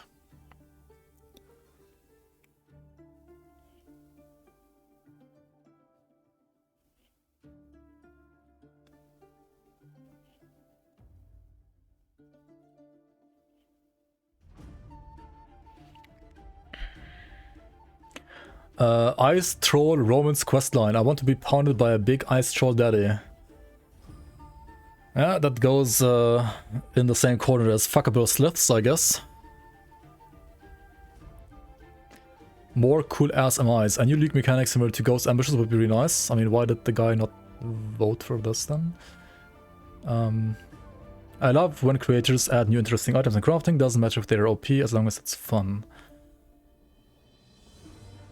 Okay. Ongoing tweaks to shake a build meta, okay. Weapon and armor with downsides but massive upsides. This is also very like controversial, like many people hate this, some people like this. It's a Roman questline, not Romance questline. I see, we need more Romans in this chat and in this game. What is this build A, build B vote trying to prove something? Well, I said, right, when it comes to popularity contest, somebody in chat said, just let Twitch chat decide.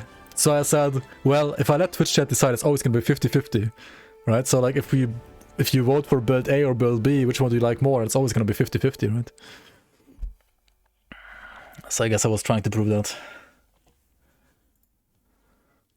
And if you look at the fucking poll right now, right?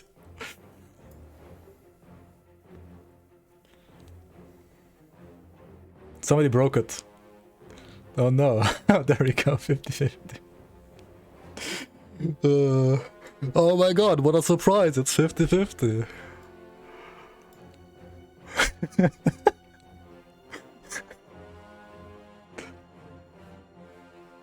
What a surprise. And yeah, I mean, that's like one of the reasons why you can't have like Twitch chat vote on that shit. You voted A, smiley face. Yeah, and I didn't vote at all, and it's still 50-50. Anyway. I said this 3 times already, but the more the better. But I would really like to prioritize new items, maybe skills and new mechanics, instead of like new other stuff, I guess. Okay.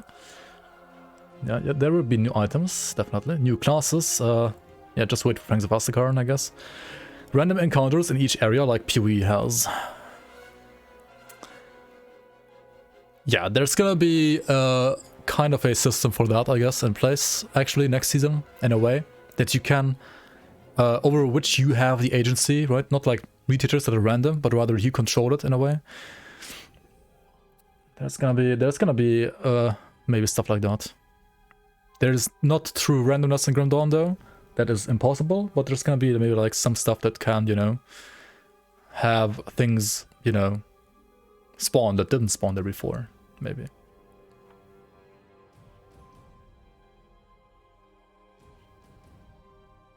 Yeah, you can. Grim Dawn is nothing about randomness. You can always only have, you know, like switches between predefined things that happen.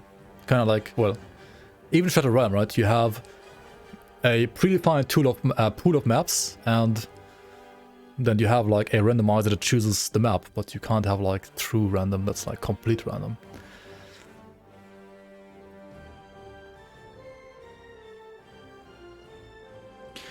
Future seasons, would you like to be able to farm faction reputation in alternative ways to the main campaign after the first character, like in Shadow Realm, Crucible bonus dungeons? Yeah. People either don't care, or 60% would like to have alternative ways to level alternative characters, like in Shadow Realm, Crucible, bonus dungeons. So yeah, we will be working on a system that will provide you not only experience, but also faction progression, and also a way to get those pesky skill and attribute points that you got in like the new act, for example, or like in Forgotten Gods, or in what's it called, yeah, Shadow Realm, or Ashes of Mammoth expansion, or in the Hidden Path, right? So there's gonna be like a system in place basically that allows you to get all of that, either all in the main campaign, like right now, but also including the skill and attribute points from the Shadow Realm. You can also get those in the main campaign in a way now, or you do only Shadow Realm and you can get all of them in Shadow Realm, or you can do only Crucible and you get all of them in Crucible, or you do all of them in bonus dungeon and you do all of them in bonus dungeons, or you do a mix of the 4. Well, I don't know about Crucible actually, it's not, obviously not in the mod, but the other 3, right, like bonus dungeons, Shadow Realm, and main campaign, and possibly other features, like other content, will, like if you push it high enough, or like level there, you can get basically like currency that you trade in for, say, reputation, or the skill points, etc. How it exactly is gonna look like, we will see, but roughly that concept exists and will be, well, will be a thing, will be made. Reputation with factions should be account bound. Literally impossible unless you, you know, change the game.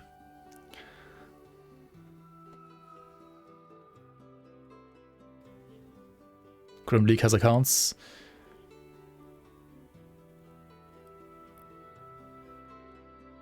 Yeah, that doesn't work. Like, we would have to, like, yeah, that's like on crate. That's like, not, like, no. Like, no. Just no.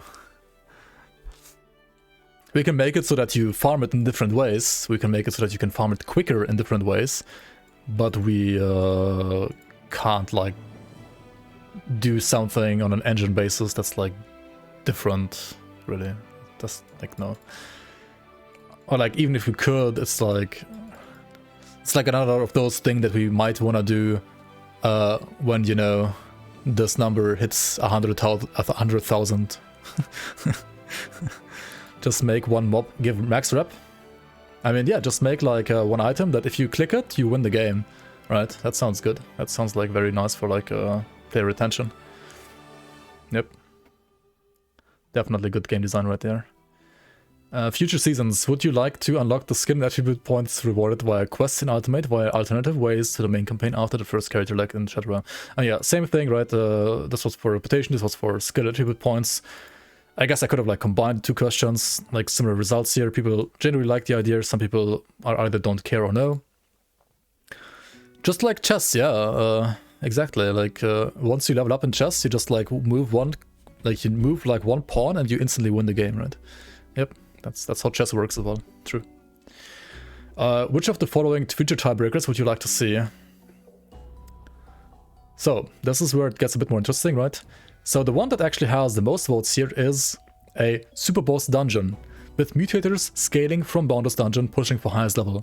So this would be a separate dungeon, like, you know, Pod Verbary, blah, blah, blah, blah. But instead of having a dungeon like those, you have arenas, right? You go from, I don't know, like the first level arena is, say, a Bourbon Clones arena, right? Then you go into Locar arena. Then you go into, I don't know, like other arenas. And the last one would be, for example, Moira, right? And then if you defeat all of them, you gain +1 point. And then you have like Shadow Realm scaling smacked on top of that, so they all like get harder and get harder.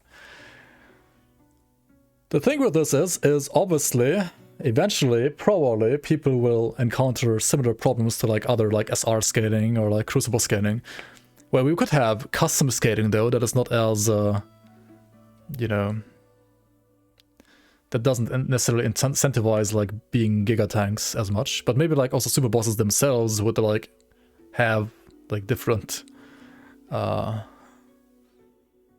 ways of scaling than like normal dungeon bosses anyway. So you would just run around in circles and cheese, yeah, maybe that's what people actually want. I mean, apparently that's what people want here. Second, I mean, this is just like a poll after all, right? This doesn't mean that we're gonna do exactly that. Boundless dungeons, level push without timer like Season 5. So this is the second most liked here. I'm very surprised. Like, it's literally the last one from Season 5, right?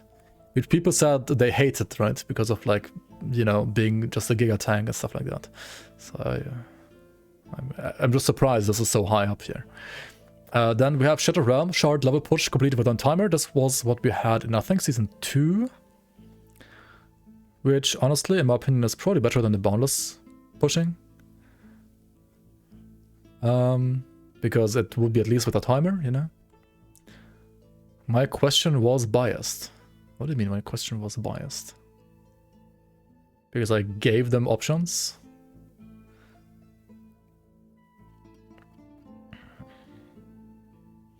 Because, yeah, okay. That's true. I mean, but still, like, you can still compare the 5 options that I gave, right?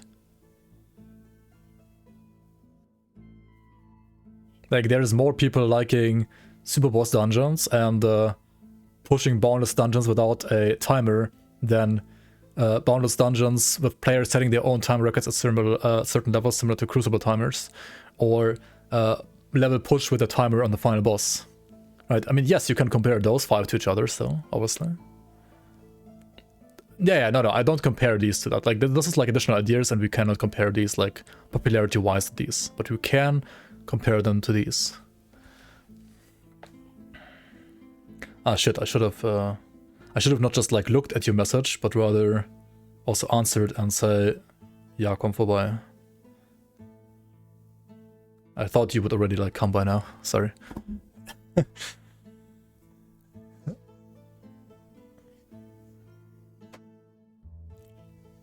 My bad.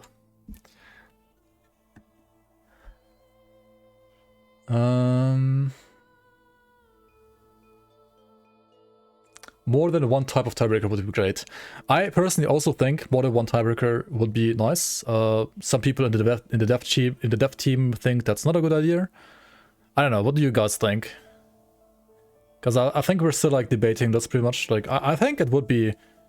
I mean, on one hand, this obviously means that tiebreakers will become even more time consuming if you want to do all of them. On the other hand, it also means that you can do whichever tiebreaker you personally enjoy and get points for it, right?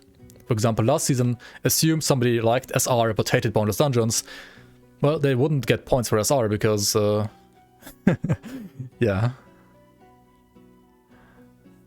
They just don't like Boundless, but they would have maybe liked to push SR, I don't know.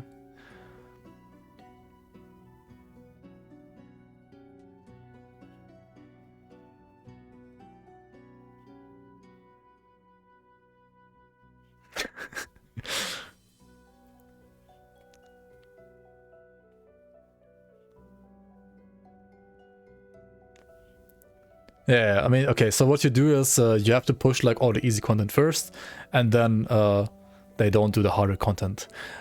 Unless you do a system, for example, let's say, okay, so imagine Shattered Realm 16 gives you 16 points, right? Boundless Dungeon 16 gives you 16 points. Boundless Dungeon 20 gives you 20 points. Shattered Realm 20 gives you 20 points. But what if Shattered Realm 21 gave you 30 points instead of 20? And Boundless Dungeon 21 gives you 30 points instead of 20 as well.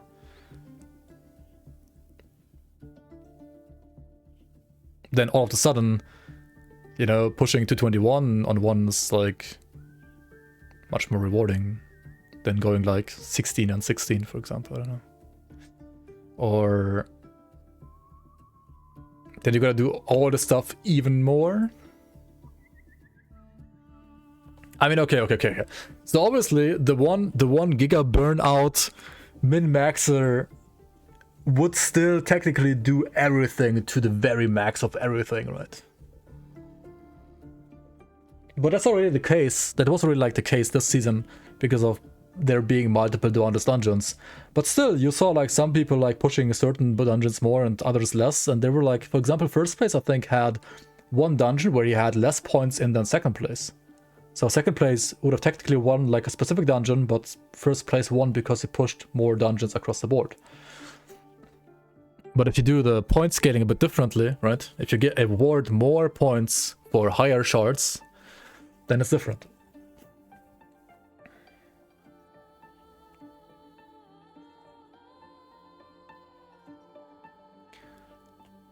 It could also be like Raxo said, for example, right?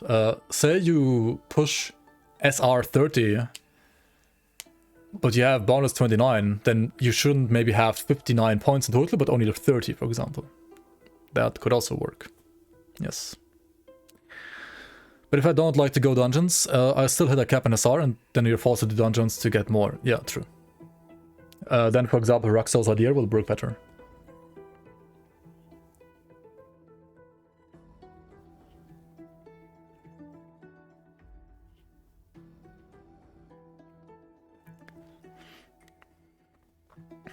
This works when you compare things that are like kind of comparable, I guess. Like, for example, pushing SR and pushing the Honest Dungeons. There is a number that you can compare in a way. That's fine. That would work in that case. For other systems, it probably wouldn't work that well. Or like you would have to adjust the scaling away in a way. Or like give a specific weighting to things, and then it can be a bit like, you know, imbalanced maybe. But yeah, it is an idea. And then you would push the one dungeon you can exploit the most. Yeah, I mean, ideally you get rid of all exploits. I already like fixed most of them. There are still some left that I, well, can easily fix.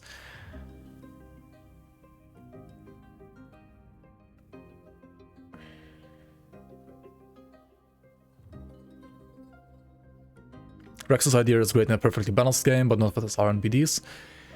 Well, yes, but also there, it actually plays into different builds being good at different stuff, right?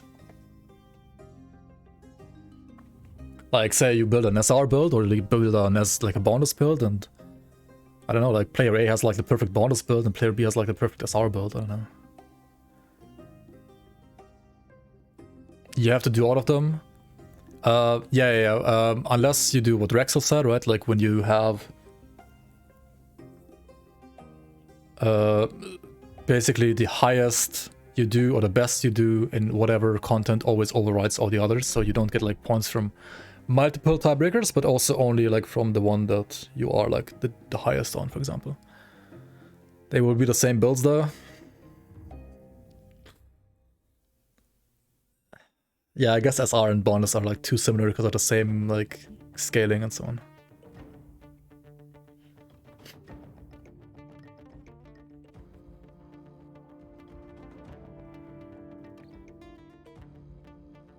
You don't want to have different characters, one for each different bonus dungeon. If you look at the people that won last league, like the one that won just pushed all of them on one build, except for I think one build for which she, like one dungeon for which she made a different build.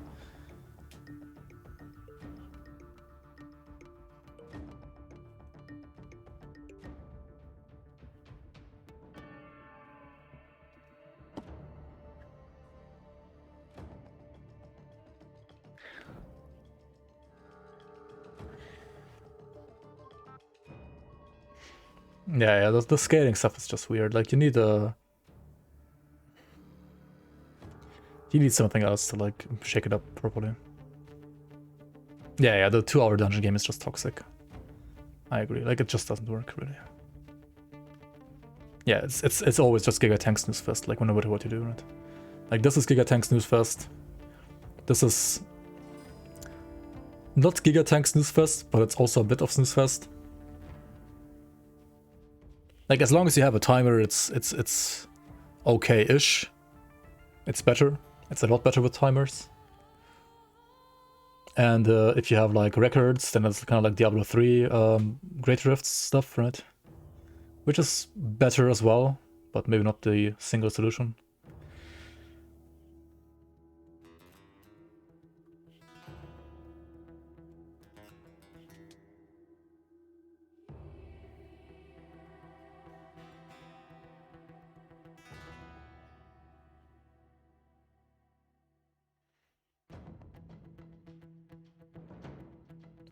Wait, what was the other thing we said in the dev chat? I actually forgot. I think I wrote it down somewhere, but I forgot again.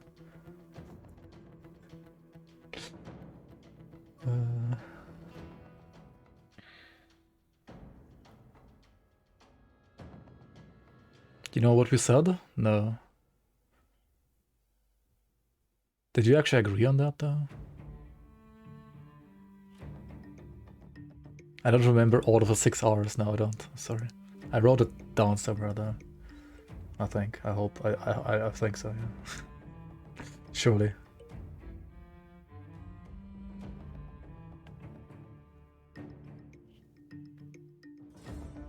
Mr. Monday wrote it as well. Oh, it's still in the chat.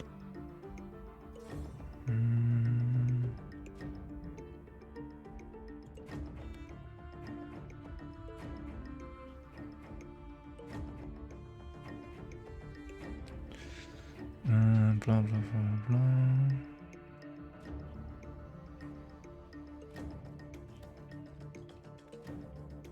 Yeah.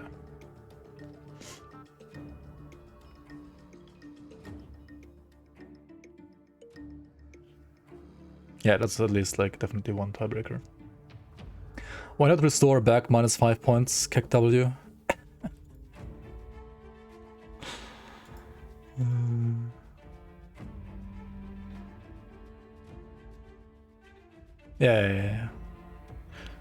Yeah. Yeah, I was still like, I mean, I know that thing. I just was still like unsure if that's like what we actually agreed on or not, because I feel like we always talk about many things, and I'm never sure like if we actually agree on the thing or not. But yeah, I guess it's fine.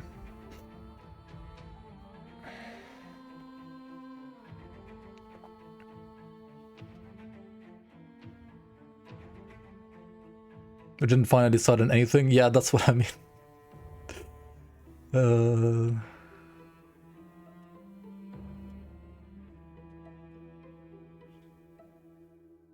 Yeah, registering new account after each death is just bullshit.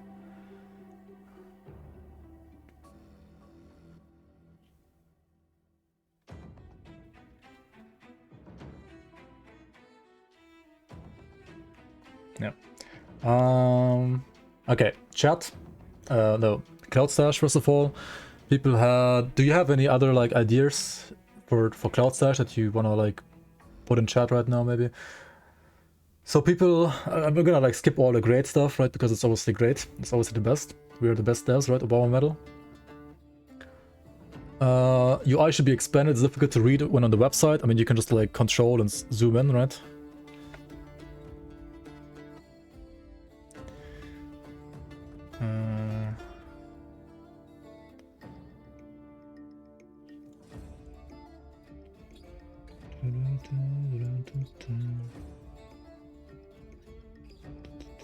It just made me miss item assistant. Oof.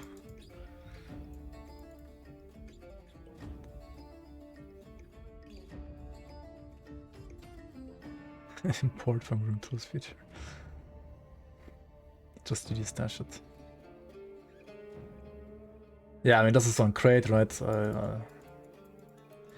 If you want more stash space in the base game, go yell at the forums. Transfer to the game seemed a bit slow. I agree, this sometimes happened. We talked with Ground Zero about this. He maybe can fix it a bit, but the thing is, like, there's some like always like thing between you and the server that just can't be fixed. That's like impossible to fix. This worked amazingly well. Blah blah. Oh yeah, we talked about this, and I think we're gonna have these added. Like for example, has a component check mark, and add all one-hand melee, all two-hand melee as filters. And there was... This one is funny. The baseline 250 free items was way more usable than 50 free baselines items previous season. This number was also 250 last season, by the way, like season 4. Like, this literally doesn't change.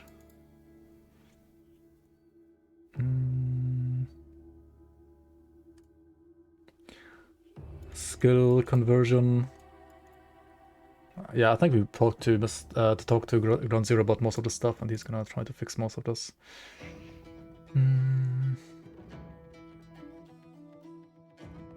Here's a smidge pay to win. I mean, as long as this number isn't fully, you know,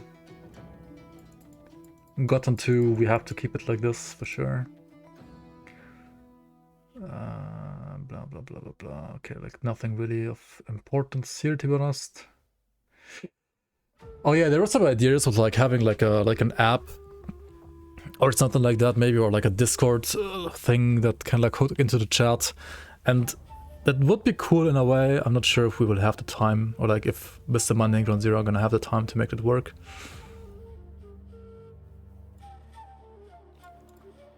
Yeah, there was like some stuff I think we wrote down.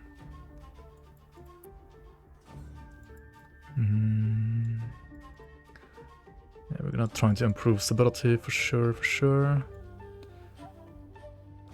Yeah, we can have like more server announcements, like for example infinite server announcements for certain bosses for sure. I think it should work. Make it possible for Cloud Stash to turn on off.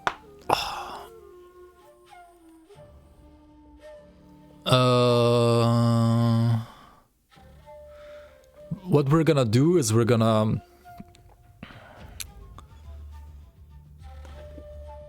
change the color of the stash tabs so people know that those are like input and output of Cloud Stash. We aren't gonna make a toggle for a feature that we worked hard on.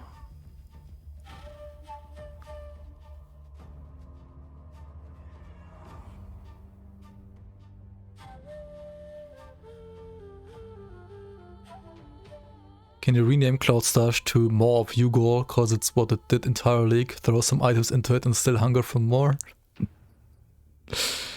Yep.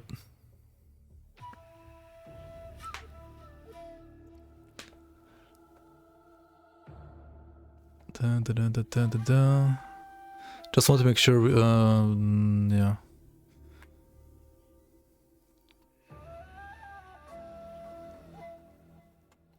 Add an actual lore reason for the more of Ugol. You can just call it like the marketplace. Like, I mean, the smuggler, you know, he's smuggling your items somewhere else. To some marketplace, to some smuggling place, I don't fucking know. To the trade hub. That's just what it is, I guess.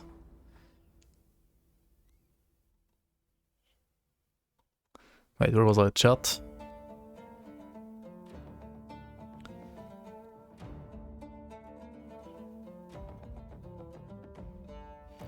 Don't care too much about chat, make it optional. And you can literally write /off, right? /g off. Like just do /g off.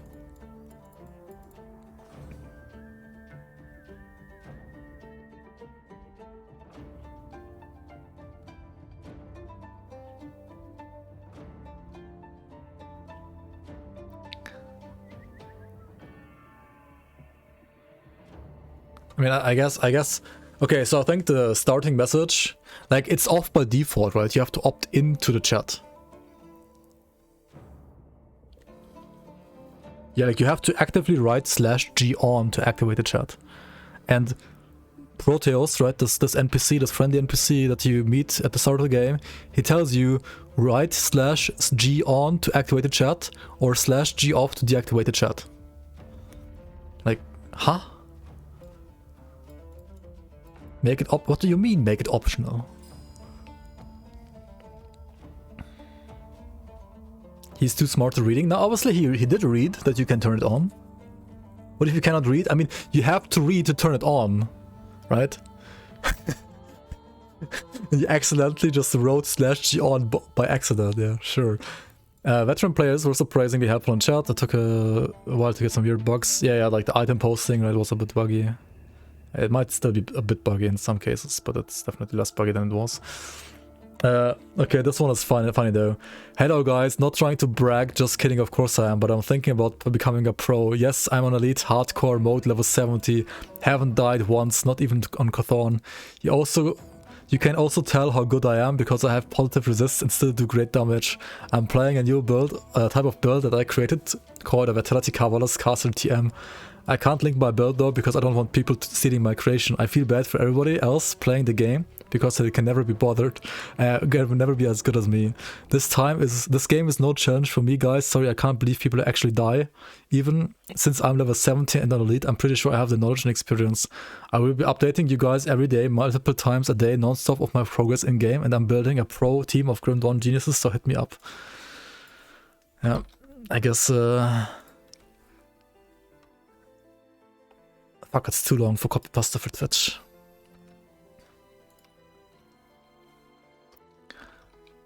There we go, it works like this though. That must be yours? Yeah, maybe.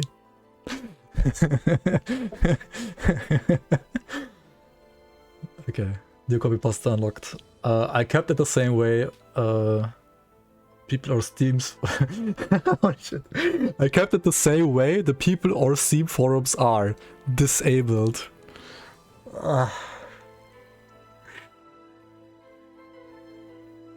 Yikes, dude. Yikes. Great feature, it's fine. Decent can be buggy, but great feature. Okay, blah, blah, blah.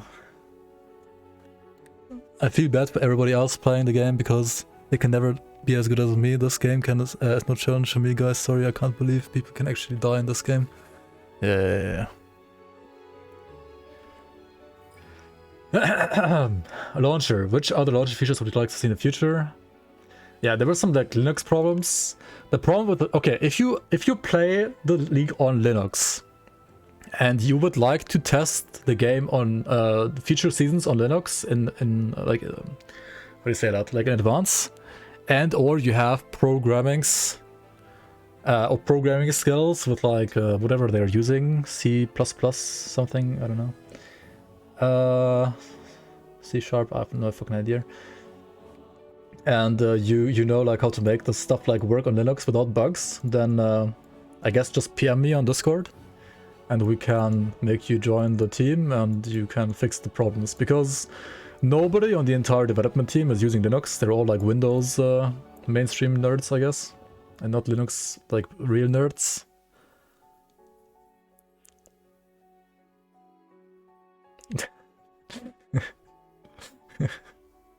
So yeah, we have no idea how to fix the Linux issues, to be honest. You're 100% positive I am better than that guy at Grim Dawn. But he said he's the best player. I don't think so. I can't be better than him, man. It's impossible. You run Temple OS exclusively? We are gonna implement the additional checkbox that says, okay, so there's gonna be one for like remember me, as in like remember name and password, and there's gonna be a second one for like auto login, right? And if you untick that one, you always get the screen, and then you can like always also much easier like switch between like on league or offline and stuff like that, you know. Yeah, we're gonna have that as a feature for sure.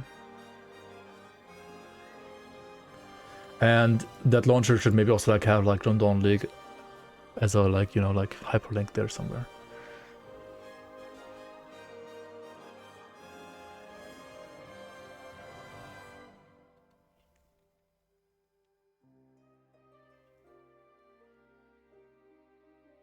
Yeah, sometimes the download was like very slow. I don't know why, but yeah, Ground Zero said he's gonna look into the service and maybe like have an ability to like speed him up in certain like peaks.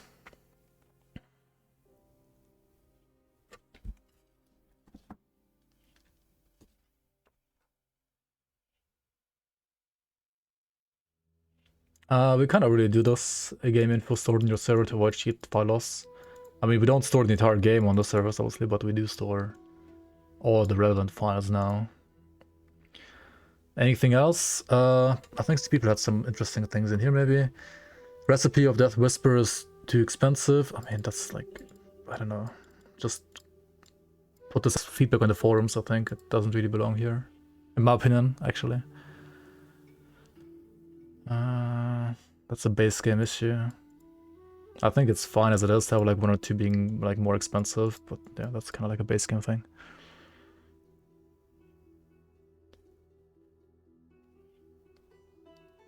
I mean, to be fair, we have also like changed some base game things for the league, but I don't see myself like bothering with this. This is like not something that's like very specific. I don't know.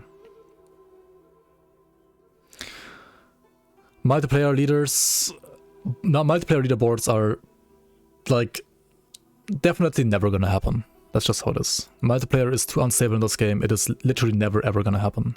You can play the league multiplayer if you play on offline. You can play. You can post videos of you and your team like pushing to unseen heights in Shadow Realm or something like that. That's cool. Official Crucible can also never happen, because Create would literally sue us and have us remove the mod or like take down the mod. So this is also literally never gonna happen. What could happen though is that we enable the league to be basically injected into the like as a like started with like a base mod, so like it basically gets loaded before you like when you launch the game, not when you load the mod. So it's not a custom game anymore, it's just a main game, like main campaign is the mod, and then you could play the Crucible on top with all the league features in the Crucible. That is the only way we can like have basically official Crucible be part of the league. And that is actually not totally out of the question. Like that could happen, I don't know, maybe next season, maybe in 2 seasons. We'll see, right? We'll see. Just counted Sue Crate for stealing season ideas. Yeah, if we just had like any rights, you know, we have no rights, you know.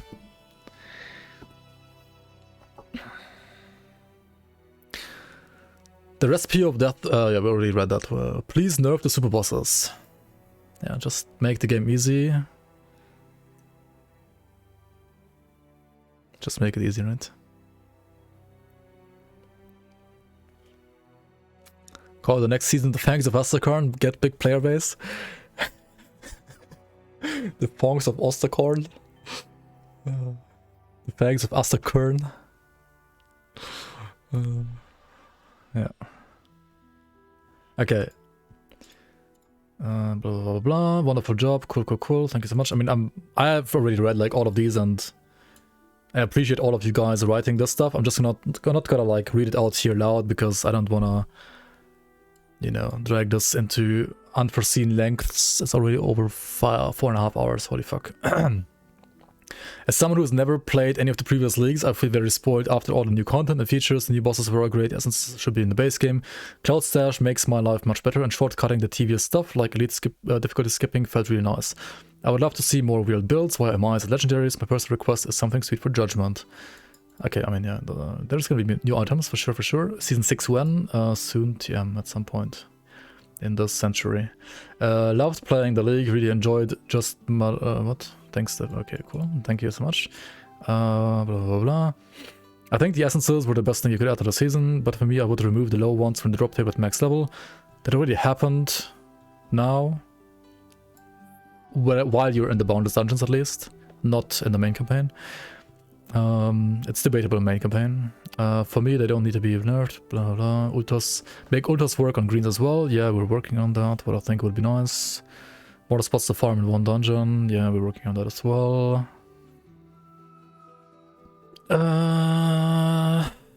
SR. Basic, like, make SR worthwhile, like, worth farming again. Yes, we're working on that as well. For Boundless, thank you for boring to play. We can all agree on that, yes.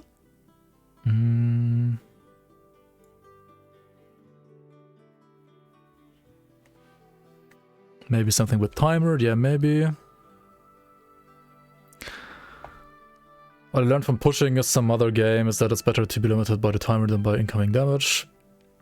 Yes. Act 8 for me was fine, but I don't think we need more campaign, fair enough. What I would like to see more items with the new Ghost of Eyes. Yes, there will be more items. Make some skills work differently like you did with Kodrik Zero Eye. Yes, you can expect more like actually projectile altering monster frequency slash skill modifiers like this in the future as well. Yes, you can do that. Oh shit, no, this is not the right spam. Thank you so much for the sub. Too bad. Welcome on. Much appreciated support. Welcome into the bloomers. Welcome on, much appreciated. You have to click so many flasks slash pots. Well, thanks, Osterkorn is probably gonna solve this issue at some point. Thanks for the amazing work, blah blah blah. Sorry for bad English, it wasn't bad at all. Good job, I enjoyed it. I didn't get a single XX, what it was the ninth to do something. Yeah, for like, I think for certain super bosses we can like limit it to like 420 or something like that. Right now dungeons are more interesting than SR Crucible. I mean, that's not good to hear. Endgame ladder pusher, add a crafting or centered around bonus dungeons. Yeah, maybe like add different reasons to do SR and super bosses again. Yeah, makes sense. Some more variety, keep up the good work, blah blah, cool. Repeated crashes after patch from crate. Yeah, I mean that's just crate's patch, not our fault. Easier access to experience reducing pot. Yes, that's gonna happen. That will be happening. It will be switched to like another location.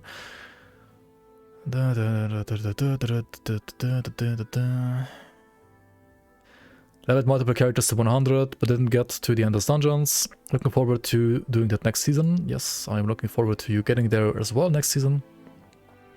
The server should have a question for how many characters we leveled at all to 100. Chat, how many characters did you level to 100? Type 1 in chat if you leveled 1. Type 2 in chat if you leveled 2. And so on. Also maybe a question about hours played per week.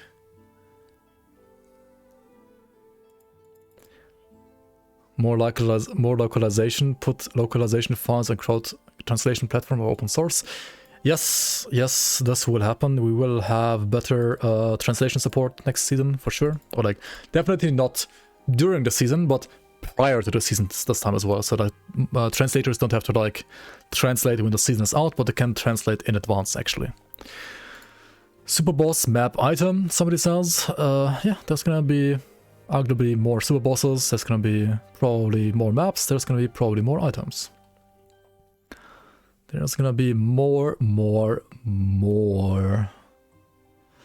I love the season, appreciate all of you. Blah blah, okay, cool. I got through everything on normal and then tried ultimate. The ghost ambushes on ultimate ended up being the reason I stopped playing the season. I find them kind of hard. Admittedly, I'm still playing the game. Yeah, they are easier on ultimate now, like below level 99 at least. And you can also disable them, so yeah, this guy should have an easier or like more fun time playing the season now. Hopefully, love the leagues, blah blah blah, cool.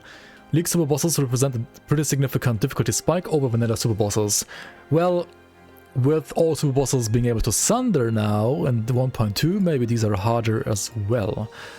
Many are almost impossible. Getting the blueprint for potion of stubbornness behind them is terrible. Yeah, we're changing that. Blah blah blah. Okay. Fuckable sliths. Any slith fuckers in chat? Thank you so much for doing this. Thank you. Blah, blah, blah. I would like to remove challenges that are gated behind other challenges like 35. I mean, yeah, this is a stubborn potion recipe thing, right? We're gonna change this. Fuck you, Frost. Fuck you in particular, Frost, apparently. Interesting.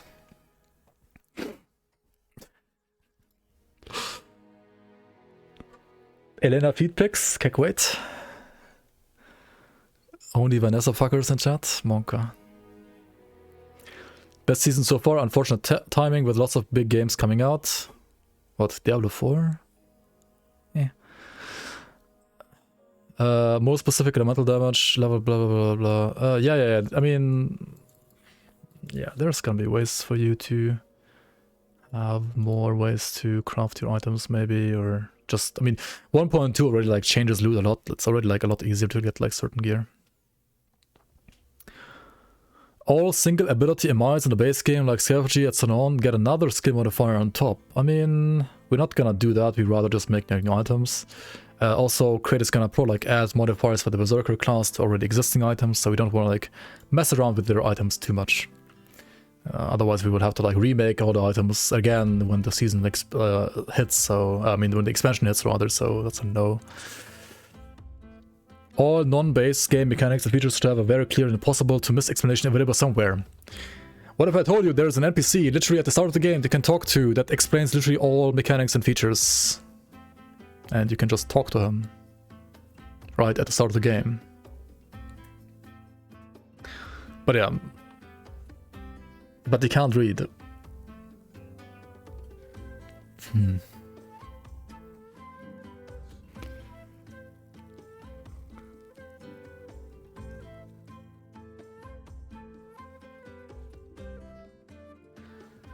Essence is so good. Who boy? Oh, this is Megafer. I can really tell. Removal of bonus meters was a good move overall. Blah blah blah. Yeah. I agree. They might make a return in a different way than you might expect them to return. Responsiveness of death to issues all the way has been superb. Cool. Glad you like it. Loading times has gone on. Blah, blah. Loading times the season has gone on, a number of characters increased, has felt like it's going up a lot. This has to do with you making too many characters probably, and with like the game lagging out because you have too many characters. It has nothing to do with the season mod, or like it's nothing that we have like any influence on, honestly. Ghost Nemesis no longer feel threatening. They feel considerably below 120 Nemesis. It is also actually like debatable whether or not we should keep 120 Nemesis and maybe like just remove, like make them like lower level again.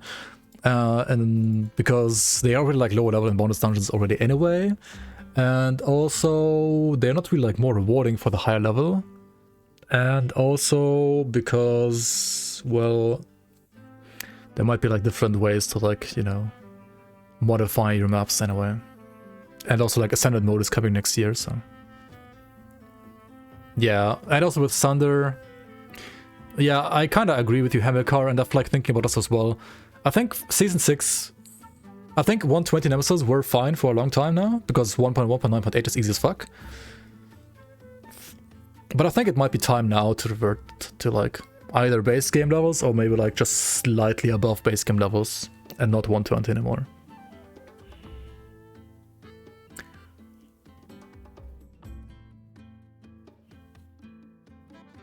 It's like Thunder 1.2 being like harder in general, maybe a bit. And also, it wouldn't hurt like having one season where they're like back to vanilla values. And if we feel like they're too easy, we can like increase them again, like in difficulty, like in season 7, for example. So yeah. And also, I mean, they're still like scary in bonus dungeons or in Shadow Realm, so yeah. And also, if you meet them like early, right? Then maybe they're like also too scary. And we could also maybe like make it so that you meet him earlier. Like for example, right now in Base Game Dawn, I was actually surprised how early you meet Xantarian. And maybe some others should be met as early as well. Let's see. Yeah, this is nothing. Yeah, of course. There were nerfs that told them so Nemesis, blah, blah, blah, blah. They were excessive. I mean, seeing how many people like still complained about Piranha, I think Ghost Nemesis are fine. Keep in mind, you still... I mean, maybe not when you played, you wanted to activate Ghost Nemesis in bonus dungeons, but with 5.3 onward, you kind of want them to be active in bonus dungeons, because they are going to be, like, the difference between getting, like, when it comes to getting Ultos essences, for example, is, like, crazy now. Like, you get basically no Ultos when you don't activate them, and you get, like, more when you activate them. So, like, more than before when you activate them, and basically none when you don't activate them. So, yeah, I think they're fine. Like, I think nerfing them the way we did is fine, because they scale in bonus anyway. And you want to do, like, higher bundles to get, like, higher chances for, like, essences, right? Thrawn says they should be the fight of your life, and they just kind of aren't anymore. I mean, for the casual player, I think they're still, like, hard enough. Like, people complain about Piranha or, like, Lucia, or, like, Derivius one-shot, and so on. That's, like, enough complaints, I think. Some of the original Ghost Hero design broke rule number 1 of game design. It has to be, or perhaps it's meant to be, fun. Stuff which is designed to be frustrating is asking for trouble. I think nothing is frustrating anymore right now, but maybe I could still like reduce the distance of the disengage from Quiet and Ulf. Other than that, I think they're in a good spot now. Feel free to disagree in chat right now if you think they are terrible for balance. But yeah. So like right now, right, like even reading everything, I would only reduce the range on the disengage. And other than that, like literally keep everything the same.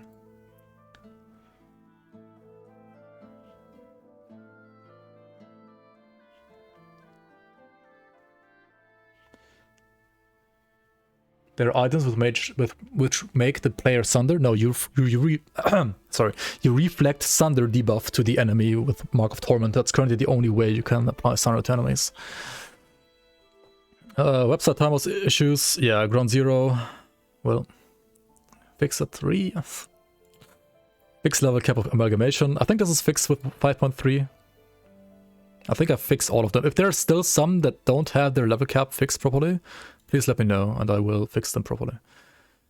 Increase max level cap of first act of Act 1. Yeah, maybe I'm still kind of like, you know, undecided on this.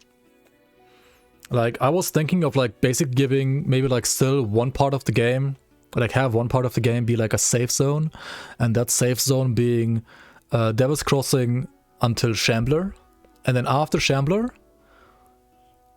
literally everything, all maps scale. And they scale, not like Crate wants them to scale, but they scale up to level 85 in normal and elite, and for anything higher than that, for actual endgame gear, you still have to go to ultimate.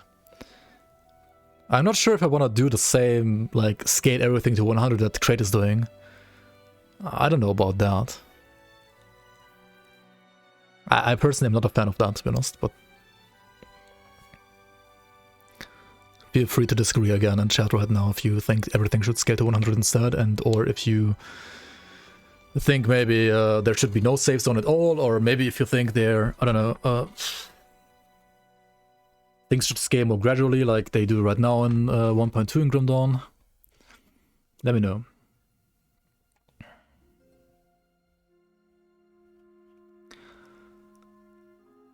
Dungeon portal gate fix opening trigger. Wait, what? There should be a trigger to open the Hunter's Blind gate to the south of the gate so you can walk back. Oh, yeah. I have this written down. I'm gonna fix this door. Yeah. Forbidden Treasury final box is too close to the exit door. This is something that I always found weird. Because the exit door should not be clickable unless you open the box. So, isn't it like mandatory to open the box first and then the door is clickable? Because the door is literally unclickable unless you click on the box. This one I didn't quite understand.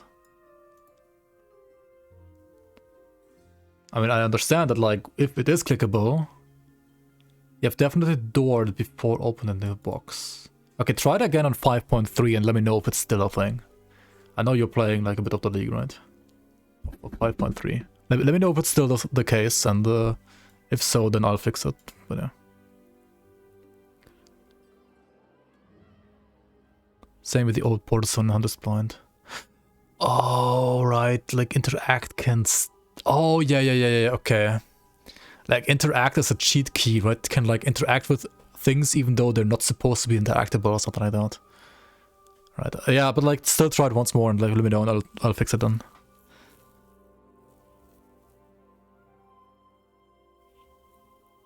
I could still click the box, then the lore and miss loot.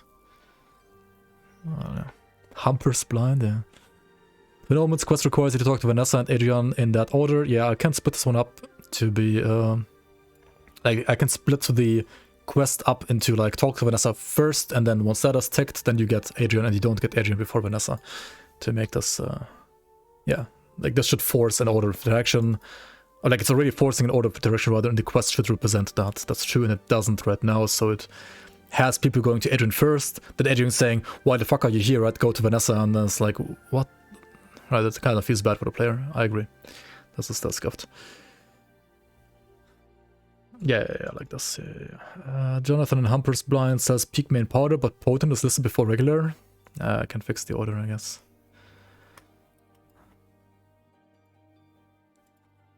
It's like a non-issue, but yeah, I can fix the order. I see where your OCD is getting triggered here. Yeah, that's like muscle memory as well, or like muscle eye memory. I mean, eyes are muscle, like, well, I guess there's like a muscle for the eyes, whatever. Post-season mode offline should be replaced with instructions to Grinzalero's Patreon so people know where to go. Yeah, we want, like, we need more stuff on the launcher, for sure. First rank of SR Waystone shouldn't allow you to open SR. Yeah, we can just remove it. And then have, like, the first Waystone do only level 2 and 3 and not 1. That's a good point, yeah.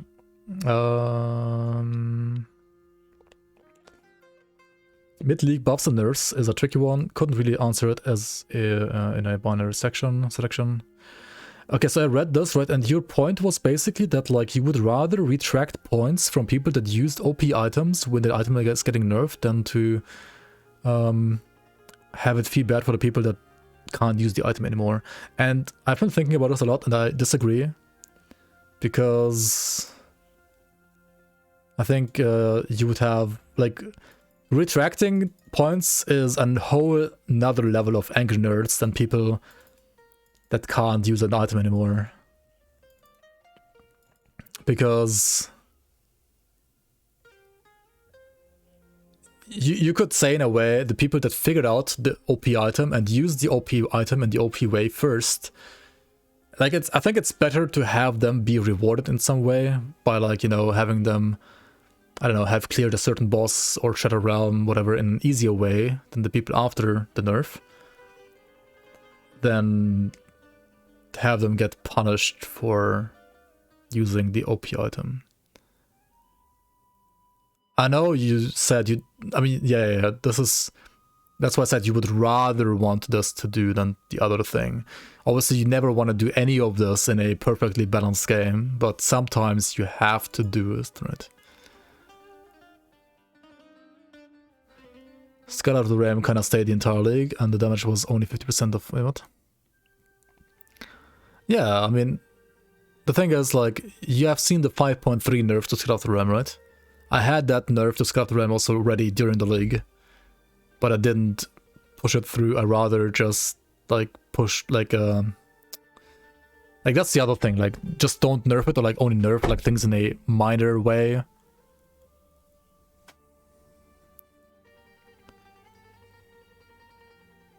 I just nerfed Chaos Chosen instead.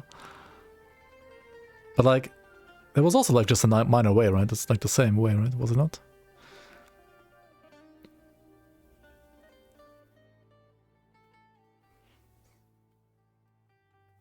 For Season 6 and the first 20 people to reach level 100 in hardcore, let's have their names written on a status, but we will not use the site for tracking, but instead we'll have people announce it on Facebook.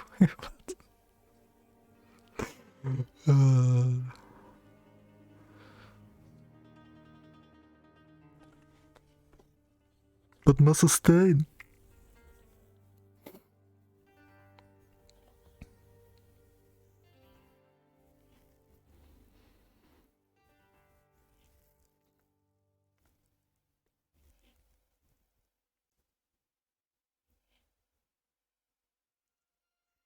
Right.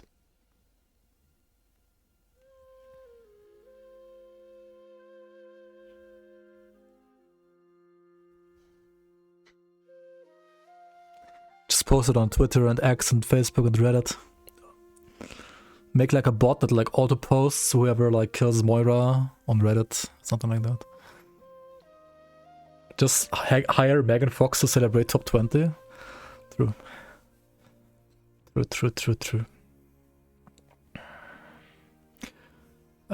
Great season, tons of fun. Season 5 had pretty huge power creep with how item crafting worked. I think crafting has a good potential, but definitely needs to be toned down. Yes. Please fix music and HUD's blind. Yes, will be fixed. Toma is working on that, I think. I hope. I guess. I know. I guess. Yeah. He knows.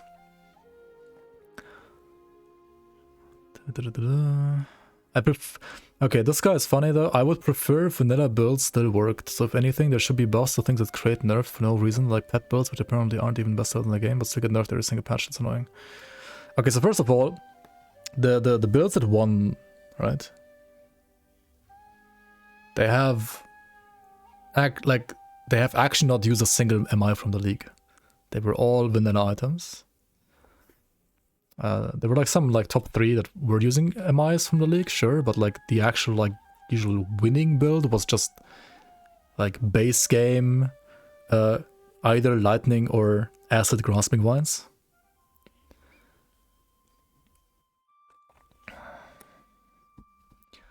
And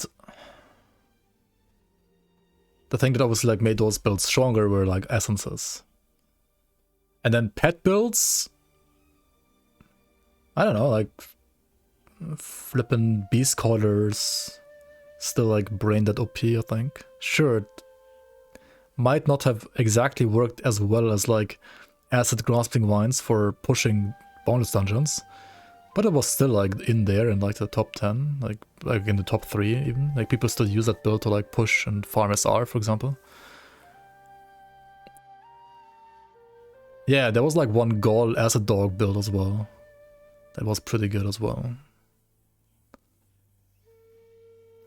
Like this comment is just, I have to disagree on every single sentence because they work. Pet builds are good. And if you look at the official patches, they actually got like buffed every single season, like every single patch, not nerfed. Maybe that's one of being sarcastic, I have no idea. Ghost Ambushes. Did you at some point wish to be able to enable/disable ambushes altogether? Question should really give a third answer, saying no, but I would like the idea of them being toggleable. So yes. Or it's more like a yes, but I don't care. I mean, yeah. I always really, I mean, they are toggleable now anyway. I really enjoy the season content, blah, blah, blah. Even if I don't do much to bonus dungeons or super bosses, your passion for the game is... Have you reached out to other streamers outside of the Grimdark community to help publicize the season more? I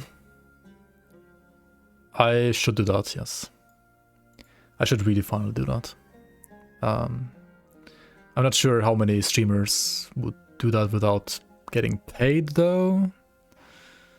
I mean, I could, for example, PM Riker, and first of all say like thank you for, you know, mentioning our season 4 back then, and maybe he's can be convinced to just like at least mention season 6 as well.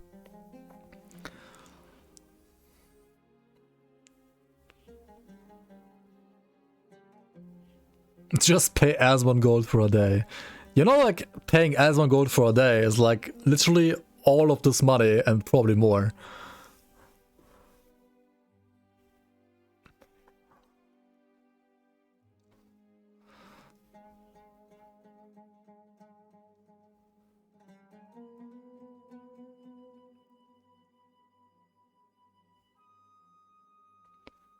The other issues is servers, yeah. Just need a good Verkaufsgespräch. I'm terrible at that. I'm omega terrible at selling out myself. So yeah, I also would appreciate like anybody else doing that for me instead, honestly. I mean, I would love people like Noogie, for example, to play it, you know? Like the PoE streamers that also liked to play Grim Dawn back in the day, like Noogie, what's it called? Rise, right? I mean, Ziz obviously hates the game, but that's fine. Steel Mage prefers to level in Crucible at level 1, I mean, that's fine too. Al-Kaiser, yeah, Al-Kaiser. Yeah, that's the thing with timing as well. They will probably play without compensation, but it needs to be for the PoE streamers, right? It needs to be like in the month before the season starts, right? Or like, I don't know. I mean, Noogie, for example, is right now not even playing PoE, right? And the video, yeah, I rather have to pay someone to do a proper video. Like the season 4 video was pretty dope. The season 5 video was, well, we rushed it because we had nobody else doing it. But it was fine for like what we had as options at that point. It was fine, but Noogie's taking a break until PoE 2. I mean, yeah, we just need a good video. Get Mike Fick back.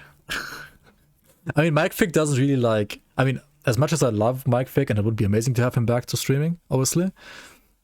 He doesn't really like, you know, bring in new people in a way. Like, it would be amazing for the old people to have Mike stream the league, but... Yeah. Mike Fick exploring life. Okay, more faction-specific cosmetics, like for hunters, ghost hunters would be a good idea, yeah. Yeah, maybe there's gonna be more cosmetics. Just add an in-game shop, right, for the cosmetics.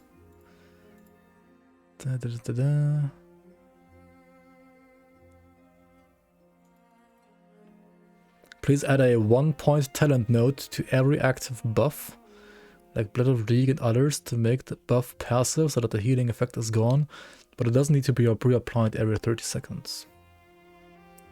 Maybe.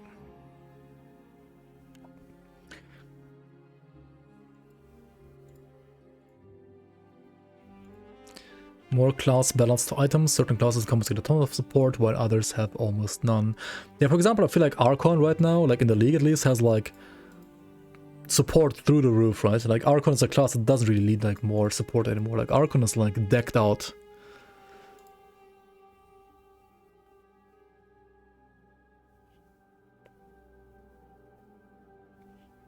You gotta have good assets though. What about the Volson guy? What about Volson May? I think I should ask him. Like, he's making like dope Volson videos, but nobody watches Volson videos. I think I should like make him make a Grim Dawn video. What do you think, guys?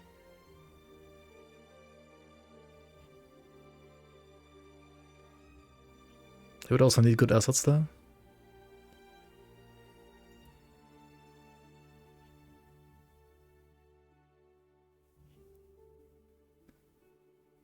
Thoughts on adding meme armor sets as cosmetics as a purchase? Like an actual purchase? We can't really do that. We can't really enforce that. We can enforce things like the Cloud Stash. Stuff like that. That works, but like in-game cosmetics kind of doesn't really.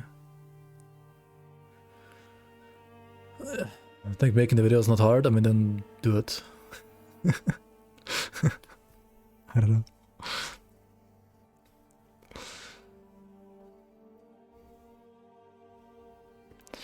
I didn't enjoy trying 35 bonus. Yeah, makes sense.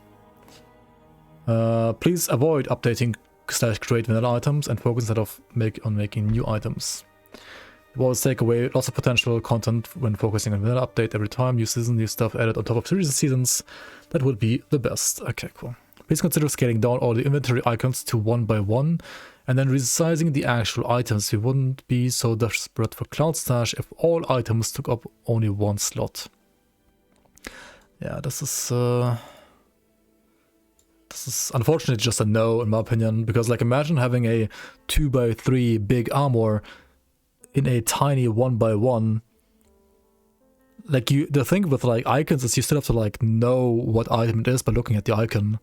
And I don't think we can like do that for armor. Like it's impossible. It's also like too much work.